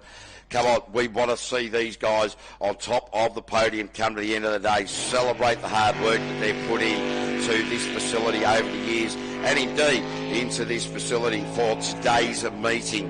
And certainly these blokes, they're just old rogues. They really are. They have a great time. They work hard, play hard, and, well, let's see if they drive hard. Certainly the driving is beautiful at the moment. Matt Malthouse really just seems to be on it today, right up until he made a rotational error. So here we go, the commentator's curse. He's just up, alive, kicking and thrashing. So it's all good. It's the commentator's curse that made the commentator make the wrong error. Now he's gone the wrong way. I don't know what's happened anymore. Did I make the rotational error in my brain? But anyway, that's a DNF. He's gone straight back to the trailer. Everything was going there great there, Gordo, right up until the point that I made a decision to think. So, yep, that is a disappointing end, but the times that they have set will see them move into the top 12 for the LS category. We now move to Disturbed Racing. These guys, well, we heard from TJ a little bit earlier, maybe a little bit smoother on the transitions on the steering wheel for Darren Pollard. Jamie Moroney will have no impact on that, but what these guys need to do is work together like they have been doing throughout the course of the day. They have not made they've made a rotational error, but they have been able to recorrect it. Now it's about bringing the speed, bringing the consistency, bringing the understanding, the knowledge and the confidence that you have the rotation right. This is where it gets important, the final opportunity to qualify for the day. This is not where you want to do something silly. This is not where you want to outthink yourself. This is where you don't want to try to prove yourself unnecessarily and throw yourself into the bin. And it looks like the Disturbed Racing A-team are going about things in a calm and concise manner. And this is a nice lap. Disturbed Racing, Darren Pollard, and a 55.261. That's his quickest time by around about 0.17 of a second. So not much in it, but that is the times that we're expecting to see.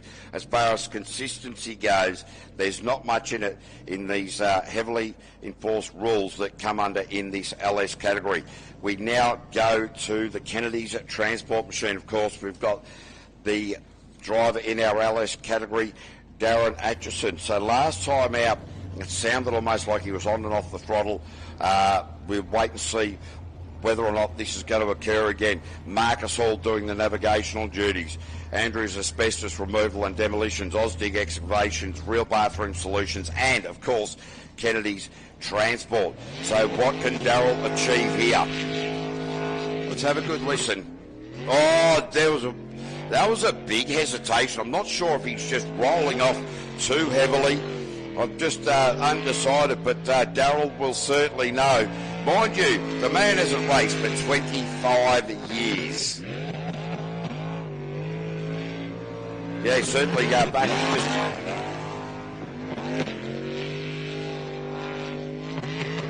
No, that is definitely an engine popping there. That is just not showing consistency at all. Yep, that is the engine is just not operating to maximum efficiency. So that makes it really hard to position the boat, because if it does properly cut out, you've got no steering, you're just a passenger. So these boys fighting some gremlins at the moment, and that's what they're chasing. It is now become very apparent, and probably more apparent to some of you watching at home. But look, you know, I was never a leading IQ specialist when it came to schooling anyway. So Darryl Atchison through the line there in the Kennedy's racing outfit with a 1:04. So that's their best time of the day. But certainly some gremlins in there that need to be excavated. Yeah, so Mick Parry up there on Hamilton Island trying to get a bit of sun on him. Seriously, mate, put your clothes back on. Like solar panels are not meant to reflect, man. They're meant to absorb. So Anarchy, Simon McMahon, Jeffrey Moffat. They've been into the 69s. Remember, these guys are rookies. Their first race meeting was only a couple of months ago up at Cabarita. So make the trek down here to Spitwater Arena. Spitwater Pressure Cleaners, because that's what they do, and they're fantastic pressure cleaners. If you're looking for a pressure cleaner, if your car, boat, caravan, even try to get the cobwebs off the house, you can't go past Spitwater. They've got plenty of other products. Go to spitwater.com.au and check out their range. And Penrite Oils, of course, celebrating 100 years next year in Australia. Started in 1926 and still Australian owned. So if you're looking for oil for your car, for your caravan, no, caravans don't use oil, maybe your forklift, your truck, your jet stream boat, can't go past Penrite. So, Simon McMahon's gone the wrong way. He needed to go one channel over. Now there is confusion in the cat house. The Anakin machine is heading back to the trailer. So that'll be a DNF for Anarchy. That's a bit disappointing heading in to the sudden death finals, but that's how life goes.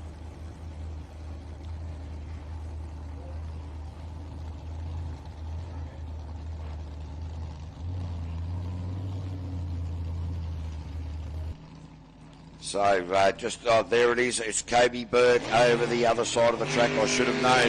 There was hop, skips and jumps. Jessica Little doing the navigational duties.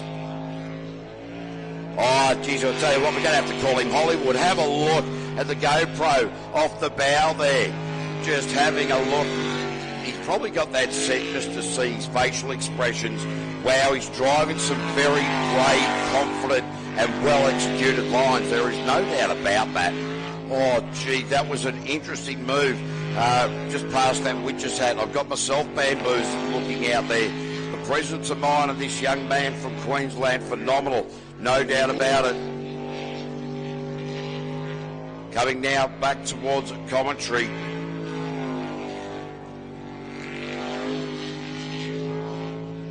Geez, this hole just doing a fantastic job. Kobe Burke now into the final push for the line, across the line, and gets himself a 56.918. So that is his best time of the day, and a great effort for the student.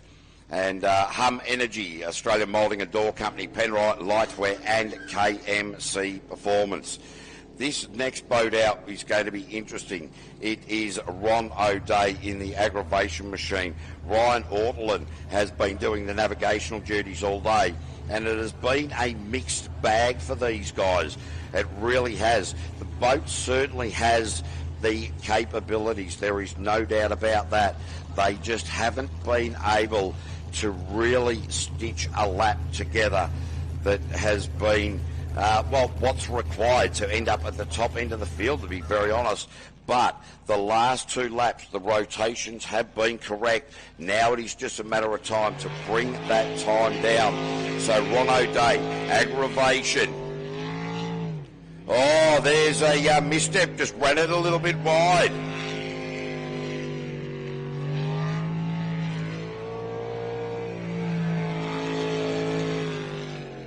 So that little misstep, running it out wide, right off the start chute at the big sweeper at the top part of the track, makes it just that little bit difficult.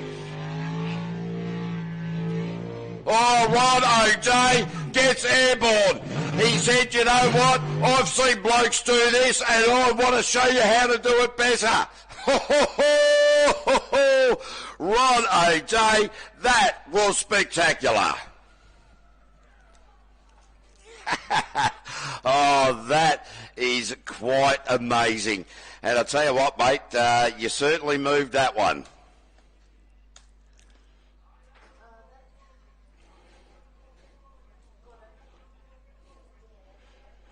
Move it.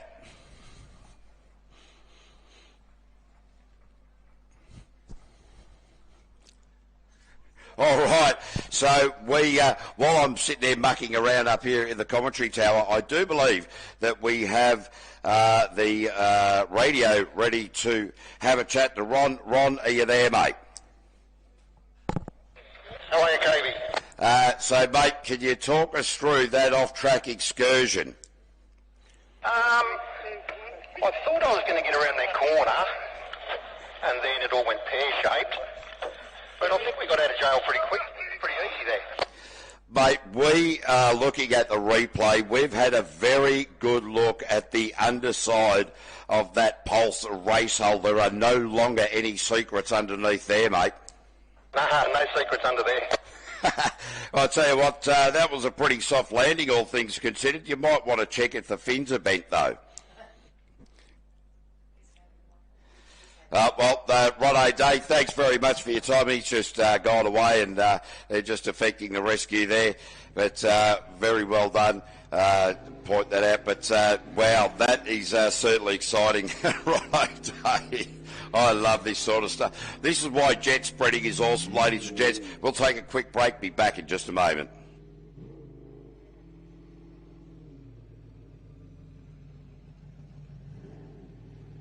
Penrite, Australian-made, family-owned and operated. Make premium quality engine and racing oils, warranty-approved coolants, automatic transmission and manual gear oils, a complete range of engine and fuel additives, heavy-duty and industrial products for every application. Visit penriteoil.com for more information. Penrite, Australian-made for Australian conditions since 1926.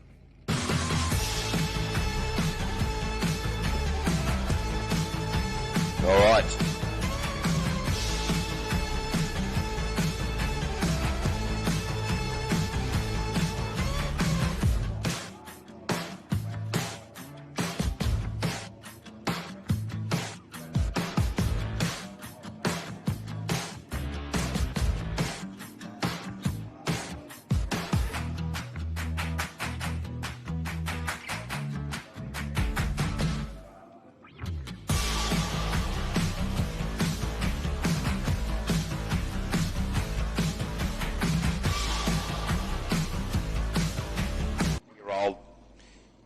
Schubert, Shuey, she's navigating.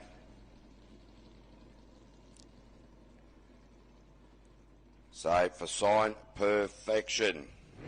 Rip shift, Australia Speed Performance, GCG. The LS produces around about 600 horsepower of these little LS boats, but geez, they are so beautifully designed and balanced that they, the whole idea of this is an introductory class was sort of originally what it was, but it is certainly an incredibly competitive class. There is no doubt about that. And wow, Nate Mullen just steers this boat so beautifully. When he first started racing a few years ago, wow, he had some big crashes here. But certainly the young man has learned from that. There is no doubt about that. You don't become a co-Australian champion for not having learned your craft. There is no doubt about that. So Nate Mullen just easing into that right hand, a smooth move out of here's where he got it wrong last time. Got it perfect that time. So Nate Mullen straight to the top of the table with a 54. No. Oh, hang on, he's gone backwards. So yes, wow, that confused me a little bit. 54.968. So there you go. Nate Mullen made some changes. He's actually gone backwards from his best time by about 2 point something seconds. So that has been interesting indeed. As we now go to send it. Simon Mulvick. You like to Mulvick. James of Britain doing the navigational duties. So Stephen Mulvick was the navigator for the Disturb team for a couple of years. And I'll tell you what, it takes probably more bravery to sit in the silly seat of one of these things to actually get behind the wheel.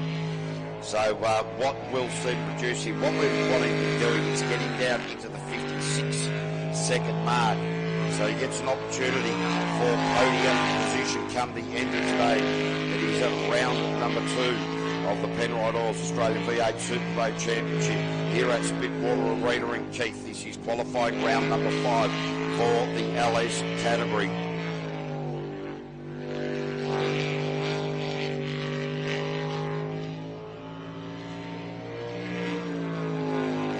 Yeah, squeezing just about everything out of this package at the moment. I think Stephen Moving is.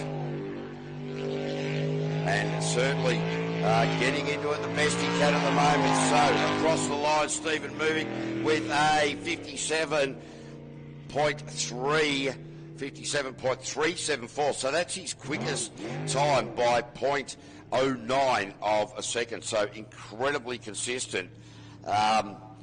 He's been within half a second right from Q1 right to Q5.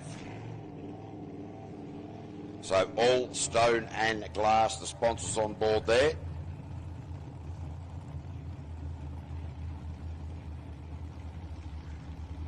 So now we're missing some boats from the launch ramp. I tell you what, the quick turnaround time here, ladies and gentlemen, catching them unaware. We are now seeing the fired up jet sprint team of Jaden Myers. Not sure where Jody Soggs is in Steady Eddie. Maybe they're going to sit out qualifying round number 5. What can the man who's just driven a lazy 2,800 kilometres do to be here? Really starting to show a lot more confidence, starting to show a boldness in the lines, really utilising every millimetre of water available. And then probably getting on the edge of borrowing some that isn't really quite available, which shows right on that right-hander there. Now into Penrite. He'll go back up over the top of the track, left at the cone, left after the cone. Nice work. Geez, this young man from Perth, when they said look out for him, I understand why they suggested that indeed. And so, oh, geez, he's gone out wide out there. I thought he was going to end up in the brand bar, but all five were fired up. Jaden Myers, 55.850. So, in fact, he's gone 0.22 seconds slower than his previous best. And so, if you're... So Jaden Myers races over at Baldivis. It's about half an hour south of the Perth CBD. As you're heading south down towards Bunbury, it's right off the freeway down there. You know, if you're ever thinking about getting into jet sprint racing, feel free to go over there. The boys and girls over there at the West Coast Jet Sprint Club will certainly look after you. They've got another track over there out at Narrogin. So, yeah, certainly some good racing. Down on numbers over there, a lot of FIFO workers. But, yeah, get over there, have a race. Or if you happen to be in Perth and you love your jet sprinting, wander down the road. Check out what's going on because it certainly is an exciting place to be over there in WA, which stands for Wait a While. It's the only place in the world you can walk over and go, could I have a beer, thanks, mate? And the barman will go, yeah, just wait a while. I've got to finish mopping the bar. Anyway, they're great people over there, pretty laid back. So we are now waiting for the Disturbed B team to come down, the girls, and waiting for the B team of Nude Nuts and the B team of the Kennedys. The Group A's are wandering down as well. Well, all of a sudden they're starting to move lane position, or is that Bastian Mullen over there on the far lane making some adjustments to the engine? Bastian Mullen has started off lane positions on the launch ramp all over the place throughout the course of the day. Not sure if that's by design or by default.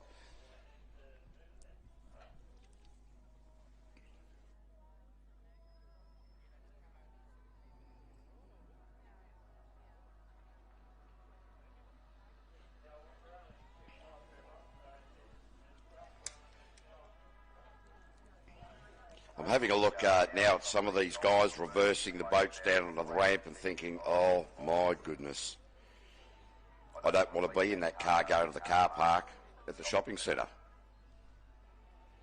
That's the third time they've had a go at it.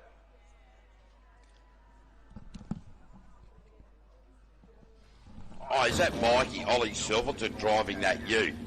Oh, that is appalling. Mikey, seriously, man. You've got mirrors that sit on the left and right-hand side of the ute. Yeah, Mike, I just... Well, no. Anyway, good luck. Lucky can't hear me at the moment. So, it is disturbed to be the team of Jade Atchison and Erin Kenny. So they want to get down into the lower 54s. Their lowest has been a 54.6. They want to bring that down. I hope this time down to about a 54.2. We are about to find out. Well, that smooth line off the start is boding very well.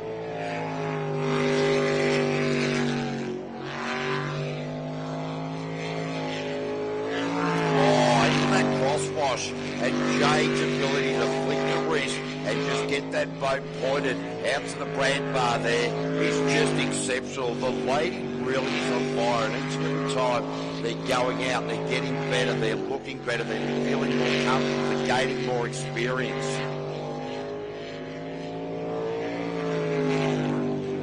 Now to the far side of the track, up and through the middle, the transition.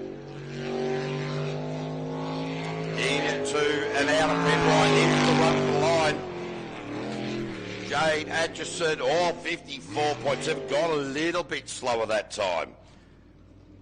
54.754, around about 0.1 of a second slower, thereabouts. Not a big issue, certainly showing another one of these boats just showing an enormous amount of consistency. In fact, within 0.2 of a second, no, 0.3 of a second right throughout the day. So as we now move into our Group A category, it is Justin Roylance in the spit water machine. So Roylo hasn't had the best of days with it. Got himself bamboozled last time out, running down into the 51.320. The B driver of this boat, Ollie Silverton, is about 0.1 seconds quicker than the owner of the boat. And look, that is just how it goes. The pressure of A and B driving can certainly upset the atmosphere, upset the normal order of things in the how you go about getting the boat prepared. Putting extra pressure on it, particularly on a day where it's getting just that little bit warmer. So much pressure on every little piece of equipment. You're pulling G-forces, 0.5, 6 Gs, 5 Gs, whatever it might be. That is a lot of pressure on every single nut and bolt in this boat. But it's Justin Roylance. He's just stitched one together. And that will be a 51.411. 51.411. So he's gone 0.1 slower than his previous best time. But he's starting to pull it together at the right time of the day.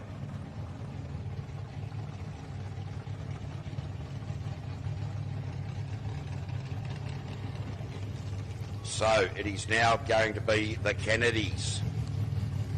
Andrew Garth, Belinda Kennedy. Their best time's been a 73.857.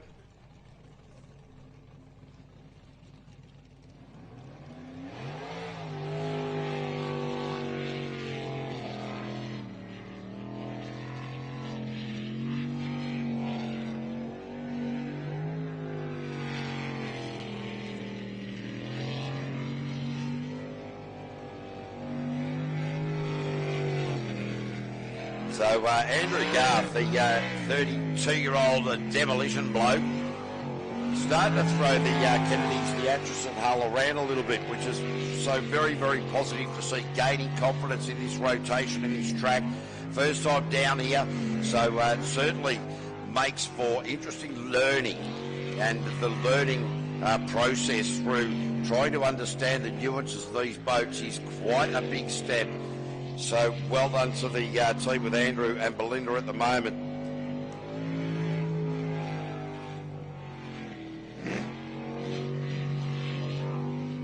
Now in the final stages of this particular lap around Penrite, swing it out, stay out of the dirt, well done. And that is a very tiny lap, a 1:08, so he's actually gone 5 seconds quicker than his previous best time. So he's actually gone from his first lap 6 seconds down, then he's dropped 7 seconds, then he's dropped 5 seconds. So the learning curve today for the rookies is quite extraordinary and quite dramatic, so it is great to see. Oh, Danny Nappy, toughen up. They had a bit of a pop and a splutter last time out qualifying round number 3. Q4, they missed it.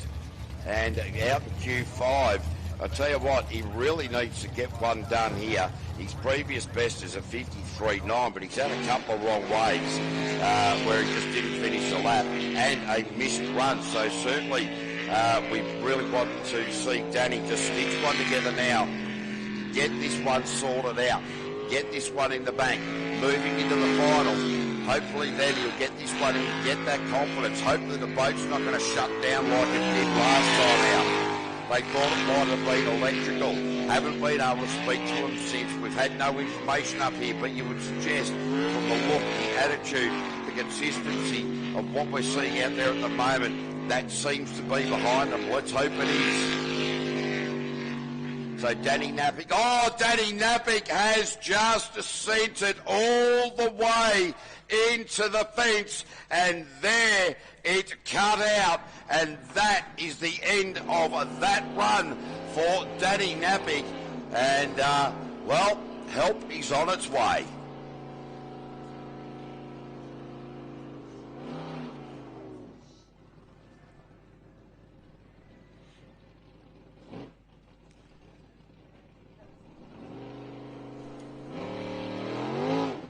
So I dare say that will be a scruffy, the tugboat requirement.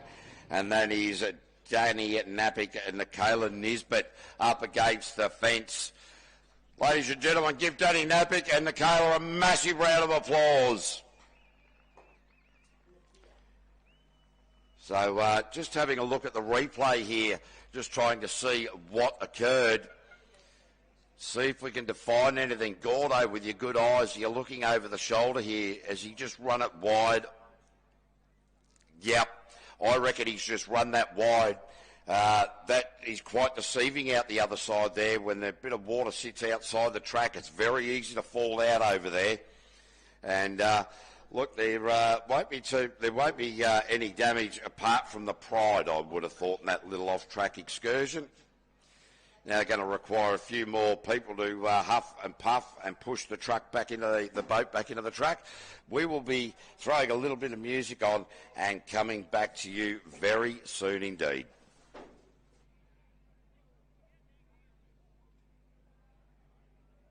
Whenever you're in the New South Wales Riverina, make sure you drop into the South Hay Hotel. We're open daily from 2 p.m. and are always happy to see members of the V8 Superboats community and the fans. Great food, great company and some of the best beer on tap. Catch us on Facebook or drop us an email. We're the Murrumbidgee's best kept secret.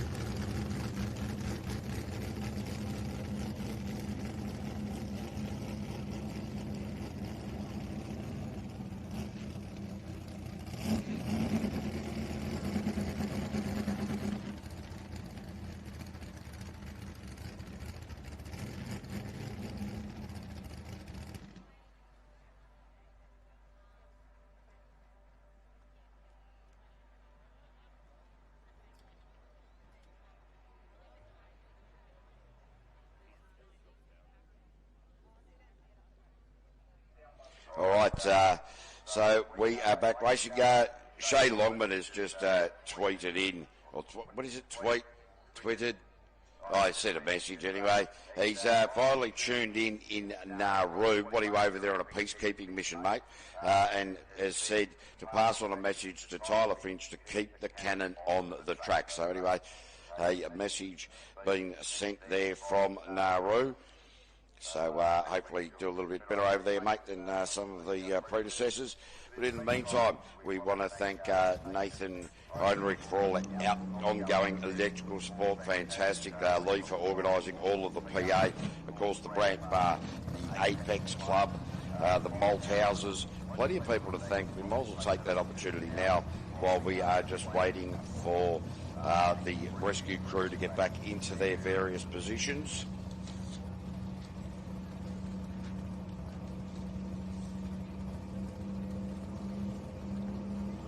The Miran Brothers Superboats, good on you. Thank you very much. The Keith Motor in the Sunnyside Turf Club.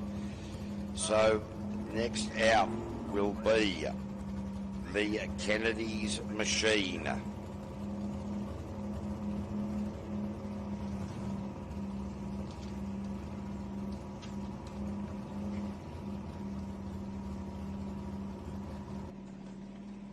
Damien Kennedy, I think this will be.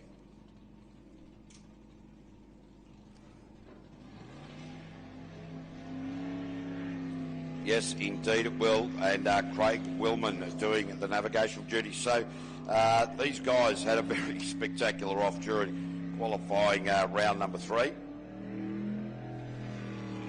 And certainly just had a lot of fun with it as well. So then they dropped 20 seconds off their previous best time. They are rookies. So it's just sort of great to see how all this just rolls through. I want to thank the waste carriers as well for all the local rubbish removal. And Damien Kennedy looks to be quite enjoying himself out there at the moment. Welcome to Jet Spreading, mate.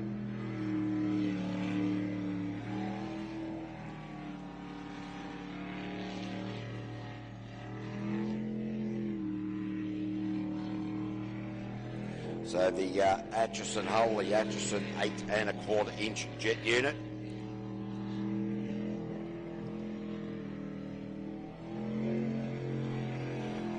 So the previous best time was 1 minute 38.8, well 184. So let's hope that they can sort of bring that in sort of anywhere about the 1 minute 20. It'd be pretty splendiferous and sensational. Oh, he certainly got that finish sequence nice. And 1 minute 23, so he's dropped 15 seconds. That's fantastic. From the first run to the last run, it has been over 35 seconds that he's come down. So that is just such it's just great news. It really is. Now we've got Steady Eddie coming out that Jody Salks might have missed the run, but it is great to see that Jody is back out on the water. Will Cartwright sitting in alongside her.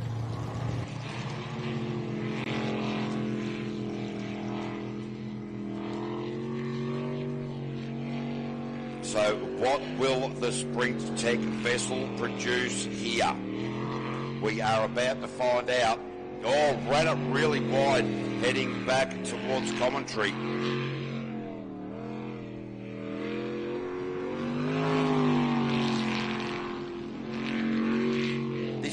Like a much more controlled lap. It's great to see the Spartan Time boys watching from the land of the Cuzzy Bros. G'day guys, wrong way. Jody just getting the bow of the boat right up there.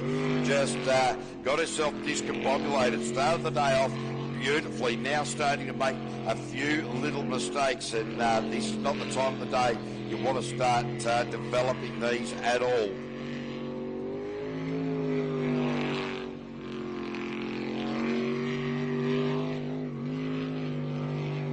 So into Penrite for the final time. Shoot out of there. Made a rotational error. Will add plenty of time to the clock and ends up with a 68. 68.355 there for Steady Eddie. 68.355.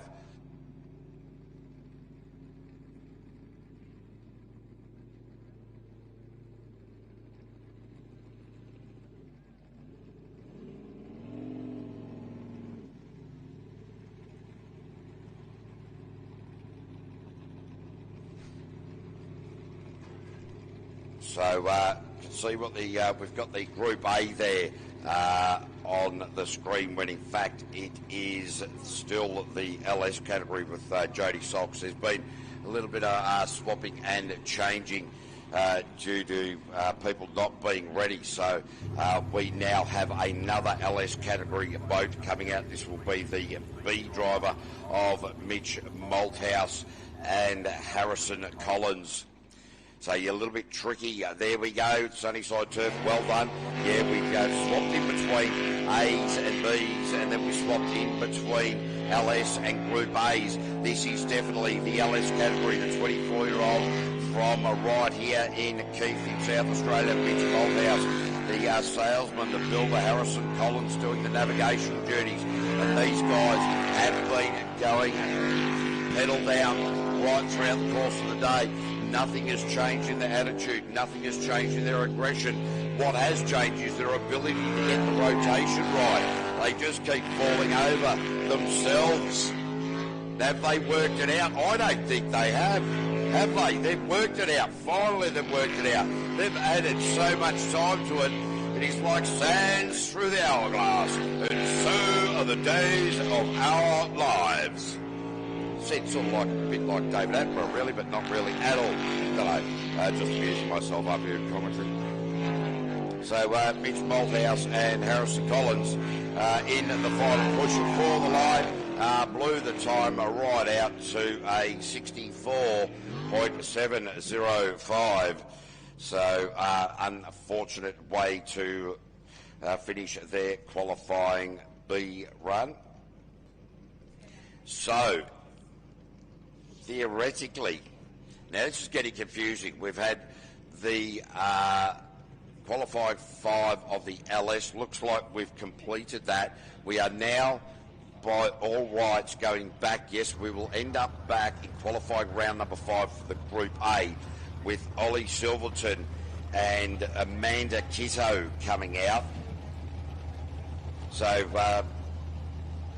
GJ Gardner Homes, Biolytics, Hines, Nudix Sheet Metals, the amount of sponsors on board with Ollie Silverton, and rightly so, Drainage Systems, and Amanda Kiddo, phenomenal, but, not surprised, given that, you're holding about 3 championships all at once. The big money is following the man from Hamilton in New Zealand. Oh, he's really got a handle on this outlaw pulse machine. There is no doubt about it. So the split was at 19.8. Let's have a look. Toughen Up was at 21, just as a rough comparison on the first split. So Ollie Silverton showing the class, showing the style, the grace and the pace that leads him to multiple championships.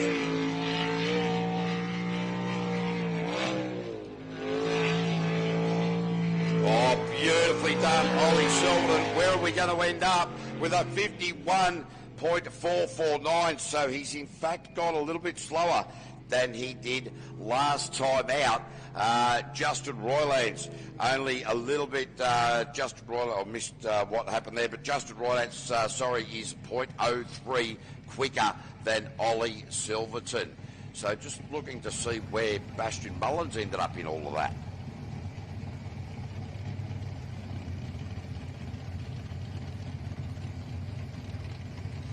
So Bastian Mullen will not competing in qualifying round number 5. Now we move to qualifying round number 5 for the unlimited category. All right, we are back into normal running order. Race Director Grant Burke has decided, rightly so, just to keep the show running, keep the boats rolling through.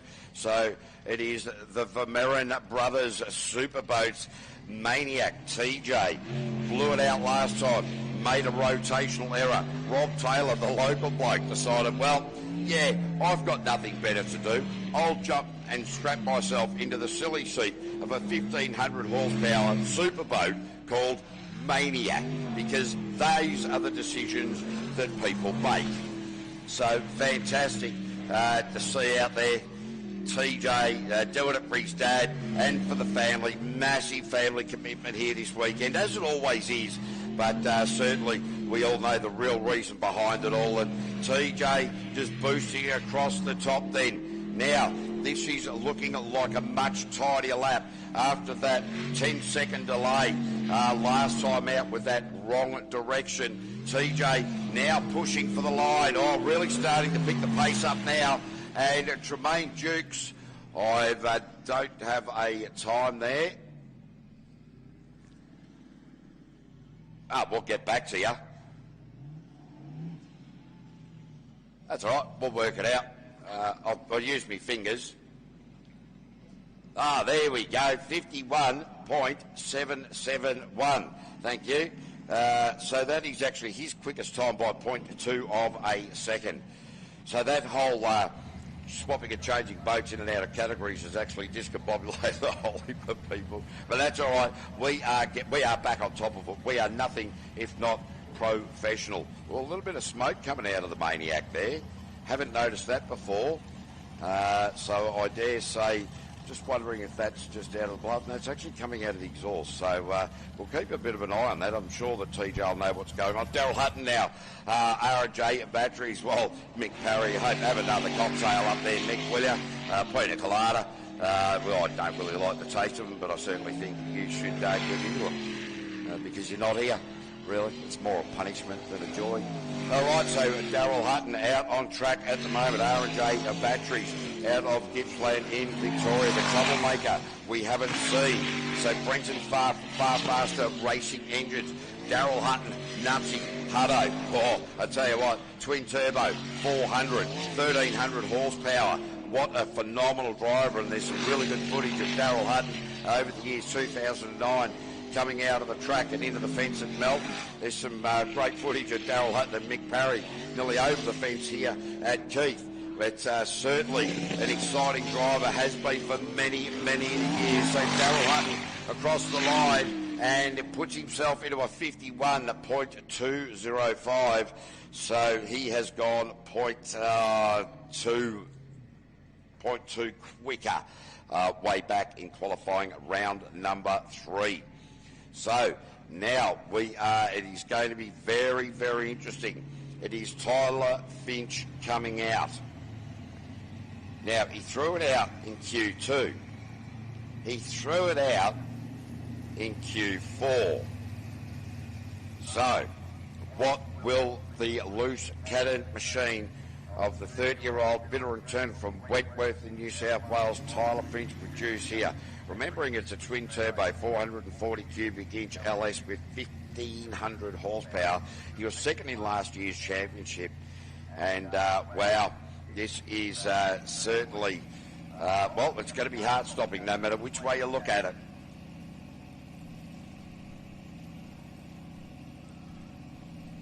So what will Tyler Finch produce here? After this, we are going to go top 12. We'll take a short break while we work out who is making it into top 12, top 6, depending on the amount of runners left. We've had quite a high rate of attrition in the top classes, no doubt about that. So Tyler Finch in the loose cannon. The team are down there. Safety Pete with the yellow hat nearly threw himself into the water a little bit earlier. Top 12 for LS and right, fantastic, thank you very much. And in top 6 for the Group A and the unlimited category. So it is Tyler Finch, Jared Ballard. As I just said, came out in Q2, parked it up on the dirt at the top part of the sweeper in the early part of the lap. And I'll tell you, well, he docked it up there, didn't he? He went head to head, nose to nose, and then chucked it back out again later in the race meeting. So what will Tyler Finch do? Will he dock the boat again? Will he park it up? or does he want to just go head-to-head with Fonzie Mullen? We are not too sure how this is going to flow, but Tyler Finch, oh, jeez, how he's quick on that left-right combination in front of commentary, and that was millimetre lucky. I wouldn't say perfect, because I think that would have put the golly gee blinkers up him. This is phenomenal. Tyler Finch, that was a moment. That was a big moment. You can see just the pinpoint power of this boat when he throws his foot into it, and Loose Cannon redeems himself with a 47.809, so that is his best time of the day. And a big shout out to the Murrays over there in Wonga, Vegas.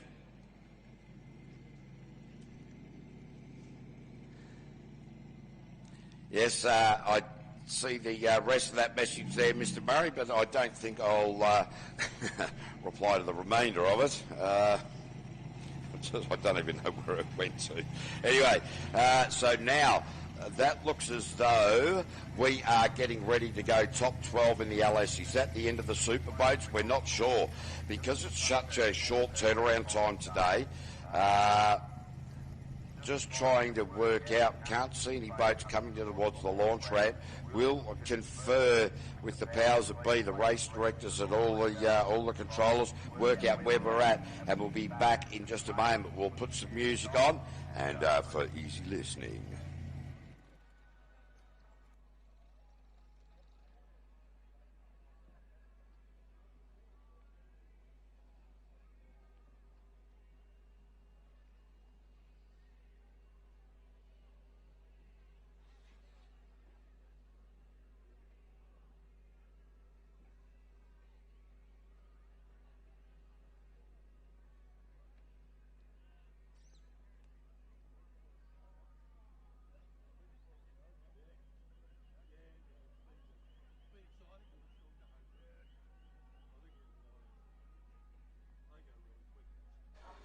Okay, ladies and gentlemen, so what we're going to do is we're going to run the top 12 in the LS in the current order that they are running. When we get into the top 6, it will be slowest to fastest, as with the Group A and the Unlimited category. Finals time is coming up. Now's the time. Quick duck into the toilet if you need to. Grab a beverage if you need to. Apply some more sunscreen. We'll be back in a couple of minutes as we head finals time. Round number 2, Australian V8 Superboats, brought to you by Penrite Oils, here at Spitwater Arena in Keith. See you soon. Penrite, Australian-made, family-owned and operated. Make premium quality engine and racing oils, warranty-approved coolants, automatic transmission and manual gear oils, a complete range of engine and fuel additives, heavy-duty and industrial products for every application. Visit penriteoil.com for more information. Penrite, Australian made for Australian conditions since 1926.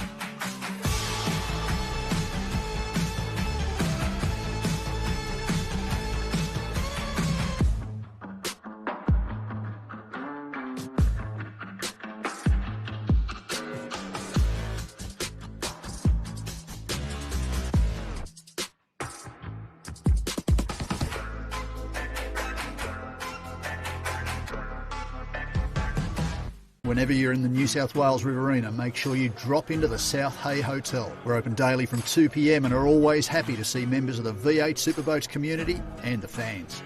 Great food, great company and some of the best beer on tap. Catch us on Facebook or drop us an email. We're the Murrumbidgee's best kept secret.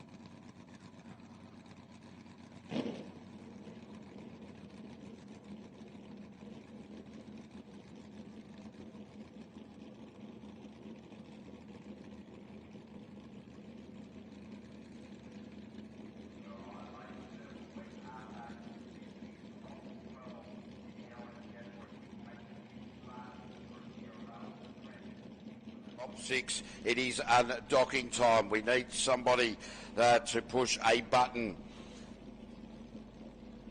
All right, we got the button prepared, the start button, the green light, the go light. Under starters orders now is Matt Malthouse and Lake Collins. They've had an interesting day, an indifferent day. Some great driving, some missed opportunities, but this is the opportunity they don't want to miss right here. So the men, the fathers, from Keith right here. Collins Contracting, Matson Motors. So the level of concentration required for these blokes who are starting to show their age will be quite significant. This is the time of the day they're usually having a nap.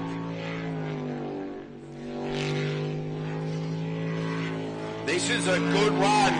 Matt Malthouse pulls one together. 53.088. I'll tell you what, these boys will be docking tonight.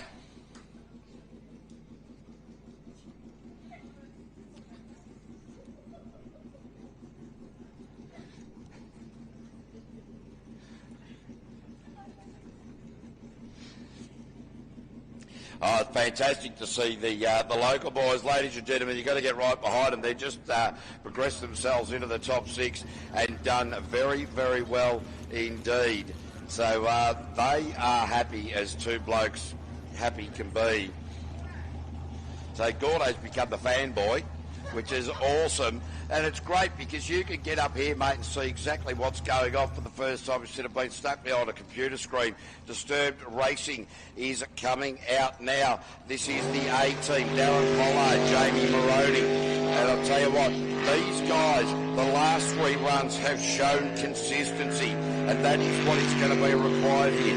Knowing that Matt Malthouse has set a 53 and a little bit of change. These guys are in the 55s. They want to bring that down to the 54s at least to see them with any hope to progress into the top six. It is the men versus the women within the Disturbed team. And if you've met any of the people in this team, you realise that they are deeply disturbed, but they are racing. So Darren Pollard really starting to make some great gains here. Jamie Moroney, I'm not sure if as a navigator he helps or he hinders, but at the moment, oh, he's grabbed a little bit of dirt. Darren Pollard gets into it and he's blown the time out from his previous best into a 56.219. That was not the time to make some changes and go a second slower than you did in qualifying round number 5. So now, time will tell. That might put them on the bubble. Will that be enough to see them not make the top 6? People right throughout the world starting to come in. Online in the finals time. Ivan Safranak, president over there in the West Coast. I'll tell you what, mate, it's great to see you on board here as well. And as we've said earlier, get a few boats over there to the West Coast. They will absolutely look after you guys over there if you want to, extend your driving hours on the way over there. It's only 2,800 kilometres from here. But once you're over there, wonderful part of the world to play at. So, in the meantime, we are going Kennedy's Racing. Daryl Atchison, the boat has been behaving, rather tantramic-like. That is not the word. Yeah, the boat just, it's got a few problems. I would hazard a guess to suggest that they are electrical, which makes it really hard to have confidence in the performance, to have confidence that know that every response that you're putting in, from accelerator to steering inputs, are going to be the outcome and the desired outcome. You can just hear that boat just struggling. It's missing somewhere along the line. So, but Daryl Atchison just keeps persevering, keeps putting on and doing a good job at it. Marcus Hall sitting in the navigator's seat. The Atchison hull. Well, we've said it so many times today. It's his first season back after 25 years. Oh, geez, that thing is surging terribly.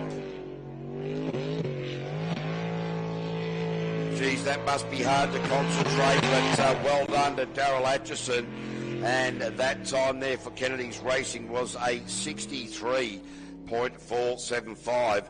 So whatever that gremlin is, they haven't been able to what is it when you do that thing? It's not a seance when you exercise the demons. They have not been able to exercise, like exercise them. Thank you. I'm thinking exercise, running the demons. I don't know, getting them to do sit-ups. I don't know. It's been a long day in commentary, ladies and gentlemen, but it has been a lot of fun. We really hope that you're still enjoying the day as we go. Anarchy Racing, Simon McMahon, Jeffrey Moffat. They are coming out for their top 12 run. Now under starter's orders. The starter is about to click the switch. The switch has been clicked. The foot has been put down. So Simon McMahon, last time out, qualifying round number 5, got the rotation wrong. Jody ELY is on the line. Great to see you on board as well, Jody. We're looking forward to your patronage back here very, very soon. From Simon McMahon at the split down to where he'd like to be at a 27-1 on the first split. So these guys, their best time so far is a 69. Remembering they are rookies. It is their first season, their first time here at the Spitwater Arena here in Keith in South Australia. Just opening up that right-hand apex, just giving themselves plenty of room to work with. So they just need to be able to get down here, not run too wide out there. We've seen others do that. Simon McMahon now across the line and gets a 68.102. Ooh, now that is putting them down into 4th position at the moment. Ooh, it's going to get tight. Got race director Grant Burke in here. He is overseeing everything. So, Grant, how's the day been so far? You're looking like the sun might have got you a little bit, buddy. You've been for a swim? Oh, what? That is phenomenal. Grant doesn't actually want to talk to me. He wants to talk to me from a distance. And he's got a watch as well. So now, oh yes, of course, Kobe Burke, the race director's son. Mate, you'll get the best view in the house up here. I tell you what, he's been doing well, and you'll be very proud of him for turning the engine off when that warning light came up. That's showing a very mature mind to be able to do that. Most 17-year-olds, if they see a flashing light, they think it's a disco, they'll form a line out the front. Well, exactly, all the cops, good point. Have I told you a lot about my childhood, it would seem? Oh, Kobe Burke ran it so wide out that exit of Penrite. I thought he was going to end up in the brand bar. He nearly ended up at the pub. Jessica Little doing a great job sitting in alongside Kobe Burke and the Psycho Killer.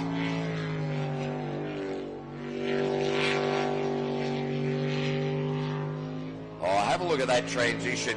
Right from that far side of the course, straight to watch commentary. You can't fault that too much. That's a tricky part of the track, and he's just nailed that each and every time.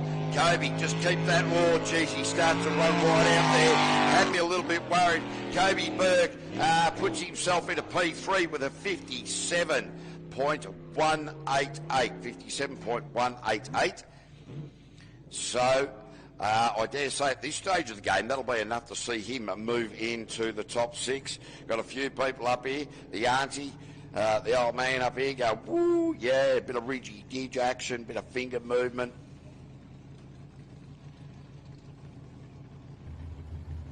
I love that response. Kobe Burke just doing the silly nods from up to the commentary, because the commentary now are doing silly nods down to Kobe.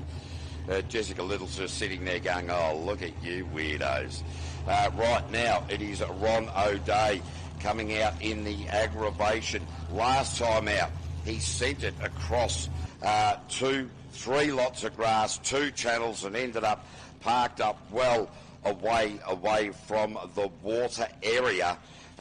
He's had an indifferent day. An error, a DNF 2 times, and then he went crusty demon style. Spent a lot of time in the air. We got a good look at the underneath of the Pulse race hull. We got a look at the straight design. We actually had a good look at the jet unit intake as well. So, yes, very, very exciting indeed. Ron O'Day, I'll tell you what, he's made a few mistakes early in the lap throughout the course of the day. Once he gets through he's grabbed the inside. Oh, Ronald. Ronald. Uh-oh. Wah, wah, wah, wah.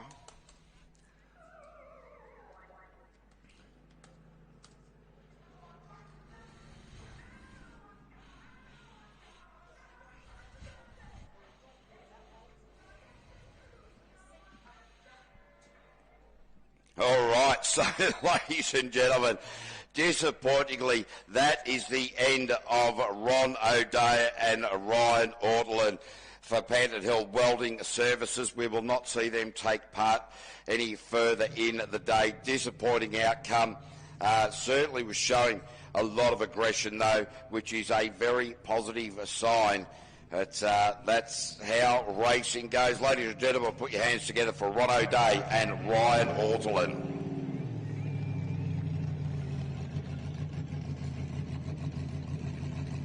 So, who will we have out next? It will, in fact, be Nate Mullen.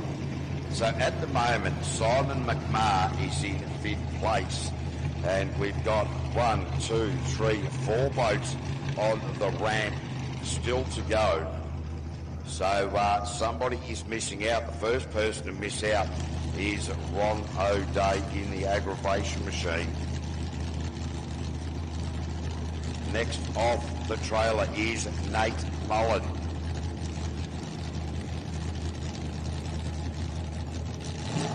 Co-LS champion alongside his brother Bastian, and Nate Mullen, the 20-year-old from Melton in Victoria, Kirsten Schubert. So Nate has been into the 51.3 last lap out. So went backwards by a long way. So now we're in the top 12. You can't be going backwards here. You can't be losing time. Really need to stand that authority here. Really put the pressure on the rest of everybody. Been leading the charge around the most of the day. So where is he early in this lead? He's about where he wants to be at 20.334. So Nate Mullen with Kirsten really just needs to keep the foot into it. Around Penrite, taking around the sweep with a big U-turn to the fast part of the track. Line it up, his right-hander. All important to set it up the back chute for that short little spurt. Into Penrite again, slingshot out, coming down the south, going north and south of the track or whatever. Anyway, it is a 51.845, 51.845 there for Nate Mullen. That sees him go straight to the top of the table. That puts Simon McMahon in P6 on the bubble. If the bubble bursts, that'll be the end of the Anarchy team for the day. As the Ascendant team come out with Stephen Movik and James Britton for Allstone and Glass. Their previous best time has been a 57.3. So certainly Nate need to make some significant moves. Well, if they run a time like that, they will certainly displace Darryl Atchison and Simon McMahon. So what will Stephen Movik give us right here? LS category top 12, round 2 of the Australian V8 Superboat Series brought to you by Penrite Oils. 100 years to next year. Penrite Oils, still Australian made, still Australian owned.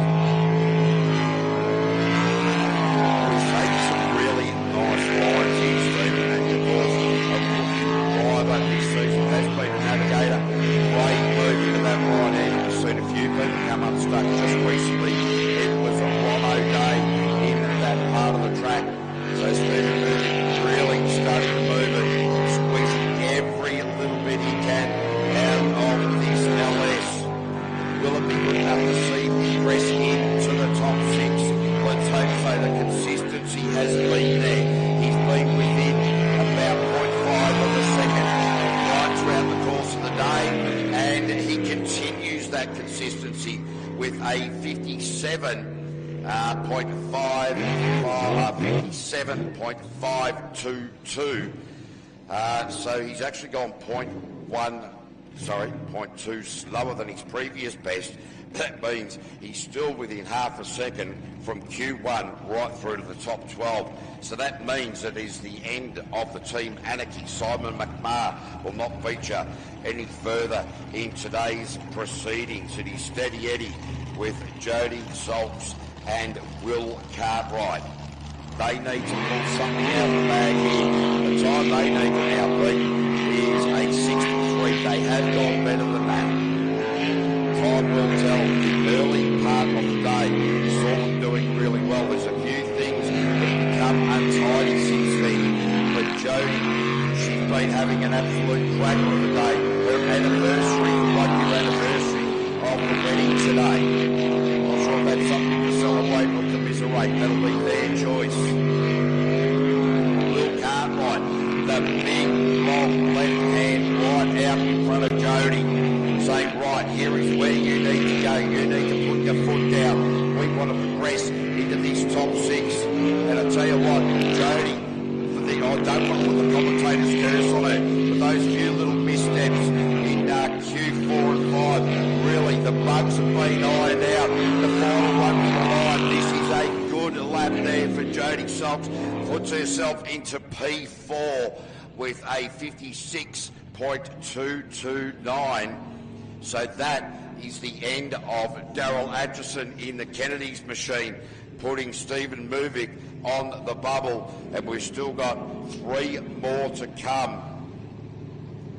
Fired up, Jaden Myers, the man from Western Australia, the first run today in practice. He went out and, well, it's like he'd driven this course 30 times before.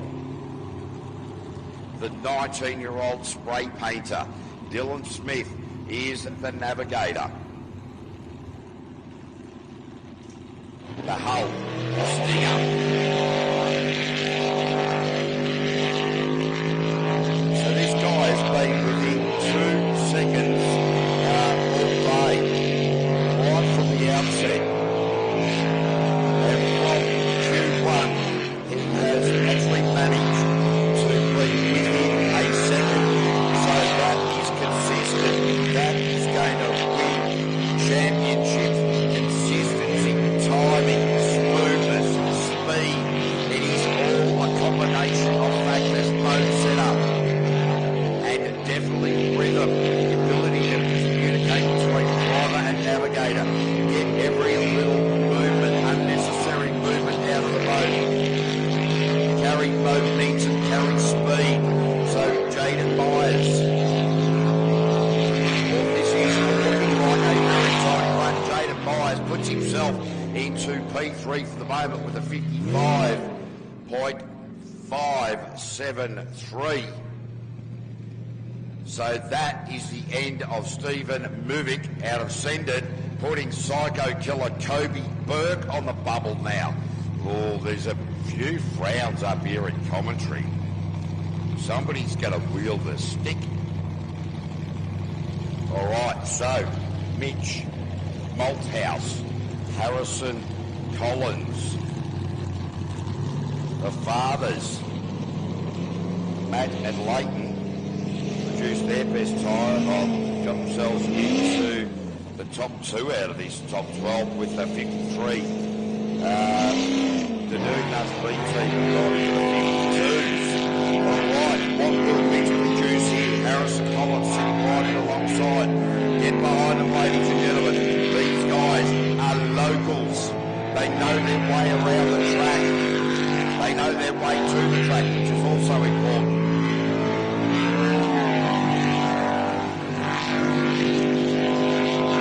So the split, it is at 20. That is exactly where Mitch Malthouse wants to be. Oh, the Tia, Kobe Burke might find himself sitting on the trail for the end of for the rest of the duration. Mitch Malthouse and Harrison Collins. Last time out, they made a rotational error. Looks as though they've got that sorted out. Or it just opens up that right-hander towards towards the line into P3, just behind the fathers by 0.011 of a second with a 53.099.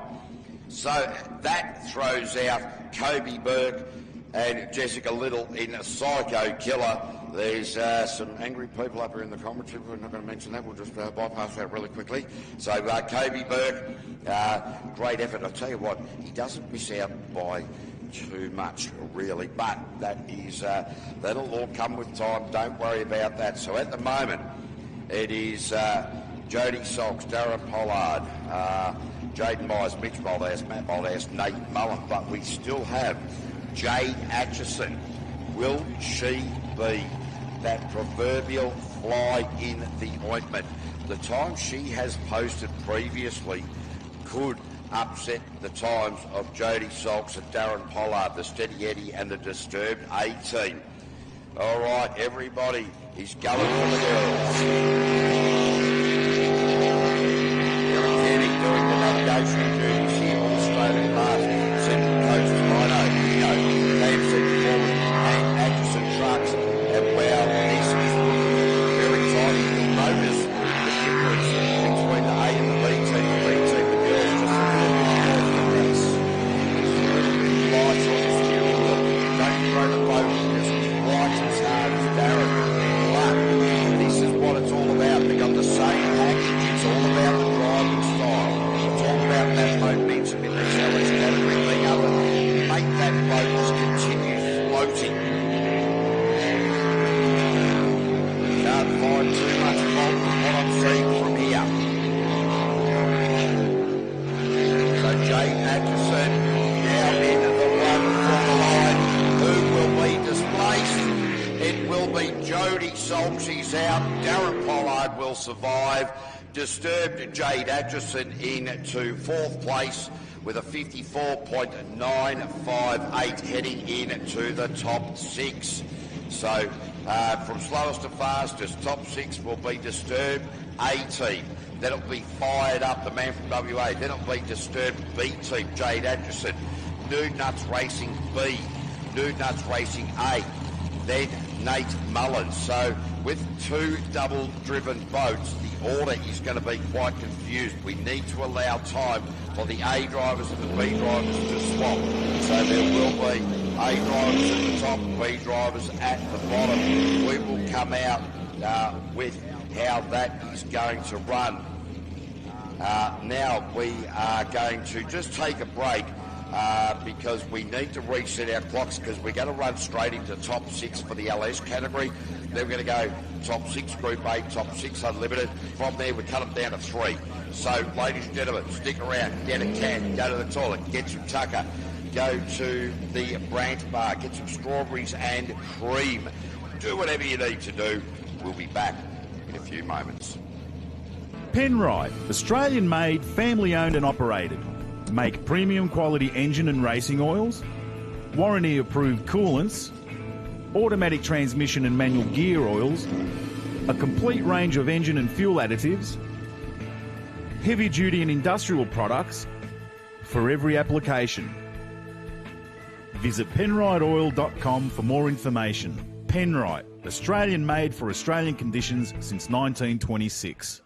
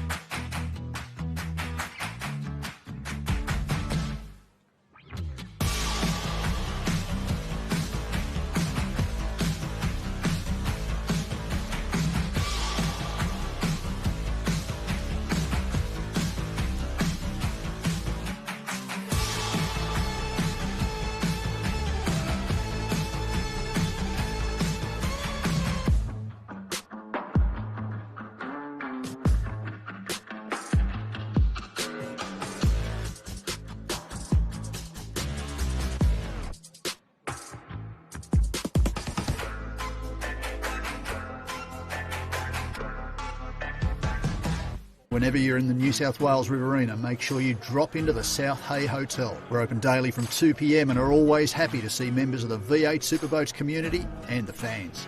Great food, great company and some of the best beer on tap. Catch us on Facebook or drop us an email. We're the Murrumbidgee's best kept secret.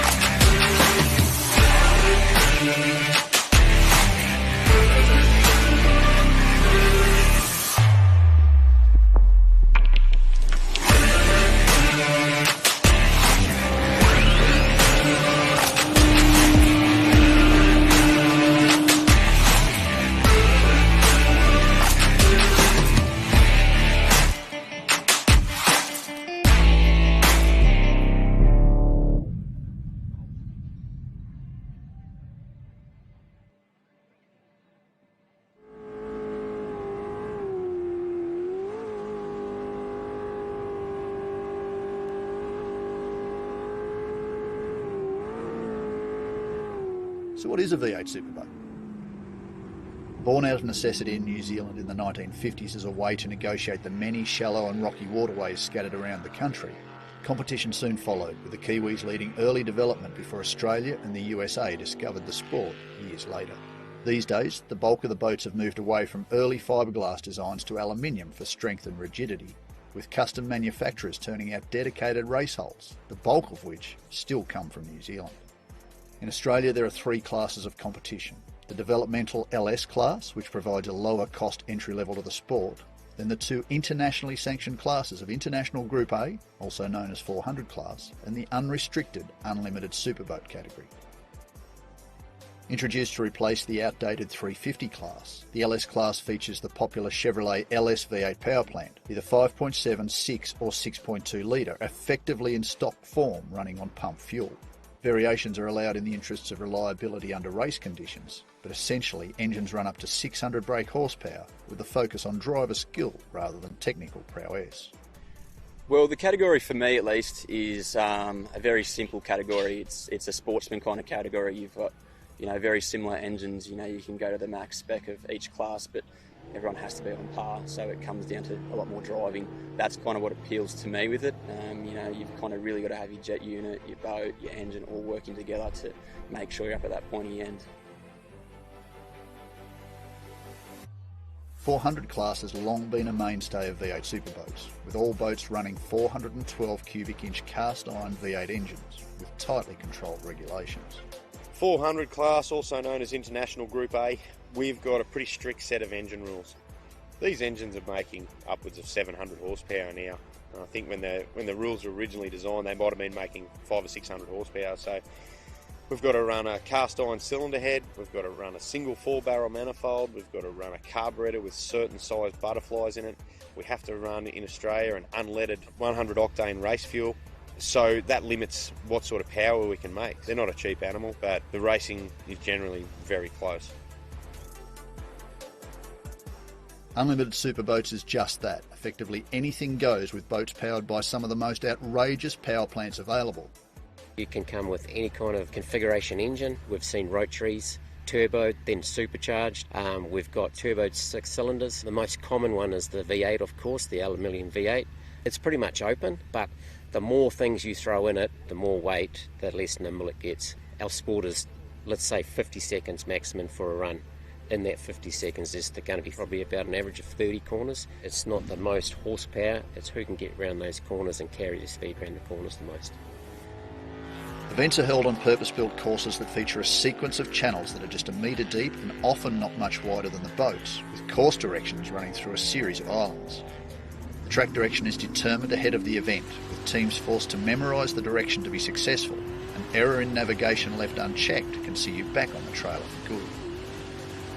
Often there are 30 to 40 intersections to negotiate over laps that traditionally run between 40 and 50 seconds. Every team competes against the clock, with 4 to 5 qualifying rounds setting the field from fastest to slowest. The fastest 12 boats in each class contest the first final, with the fastest 6 of those boats progressing to the second final. From there, the field is halved again to a final 3, who shoot out one last time to set the podium for each round.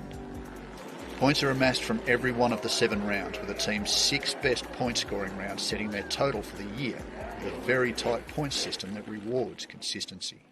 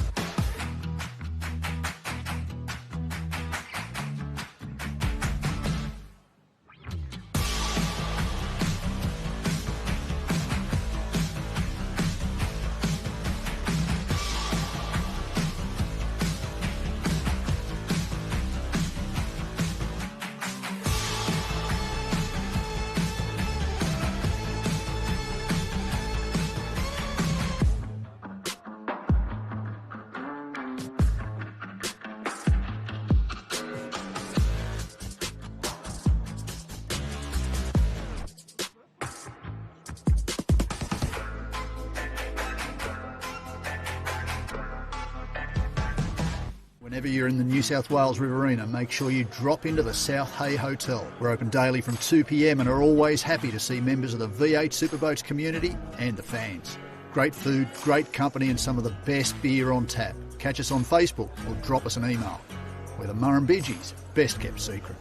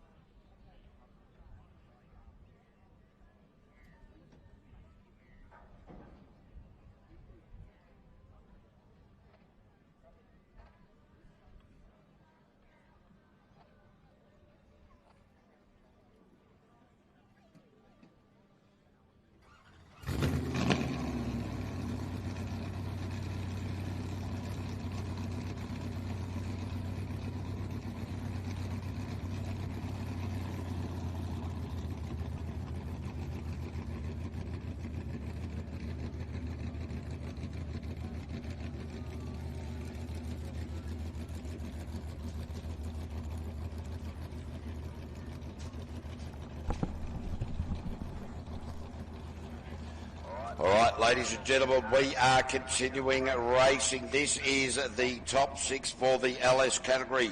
This will and should be Matt Malthouse and Leighton Collins' cast our eyes down to the land. And it is indeed Matt Malthouse, the A-team, the old man Leighton Collins in alongside him. And these guys really need to lay one down if they can just get themselves sorted.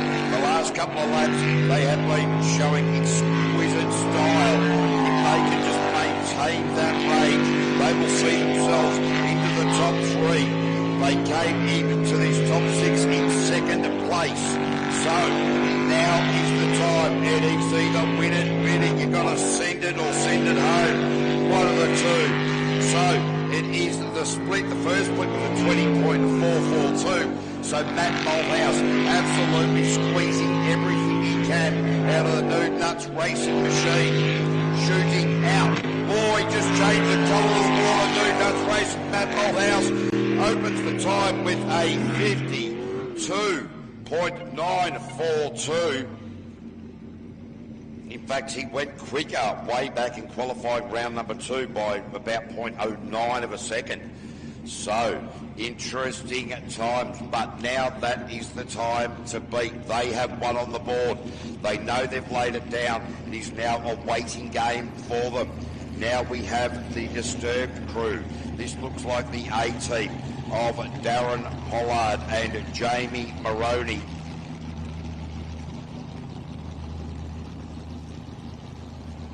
So their previous best time was a 51. Oh, sorry, no, wrong. Their previous best time's a 55.2. So they really need to rip one out here. They are going to see themselves into this top 3. Really need to put the pressure on themselves.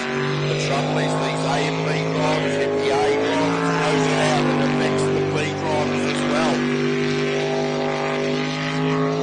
So Darren Pollard, Jamie Moroney, really just hooking in at the moment. Smoothing out throughout the course of the day. Will they be able to smooth out enough?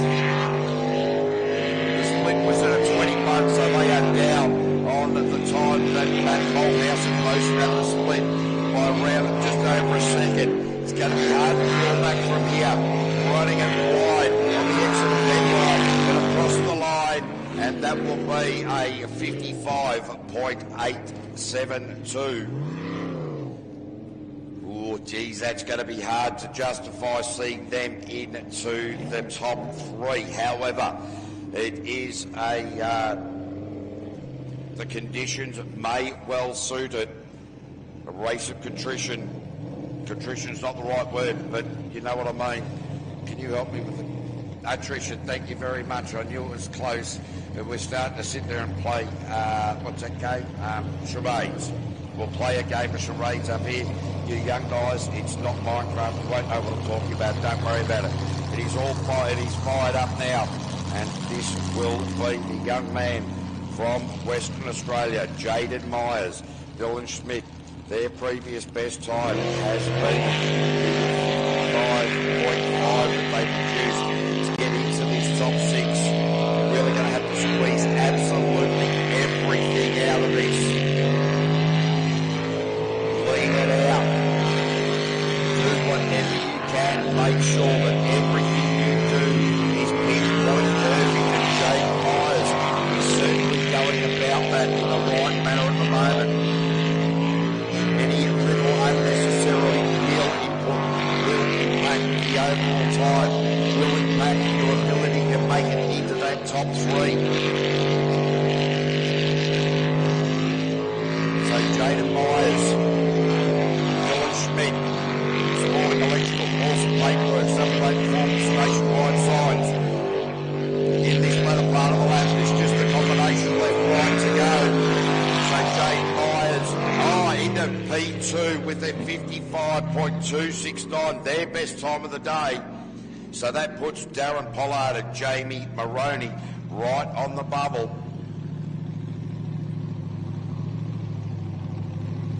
Looks as though it's Nate Mullen coming off the trailer now.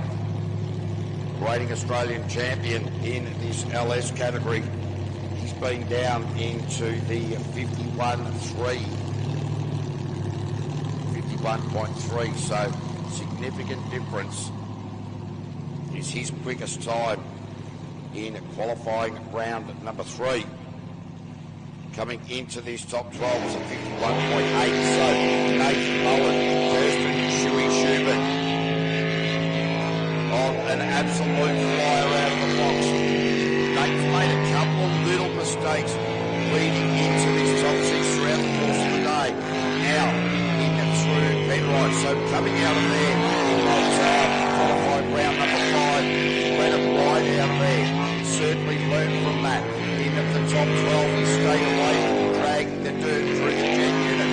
Now we're in this top 6, looking for that all-important place into the top 3. Nate Mullen knows that the rotation has it well and truly sorted. Has been thinking about how this is going to unfold, and unfold it will. And he's gone 19 at the split, 19.9. Nate Mullen across the line, and that is a 51.682. 51.682, so that puts him at the top of the table. Matt Malthouse currently 2. Jaden Myers in 3. That is the end of Darren Pollard and Jamie Moroney.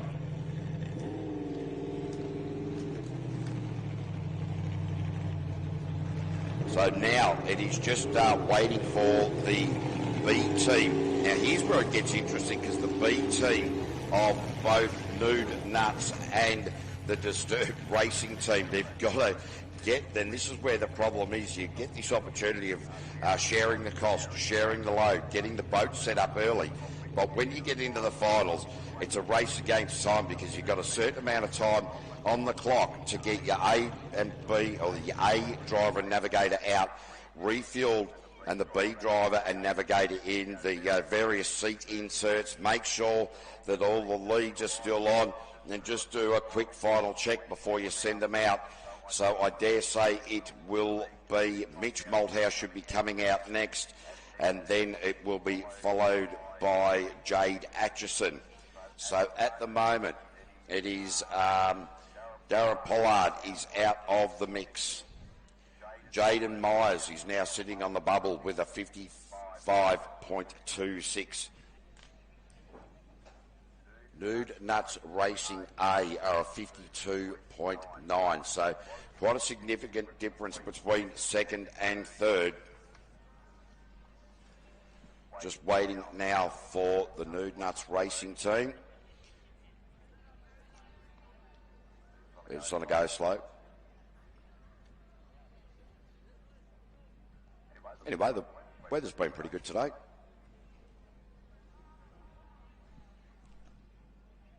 Nice gentle breeze just blowing across the course here, keeping everybody out on the hill, just hopefully cool, calm and collected.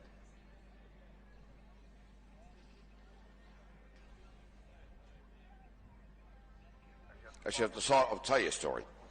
So many years ago, because I'm looking at this 4X umbrella down here at the entrance to the pit pool, with the ladies down there, just making sure that the drivers, as they come back after their lap, they can get held up there while somebody's coming off the trailer. Good little thing. But many years ago, true story, I was in London, and Foster's Lager were looking for a new voice for their brand, and I thought, you know what?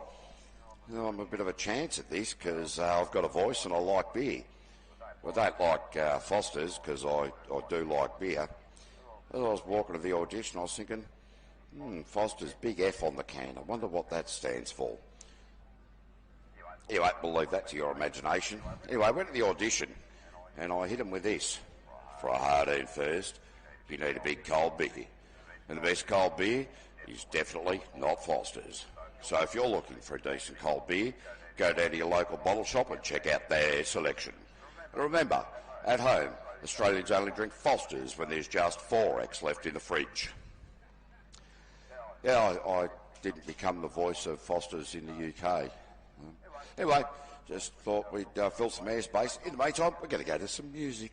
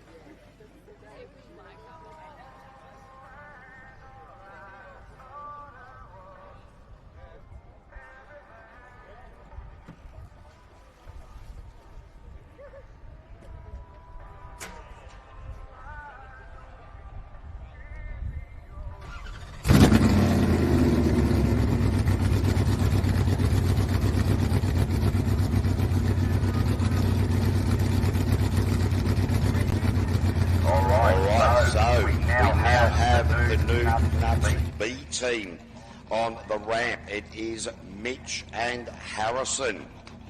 So the time that the fathers have posted is a 52.9. The time that Nate Mullen has posted, and he stands on the top of the table at the moment in the top 6 in the LS category, is a 51.6. So a 1.2 difference there.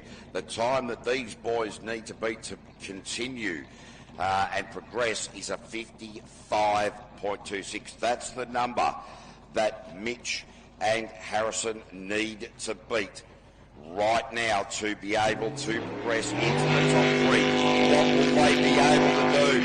Their style all day has certainly been aggressive.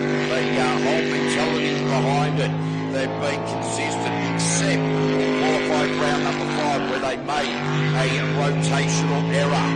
But I tell you what, he went deep right in towards commentary. I thought he was getting up down the back of the pits. He's got away with it. It would seem that he's learned his driving style from his father. I tell you what, Mitch Malthouse certainly aggressive out there at the moment. What is the split? The split's at 20.6, so that's roughly where he wants to be at the moment. I'll tell you what, Harrison Collins, he would have been worried. He would have been thinking we aren't going to go into orbit. Now in the final push, it is a Mitch Malthouse. Where does he find himself? Into P3 with a 53.033. And that is the end of the young man from Western Australia, Jaden Myers.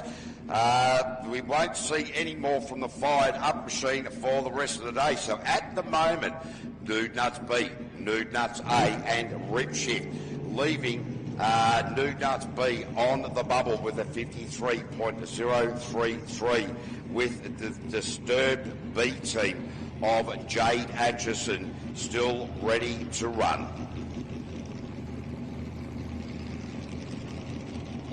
So Jade and Erin G, they are going to have to really tighten everything up here because the time they need to beat is a 53.033. They need to be able to drop around 1.8 seconds quicker than their previous best. Is it doable? They will certainly be ringing the neck of this disturbed vessel. There is no doubt about it. The Stinger, the LS, the 6.2 litre. They'll be trying to get every last horsepower out of it, every last kilowatt. They'll be ringing its neck, pushing hard, steering finitely, trying to get this boat willing, hoping. Remember, the time they need to beat is a 53.033. The split at a 21.2 suggests it might be a mountain too high to climb today here at the Spitwater Arena in Keith. But the girls, they are putting everything at it. They are throwing everything at it. Around the roundabout for the final time. Where's he going to sit them? Into P4, not good enough to make the top 3. So the top 3 runoff will be Mitch Malthouse, Matt Malthouse and Nate Mullen. That is the end of the day for Jade Atchison and Erin Kearney. So a very disappointing outcome for the Disturbed, but a very positive outcome for Rip Shift and Nude Nuts A and B team. We are now going to go top 6 in the Group A category. And they've been a little bit slow coming down onto the ramp. They are going to be getting the hurry up from race director Grant Burke. Don't worry about that. He will start using his elbows. So it looks as though it will be Justin Roylands out first.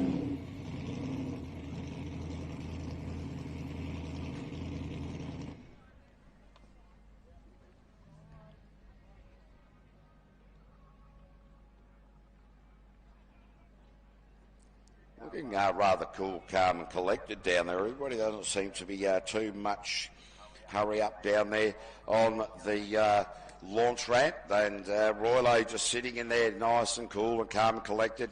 He's been here before. reigning Australian co-champion, alongside his B driver Ollie Silverton, Danny Napick in the Toughen Up machine. There was a big pop during qualifying round number 3 just before lunch. We thought that could have been terminal. Turned out it was just an electrical system. He's come back, made it into this top 6. We've also got the Kennedy's Andrew Garth going to make it, as is the B team in Damien Kennedy. So that is quite phenomenal.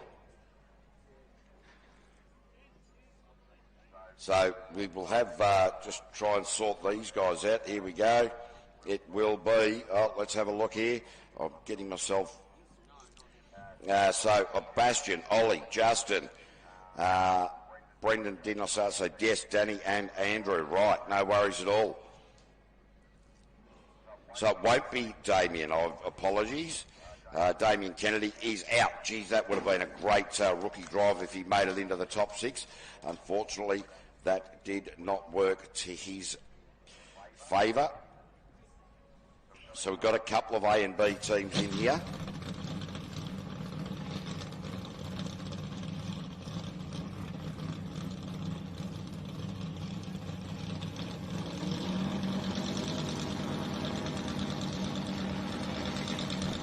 All right, so people who've got the registration S019BDB2, please go to your car immediately. DBZ, is it? So S019DBZ. Right, okay, please go to your car immediately, and we mean pronto, please. Thank you very much. We do appreciate that. In the meantime, it is Justin Roylance, the A team for the Outlaw Racer, the owner of this particular boat. Tracy Little doing the navigational duties, the Group A Australian champion, 3rd in the world in this category for Spitwater. Roylance's tractor replacement, Steel Tech, JRE Race Engine, Penrite Orchard Motor, Green Airflow, International Scientist League, and Pulse Race Boats. Roylo has had, he's had a pretty an interesting start to the day, but certainly coming on song in the latter part of the day from qualifying 4 onwards, really starting to lay down some good times, just looking quite getting the rotation in his head in the early part of the day. Have a look at the speed he's carrying to really dial up the wick of this JRE powered Pulse Race boat. So Tracy Little, great job as navigator, doing a fantastic job alongside Justin Roylance, 47-year-old from Forbes, and the split was a 19.581, so that's a really good split there from Roylo, just laying it down. The one from home, Justin Roylance, setting the time at a 50.892, and that is where it needs to be. So they've certainly tweaked that right up. Roylo, 0.6 of a second quicker than what he was in qualifying round number 5. We now cast our eyes down to the Kennedy's racing machine of Andrew Garth. Found himself in the top 6 up there at Cabarita last time out. He's found himself here in the top 6 at Keith. So 2 from 2 races, that's pretty good for a rookie, regardless of attrition.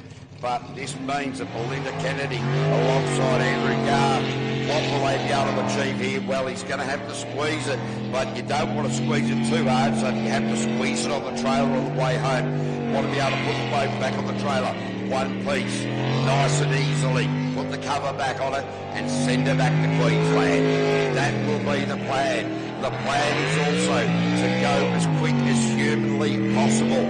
As far as the experience, as far as the talent we'll be able to achieve, and speed comes with experience, don't worry about that. So Andrew Garth well out on the split, out at a 27. Don't think from this point that he will be making the top 3, but stranger things have happened in the world of jet sprinting. Certainly down on the time required, particularly the time that Justin Roylance posted with a 50. So let's see what Andrew Garth can produce right here. Roylo at a 50.892. That's certainly well and truly gone for Andrew Garth.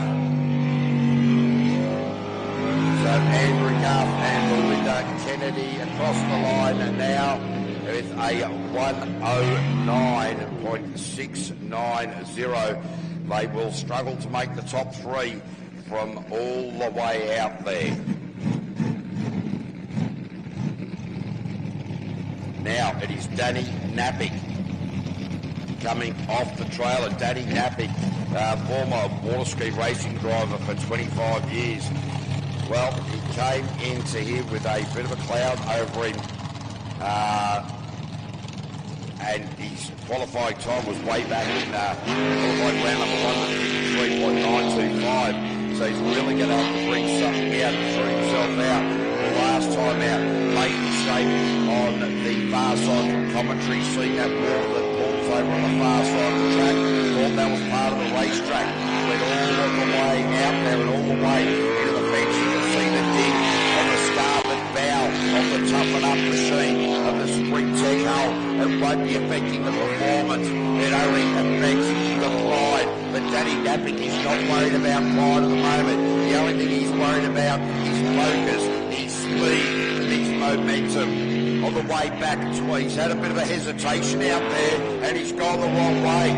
What the hesitation was is he really got himself sucked into that water that sits on the far side of the course. He hesitated, then missed the channel. Now it's a long way back. Has this opened the door for Andrew Garth? We are about to find out. He's got it wrong again. He's throwing it away. Danny Napick, discombobulated, confused, left here man. Now he's back on the rotation. No, yes, he is. Oh, I don't think I know. So Danny Napick, the split was okay at a 21.8, but as for the rest of it, yeah, Danny Napick, wow, 1 minute 26. I tell you what, Andrew Garth has breathed a sigh of relief. 1 minute 26. If Danny Napick can make it into the top three with that, I will be rather surprised, to be honest.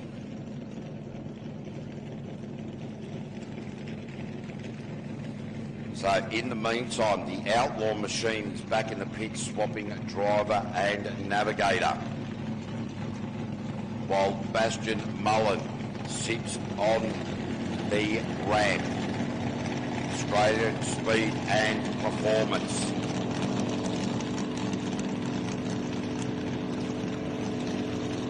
He has gone quickest in this Group A with a 50.772. But all of those things are now behind him.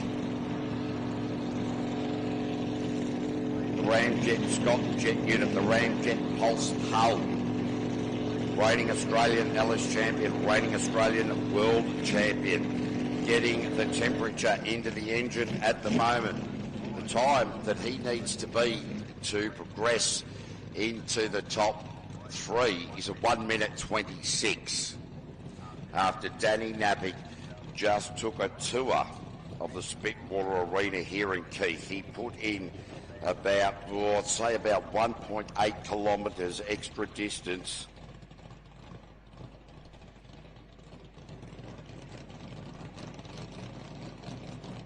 So here we go, Bastion Mullen, the time that he needs to beat to secure a spot in the top three is a 69-second run. Now, I'm pretty sure he's got it, considering he's run a 50.772. However, it is now down to this particular lap, not previous ability, not hopes, not wishes. It is about right now. So Bastion Mullen on the split, sub 20 to 19.8, so puts himself in a very good position and a very solid position. He can probably ease right off here, put it into about sort of second gear if you like, and then just wander his way through a fat arm and still make it through into that top three due to that rather unfortunate run by Danny Napick. But that is how jet sprinting goes, ladies and gents. So Bastion Mullen, Talia Mullen, in the push for home into P2. So certainly eased off a bit. Knew he didn't need to push it too hard at a 51.338 point, or half a second thereabouts behind Justin Roylance. That is the end of Danny Napping for the day, as we see Ollie Silverton coming down onto the ramp now as we speak. So the time that Ollie Silverton still needs to beat to get into the top three is a 69-second run. Ollie Silverton has been all the way down to a 51.182. So Justin Roylance, the A driver, has gone quicker by about 0.3 of a second quicker than Ollie Silverton's best time. So just remember, Ollie Silverton, the B driver in the Spitwater machine, in the Outlaw Racing machine, with Kubota written all over it, needs to beat a 69-second run to progress into the top three. At the moment, Justin Roylance, Bastian Mullen and Andrew Garth.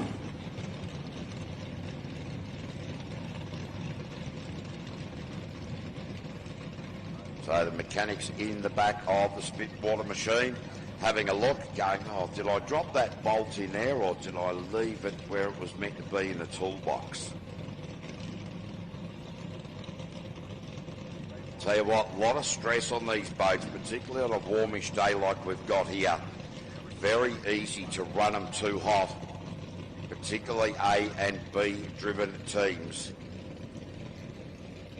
Ollie Silverton, Amanda Kiddo, the Drainage Systems Manager, Biolytics, Newdick, Sheet Metals, PSP Racing, a plethora of sponsors on board here.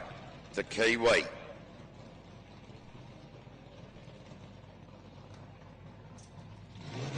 What will he produce here? Let's have a look at how this split is going to look. That will tell a tale, that will tell a story, give us a good indication on how Ollie Silverton in this Group A package, this package that is new to him, is feeling. How confident is he feeling? He's certainly driving it with confidence.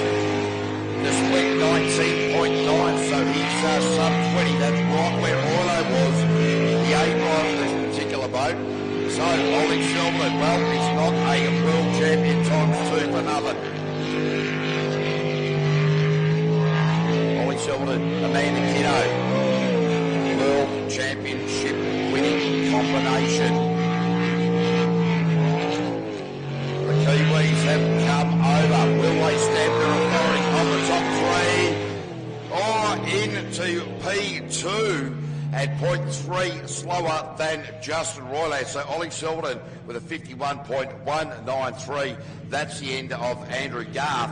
So it's Outlaw A, Justin Roylance, Outlaw B, Ollie Silverton, and ASP, Australian Speed Performance, Bastian Mullen. That's fastest to slowest in the top three for the Group A.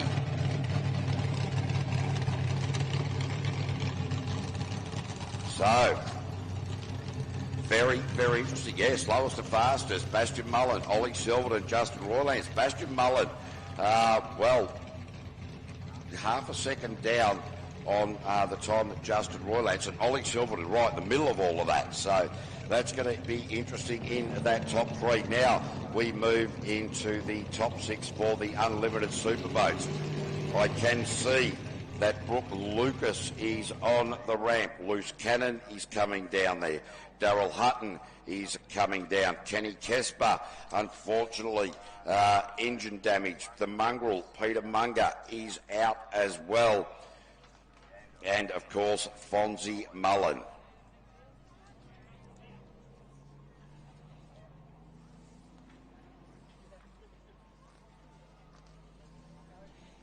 So who will be out first?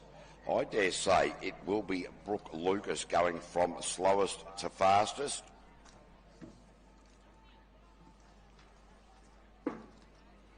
That is a guesstimate. Back in just a moment.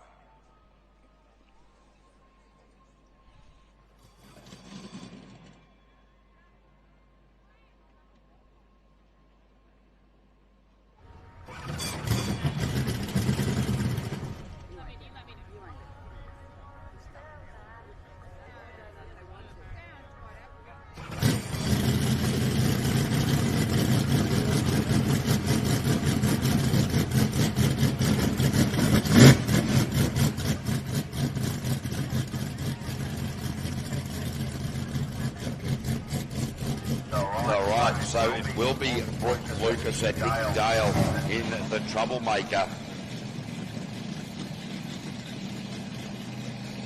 The Gold Coast Wake Park digger mate Carbro Consulting. Their best time has been a 57. They need to bring that right down to really push for their opportunity in the top three. But Brooke Lucas, it's his first round of driving here. And that is an absolute shocking start there for Brooke Lucas. I wonder, did he put his hand up in time? So the rules state if there is something potentially blocking the jet unit, you are allowed to put your hand up, come back to the trailer, and the race director will give you another run. Not too sure what has happened there. We will keep a close eye on it.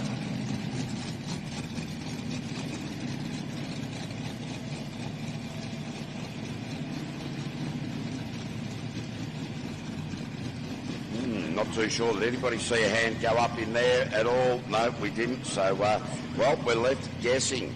Just like everybody else, Brooke Lucas knows what's going on. Roughly, I would suggest. Grant Burke, the race director, will make his way over there and go, what is going on? What did you do, Brooke? Brooke will have a bit of a chat. There's conversation going on. Oh, it looks like the baseball bit. They've got the paper over the head.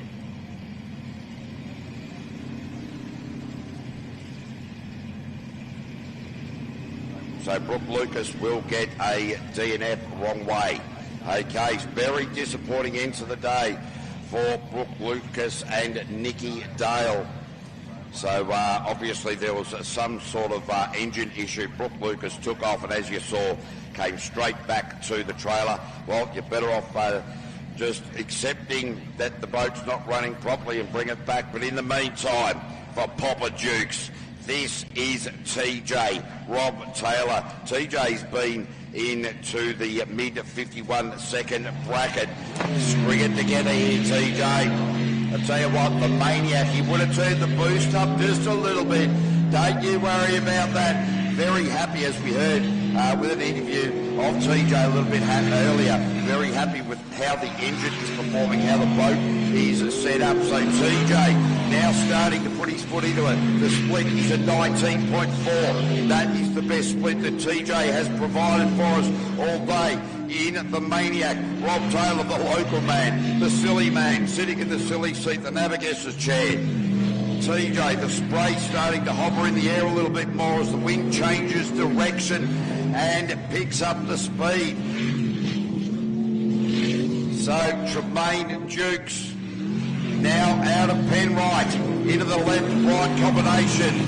Will it be for the final time? That is a good lap with a 51.473. 51.473 to open up the account for the Maniac. So, we have three more just simply through attrition in the unlimited category to make it into the top three. We've got the R&J Batteries entry of Darryl Hutton. The fire is in the belly. The boat is off the trailer. Darryl Hutton's previous best was a 50.9 back in Q4, qualifying round number 4. This is the top 6 unlimited. We're looking for the 3 fastest to progress. Darryl Hutton. Oh, the boat just hitting the rev limiter. You heard that right up the top there. Brenton Farr doing the navigational duties. Mick Parry, the normal navigator, sunning himself up there in Queensland, whale watching, while Darryl Hutton goes to work here at the Spitwater Arena in Keith. I'll tell you what, Nutsy really putting his foot into it. When you hear the rev limiter popping at the top part of the course, you know he's throwing everything available at it. The split was a 19.2, so he was quicker than what TJ's produced. Darryl Hutton for Wimmera Melly Race, Rex Air Conditioning and Refrigeration, United Fuels, R&J Batteries and ANC Forestry in the push for the line. Darryl Hutton across the line. Oh, Dutchy's gone quickest for him. Sub 50, 49.996. All right, that makes it very interesting, ladies and gentlemen. So, Daryl Hutton with Loose Cannon and Ramjet still to go. That leaves Maniac in a theoretical possibility.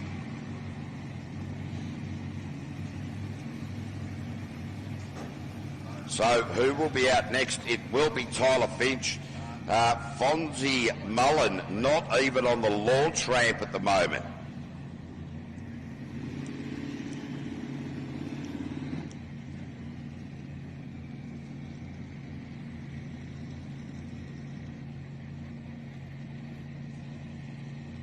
So it's interesting that we've got the LS category and the A and the B drivers. I can see Matt Malthouse sitting down here, giving me he wants to be number one movement.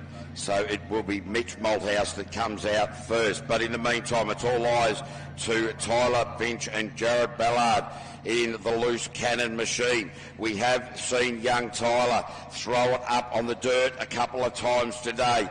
You don't want to emulate that kind of behaviour, young man. The middle returner from Wentworth. Have a look at the speed that Loose Cannon carrying right in to the Penrite roundabout. Bogged it down a little bit, but I tell you what, with 1,500 horsepower, it doesn't take much to scoot you back outside of trouble. No doubt about that. Uniwork Versal Rolling Services, Coastal Transport, Southern Jet, and Far Faster Race Engineering.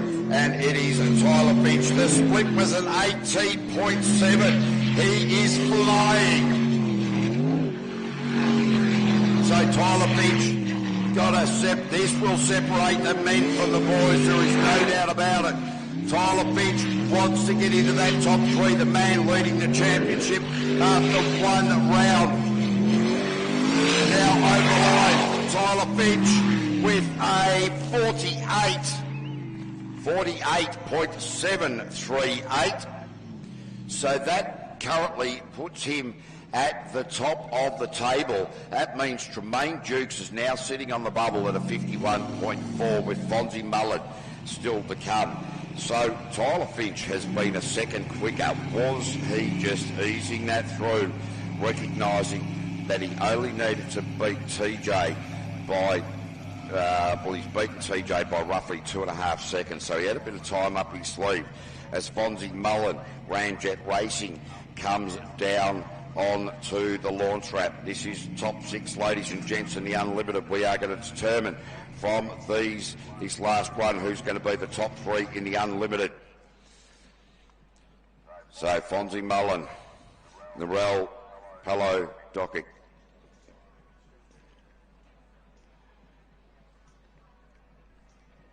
So plenty going on in Team Ramjet over there, because all three boats look like they are going to make it into the top three across all three classes. So certainly an interesting outcome here. Certainly a big effort. So Fonzie Mullen just got the boat idling at the moment.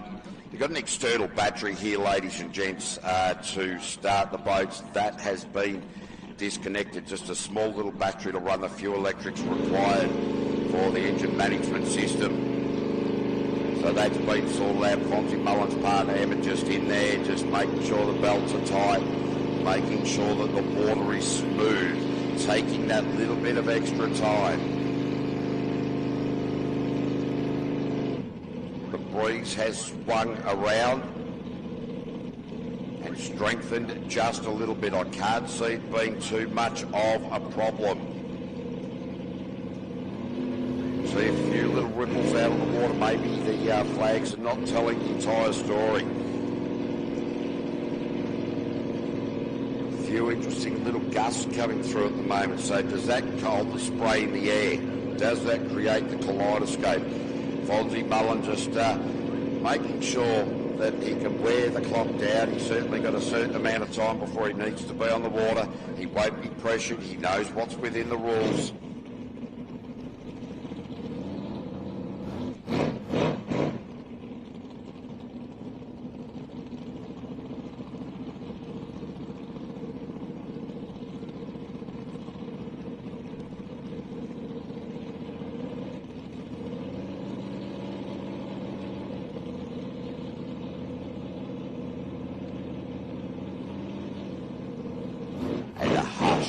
rolls over the crowd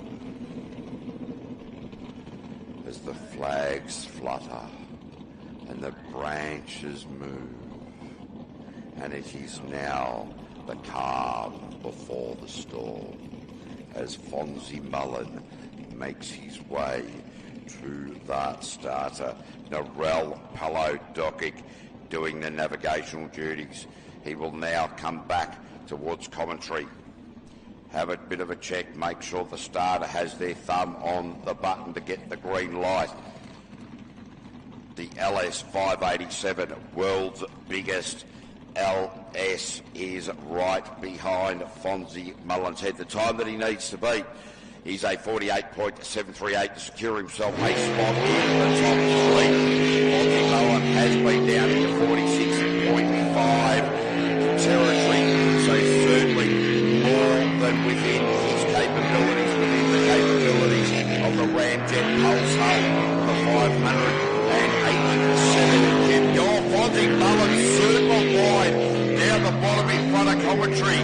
There was not much more in that, I can tell you that. He's bamboozled, he's really heavy on the wheel. What is going on? And to tell you what, Fonzie Mullen pushing very hard, having to be very reactionary. Haven't seen this style out of him all day. The split was a 17.8, if you don't mind. So Fonzie Mullen, run for home, bang straight to the top of the table with a 48.677. Lost a lot of time in the back of it, and here's how it's going to go. Slowest to fastest, top three, unlimited. It'll be Daryl Hutton, Tyler Finch, and then that man, Fonzie Mullen, with Tremaine Dukes, TJ, not making the top three. But to TJ and your family, great work, guys. Papa Dukes, eh? So that has certainly made it very, very interesting. Now, what we are going to do, we are now going to get our LS category boats down onto the ramp.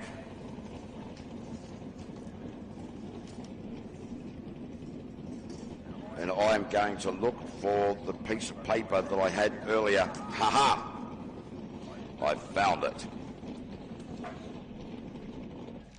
So just waiting now for our LS category. We'll take a short break and be back in a moment. Ladies and gentlemen, 9 more runs to go.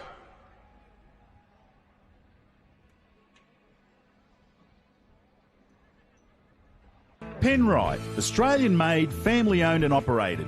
Make premium quality engine and racing oils, warranty-approved coolants, automatic transmission and manual gear oils, a complete range of engine and fuel additives, heavy-duty and industrial products for every application.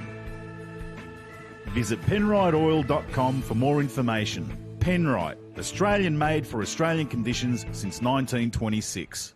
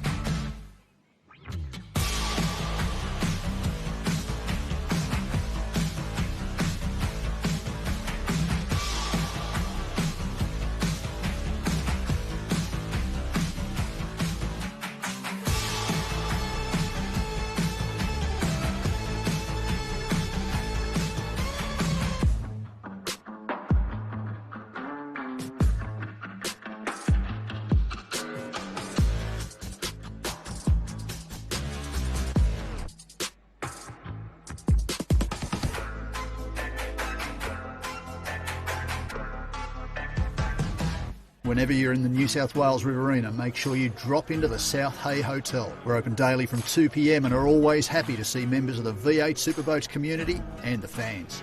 Great food, great company and some of the best beer on tap. Catch us on Facebook or drop us an email. We're the Murrumbidgee's best kept secret.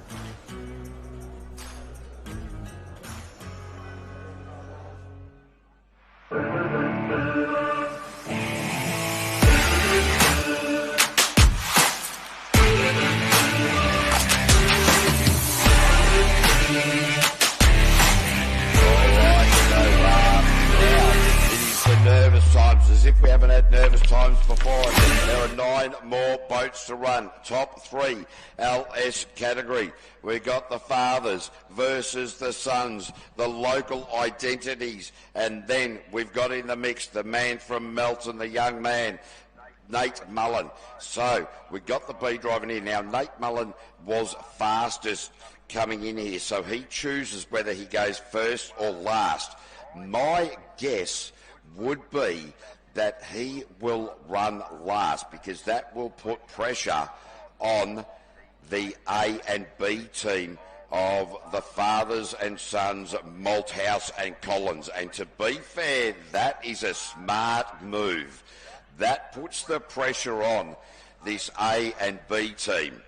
Now, I'll tell you what, you've got to take every little advantage that you can, and while it's there, while it presents itself, while it is within the rule books, absolutely go for it. Smart move. Now, it is Mitch Malthouse. It is Harrison Collins doing the navigational duties. Will they be able to post a time to beat Nate Mullen? Almost more importantly, will they be able to post a time to beat their fathers? And I don't mean with a stick, I mean with a quicker time.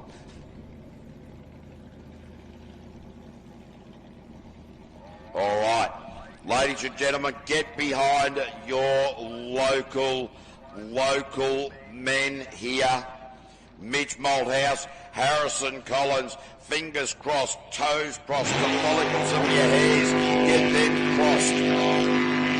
Bang!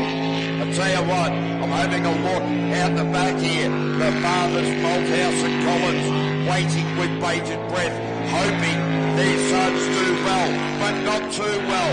Hoping their sons put everything on the line, but not all of it on the line, if you know what I mean. So it is Mitch Malthouse, Harrison Collins. Oh, he's grabbed the inside. Nearly pushed it out to the Long Island. Long pace, did you see that? Phenomenal. So here we have the Malthouse and the Collins sons. The split, I should check that out, with a 20.3. That is where they need to be. They are certainly putting the wood on it, putting the pressure on. Where will Mitch and Harrison come? 52.501. That is now the time to beat. Now it is an opportunity for these guys. They've got to come back. They've got to get the A driver out. They've got to, the B drivers. They've got to get the B driver and navigator out. Refuel it. Check everything quickly, then get the A drivers in. In the meantime, Nate Mullen sitting calmly on the ramp. Probably cooking, to be fair, in the Nomex 3-layer fireproof race suit with the helmet, the balaclava, the fireproof socks, the fireproof gloves, the helmet on. It's not comfortable sitting there under that heat, but Nate Mullen, he chooses to be down there. He's just cool, calm, collected and relaxed. So the aperists supporting the Collins and Nude Nuts Racing team, Matson Motors.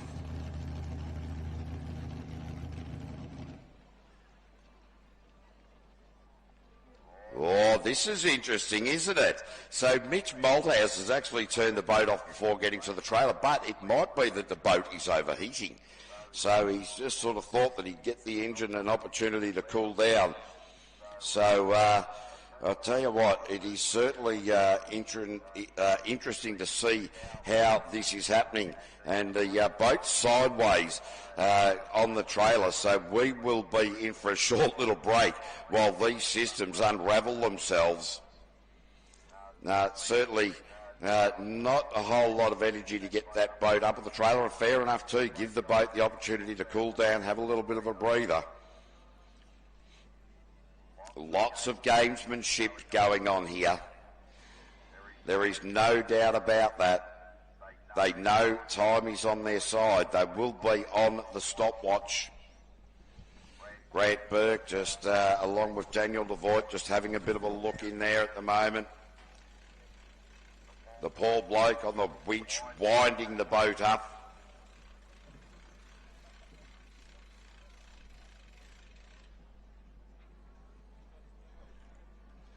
It's the game. Oh, that was Kyle Livingston. Yep. I tell you what, the bloke has won a former Australian championship in this class. He's stepped out it for this season. He's actually just jumped on the trailer. He just wants to go for a ride through the paddock, I think. But Nate Mullen just sitting cool, calm and collected there in the rip shift machine while the Nude Nuts racing machine race without purpose across the paddock rather slowly. Anyway, we'll just take a break and throw some music on, and I know we shall talk about the weather. No, we are going to talk about climate change. I reckon, personally, that climate change is going to be very, very interesting because the Bogans want it warmer. Instead of wearing their winter wardrobe of shirts, singlets, socks and thongs, they'll just be able to wear their summer wardrobe all year round of thongs, shorts and singlets. Anyway, just the things that I think about.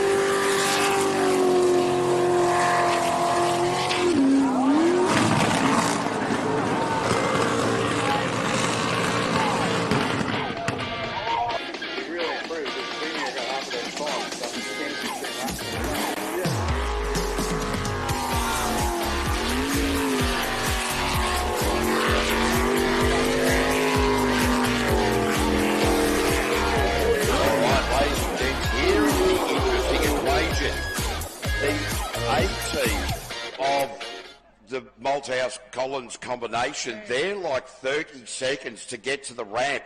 Now have a look at the Ute belting back across the paddock. They need to swing this car around and get that boat into the water. They are on the clock big time.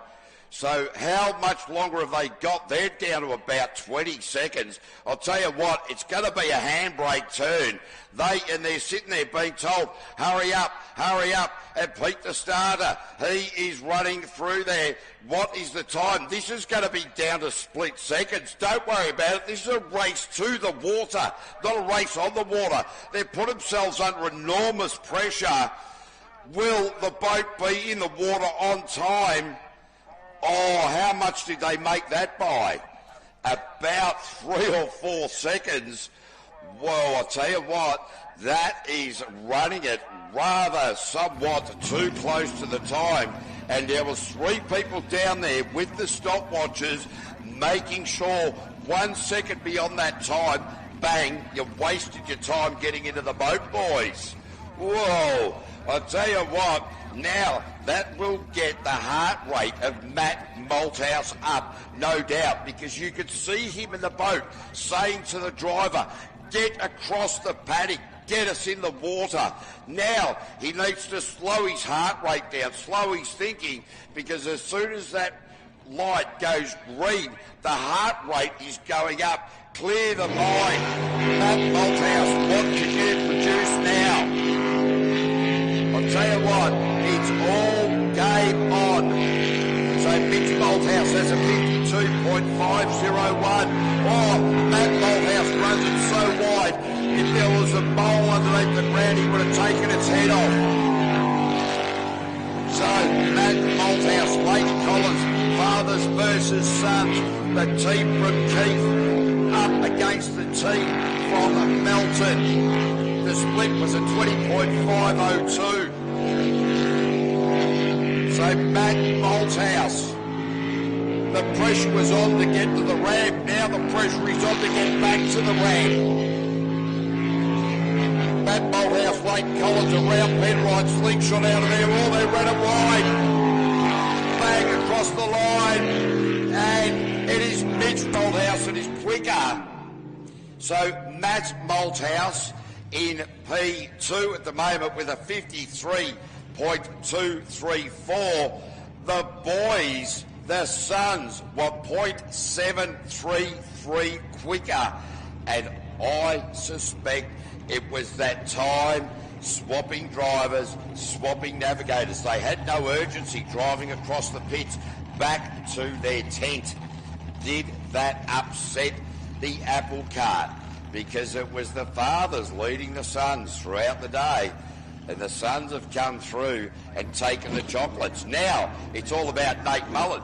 Nate Mullen's been sitting in that boat sweating for the last 15 minutes. He's probably lost 3 kilos. So Nate Mullen has been down into the 51s throughout the course of the day. A number of times. He needs to beat a 52.5 by Mitch Malthouse. The boat has the capabilities.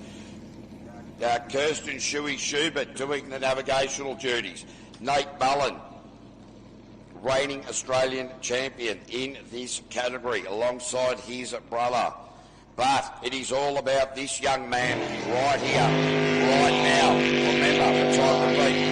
Matt Malthouse was a 20.2 in the split. What can Nate Mullen produce right here? Only a couple of little small missteps throughout the course of the day. It will be trying to maximise every little opportunity to try to open up every apex, keep the momentum going in the LS, keep the pressure. The pressure is all on Nate. It is all about the Malthouse's father and sons waiting on the outcome, seeing where the cards lie. Theirs is a waiting game. Nate Mullen is just concentrating, bringing everything to the fore. Our rotation checkers, they are concentrating. Our race directors, everybody has their hands, their heart rates have increased. Nate Mullen across the line, and it is Nate Mullen, ladies and gentlemen, by 0.711 of a second with a 51.790.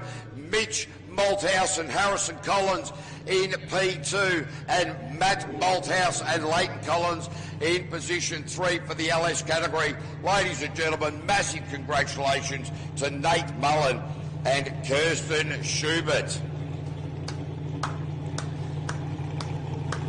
Wow, there's certainly plenty going on there. There is no doubt about that.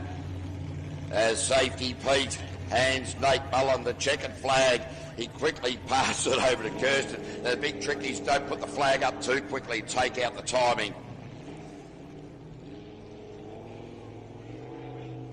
So ladies and gentlemen, rise to your feet and applaud Nate Mullen and Kirsten Schubert for their round 2 win in the Penrite Oils Australian V8 Superboat category for the LS style. Well, I'll tell you what, doing a few hot doggies out there, couple of laps around the roundabout for Nate Mullen. Oh, has he spun himself into trouble? Oh, he has as well.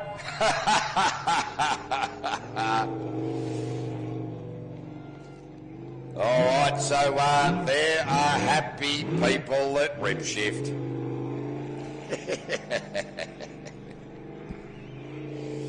Oh, wow. Certainly plenty of tension going on there. We've got 6 more boats to race though, ladies and gentlemen. 3 more in the Group A category. So it is fantastic to see Sunnyside Turf LS Category 1 by Nate Mullen and Kirsten Schubert. Then in position number 2, Mitch Malthouse and Harrison Collins. In position number 3, Matt Malthouse and Leighton Collins. So now we go to the Group A, the Keith Motor Inn Group A. So we now have Justin Roylance, Bastian Mullen, that would be Nate's brother, and the B driver of the Outlaw, Ollie Silverton. So we've got another A and B team here. Now, it was Bastian Mullen. He didn't qualify first, so it'll be Justin Roylance's choice to go first or last, I believe. That wasn't a very confident nod there, Gordo. So, anyway, we're about to find out. I would say that it is Justin. Justin is chosen first. Thank you very much. Much appreciated. So, we do know that the order will be Justin Roylance. Then that will give them a little bit of breathing space. Even though they'll be under the clock, they'll give them that breathing space between Bastian Mullen and then Ollie Silverton. So smart move from the boat owner. Go first. Don't run the risk of the B driver crashing the boat and taking you out. So Justin Roylance took the round win at Cabarita in the first round of the Penrite Oil Series. So he has chosen first position to run first with Tracy Little. His previous best time is a 50.892. Bastian Mullen's previous best time was a 50.726. That was a 50.526. So there's 0.3 in that. And Ollie Silverton is a little bit further back than that. So certainly nothing in that. So within about 0.4 of a second between these 3 races. So I can see Justin Roylance. You've just heard that. The fire is in the belly of the Spitwater machine, the Kubota machine, the Outlaw machine. You can see Bastian Mullen, ASP Racing, in the blue and red boat sitting on the ramp at the moment. But it is all eyes to the Spitwater machine. Justin Roylance, co-reigning Australian champion.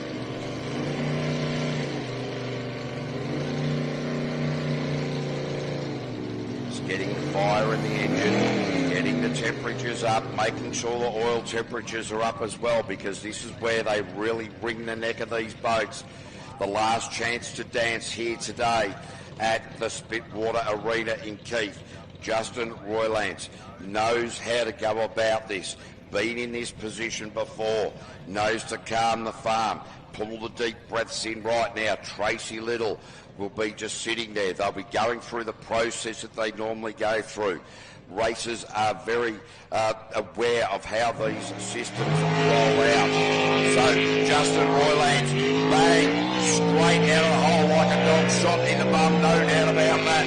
Absolutely flying off the line. So Justin Roylance now coming into the crosswater, into the crosswash. He knows where to position the boat. Won't be worried about that crosswash. It's nice to have a bit of flat water, but that is the end of it. It is all about getting the timing right, getting that anticipation right, making sure that you're set up for 3 quarters in advance. Get a big deep breath through here. The G-forces are kicking back in right now, pulling 5 to 6 in that right-hander, up into the top part of the track, into Penrite. Where was the split? I lost him in a wall of water. The split was at a 985. Justin Roylance across the line with a 50.813. 50.813. So that's his quickest time of the day by roughly 0.79 of a second, according to my very poor calculations. So that is now the time to beat for Bastian Mullen and Ollie Silverton.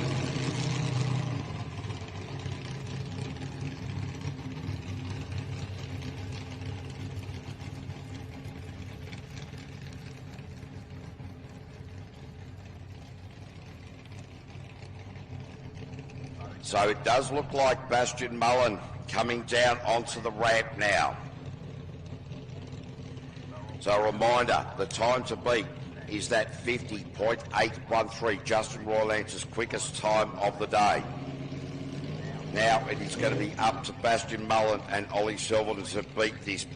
Ollie Silverton, the B driver of this Spitwater machine, the Outlaw machine, certainly under an obligation to bring that boat back to the trailer, but he won't be worried about that. Roylo will say, mate, just send it.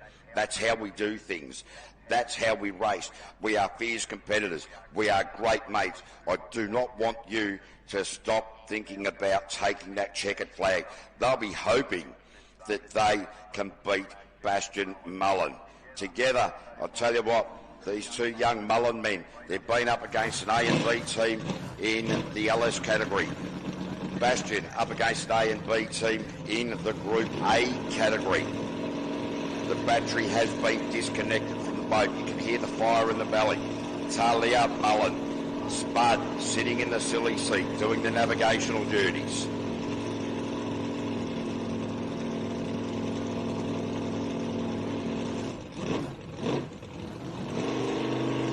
can see that the Spitwater team, the Outlaw team with Justin Roylance as the A driver, they haven't gone all the way back to the pits. They've just gone, we know what's going to happen here. We will just park it here. We don't need to go for a lap. We don't need to take it for a stretch. We'll just move forward, all nice and relaxed, as we see Ollie and Amanda Kiddo just get themselves set. But now it is time to eyeball Bastian Mullen. Reminder, time to beat, 50.813. Top 3, Group A, brought to you by the Keith Motoring. And Bastian Mullen is away. Oh, he's running it wide. Jeez, he was close to getting up on the grass out there. That is super wide, super brave. Haven't seen him run a line like that all day. Bastian Mullen, he knows the pressure he's on. He knows he has to push hard. He didn't take the round win at the first round. He needs to redeem himself here. So Bastian Mullen pushing very hard indeed. Left at the cone towards commentary, that right-hander, that radius right-hander, plenty of G-forces in there. Have a quick breath into the Penrite roundabout. The split was 19.7. Bastian Mullen, he's sending it. Where's he sending it? Oh, straight to the top. Oh, you're not going to believe this. By 0.024 of a second. 0.024 of a second quicker than Justin Roylance. 0.02. A bird takes longer than that. That is a phenomenal gap. Great drive. I tell you what. 50.789 there for Bastian Mullen. Now it is up to Ollie Silverton and Amanda Kitto to come down to that time they need to gain 0.4 of a second. You can see that the Outlaw machine is capable of doing that, because the difference between the A driver and Bastion Mullen is 0.024 of a second. Ollie Silverton needs to hit his marks, needs to be pinpoint perfect. Amanda Kitto needs to guide her driver without fault.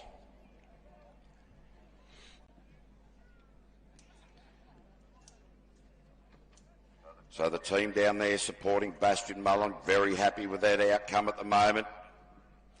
Now it is the waiting game.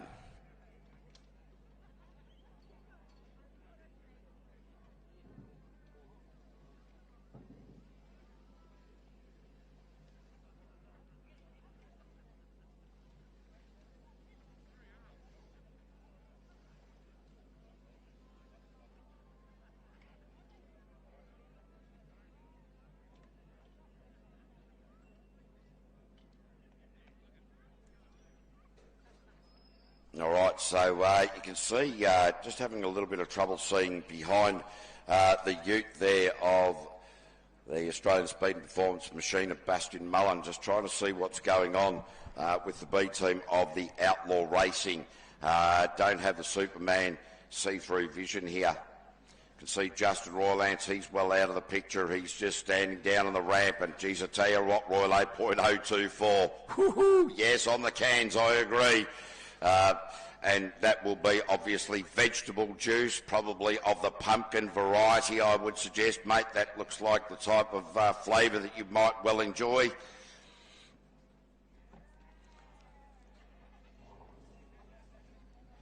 Roylo's got the pacing up because he's actually got the nerves up on behalf of his great mate Ollie Silverton. You can see him pacing like an expectant father. So Ollie Silverton and Amanda Kitto, reigning world champions.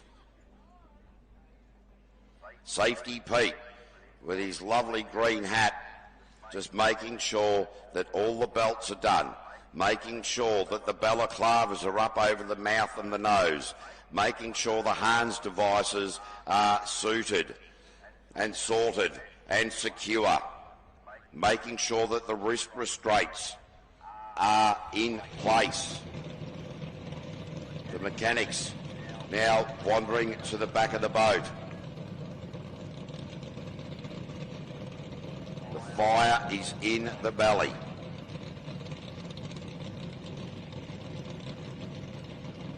And Mikey has managed to back the boat onto the ramp straight for the first time today. This is positive in one go. Mind you, he only had to back it back 10 feet because no one made him turn it back around. All right, the time to beat here is the time that Bastion Mullen has presented, which was a 50.789. So what will Ollie Silverton do here? He's in a borrowed boat. So does he send it? Justin Roylance, have you told him to send it? Absolutely he has. Don't worry about that. So 50.789. What will Ollie and Amanda produce here? It needs to be faultless. Absolutely, you can't dive this for a second. The boat off the line got a little bit airborne. Will that be the telling tale at the end of it all?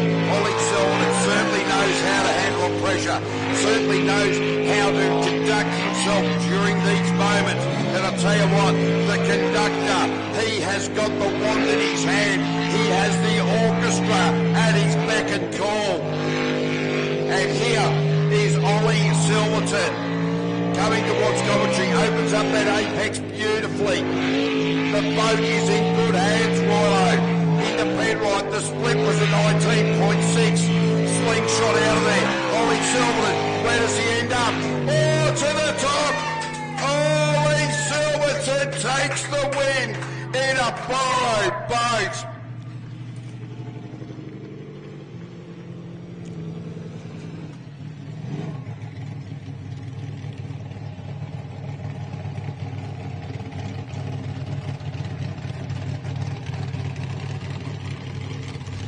All right, I don't know what I've done there. Lee, can you come up? I hit a button on the machine and it's thrown my headset out, but I've got another microphone. I'll just pull that out of my pocket. Ladies and gentlemen, Ollie Silverton and Amanda Kiddo take the win from Bastion and Talia Mullen, with Justin Rylance and Tracy Little in third.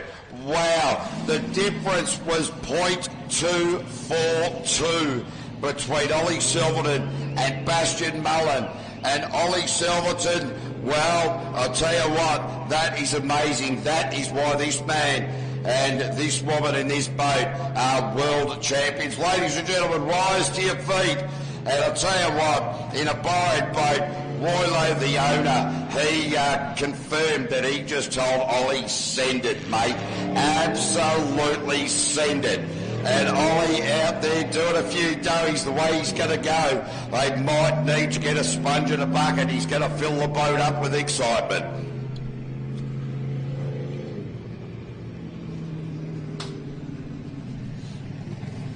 Well done. So the Kiwis have come across and taken the win for round 2 in the Keith Motoring Group A category here at Spitwater Arena in Keith. With 3 more to go, ladies and gents. 3 more to go. I'll tell you what, it's a long wait. It really is a long wait to get to this point in the day, but it is oh so worth it. I really hope that you agree with me. While we've got the energy up, please, let's give us a massive round of applause for all of our safety crew, all of our volunteers, our cameramen, our camera women, our media liaison people, the people up here at the commentary tower who make it all so much fun, so much to be part of. Ladies and gentlemen, a big round of applause for everybody here at Keith, including yourselves. I hope you've had a good day. 3 more to go. Daryl Hutton now in the unlimited machine, the twin turbo 400 cubic inch Chev, 1300 horsepower. Brenton Farr doing the navigational duties. Nutsy has gone sub 50 seconds once. He hit the red limiter last time out. They will have given him a little bit more scope. They will have dialed it up. There is more boost available. And Daryl Hutton's right foot into Penrite. Bang, how geez, he ran that wide. Whoa, Daryl Hutton. The split 19.087. So Nutsy, that's his quickest split of the day. Where is this going to lead us? Well, will it lead us to the top step? He will be hoping it will. He's not going to leave anything to chance. He's going to throw everything at it. Chance, everything. He's not going to leave anything on the water. Daryl Hutton. Oh, have a look at the power out of Penrite. Daryl Hutton. Bang. Oh, that's his quickest time of the day with a 49.853. 49.853 is now the time to beat.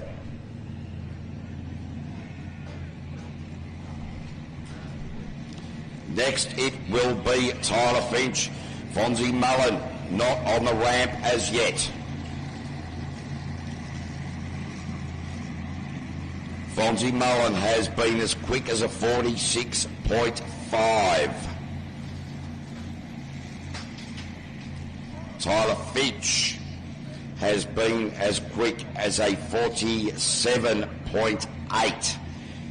So, it now comes down to the final chance. Fonzie Mullen now out of the pit tent, making his way cautiously down onto the pit ramp. Tyler Finch in the loose cannon machine. Took the round win up at Cabarita. So Tyler Finch just sitting there calmly at the moment. The temperature will be rising in the boat. The temperature will be rising in the engine compartment. The temperature will be rising under the helmet. The beads of sweat will be developing under the eyeballs. But all of that will now be ignored as Tyler Finch and Jared Ballard make their way and are now under starters orders. The time that they need to beat is a 49.853. So Tyler Finch launching off the line, and that is a very, very quick start. Tyler Finch has had a couple of off-track excursions here today at Spitwater Arena in Keith. The twin turbo, 1,500 horsepower for far faster race engines. The Southern 9-inch jet on the split, 18.4, blistering. Tyler Finch, keep it together. Have a look at the pace. Have a look at the spray just staying in the air. It's got nothing to do with the wind. It's got all to do with the molecular structure of power. And power personified. Tyler Finch out of Penrite over the line. And the time, 47.659. His quickest time of the day. Oh, wow, ladies and gentlemen. So, Tyler Finch, 2.1 seconds quicker than Daryl Hutton. And it is now the waiting game. Fonzie Mullen.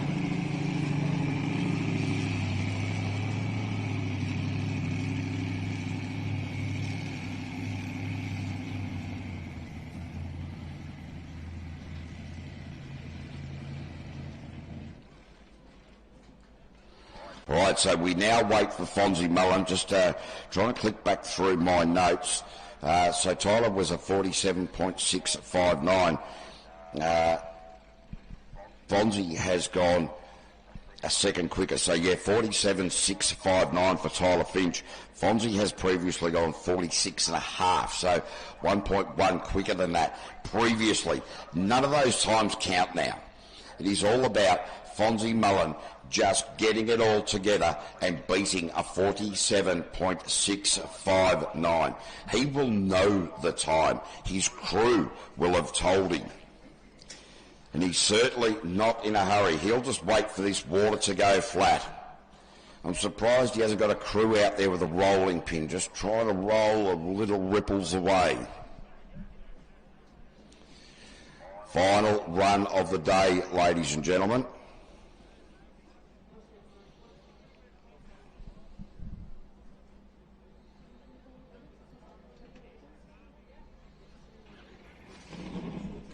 The fire is in the belly of the ramjet machine. 11-time Australian champion, 2-time world champion, 10 times in this category as an Australian champion, a New Zealand champion in this category, a 2-time world champion in this category, but currently running 8th in the season after a rag got dragged into the pulleys up there at Cabarita Beach. It's a long way to claw back, but, well, having known Fonzie Mullen for a few years, he won't let that lie. It won't sit well with him. It's the type of thing that'll keep him awake at night, the type of thing that feeds the passion, that feeds the need for speed.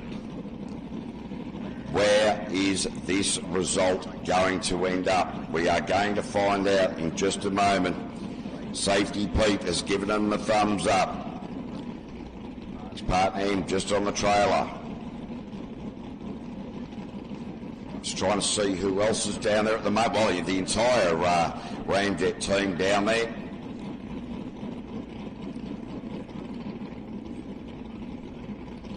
Arms crossed. Breath abated. The last little bit of a squirt.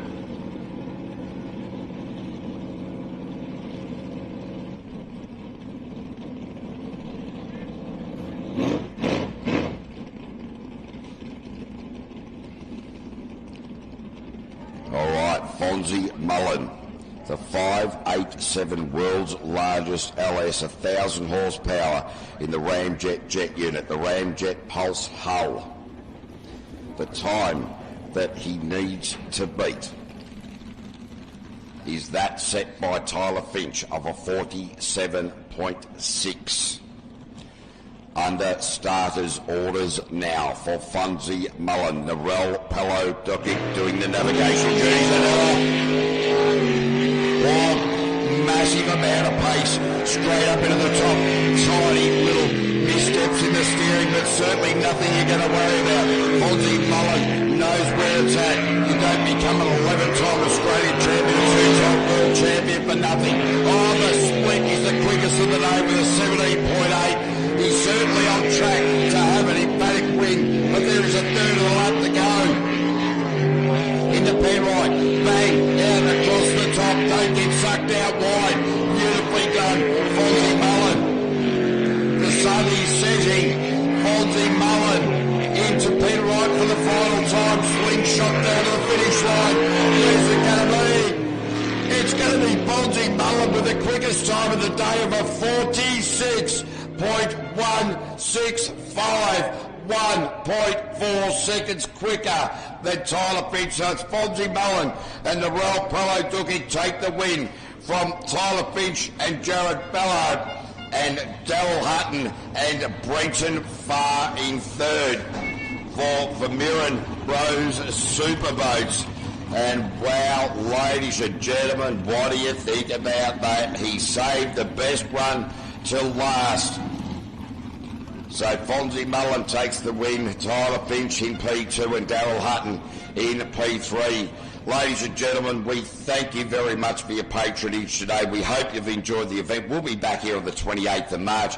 Next race meeting will be the 8th of November up at Cabarita Beach. We've got a race meeting on the 7th of February in Griffith as well, and tomorrow. So ladies and gentlemen, rise to your feet and celebrate the win of Fonzie Mullen and Narelle Pello-Dukic. This is an emphatic win, certainly stamped his authority on it, and just easing his way around the course, just soaking it all in. So yeah, it's just amazing. We hope you've enjoyed the day, really we do.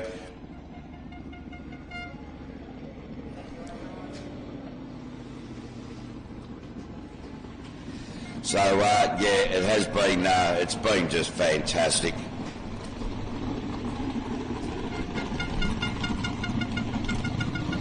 So, ladies and gentlemen, we will leave you with this, and, well, we will see you next time. For all the information, news, views, interviews, all that type of thing, V8 Superboats on Facebook, v8superboats.com.au. Thank you once again. Take it easy on the way home. We'll see you next time. Hooroo.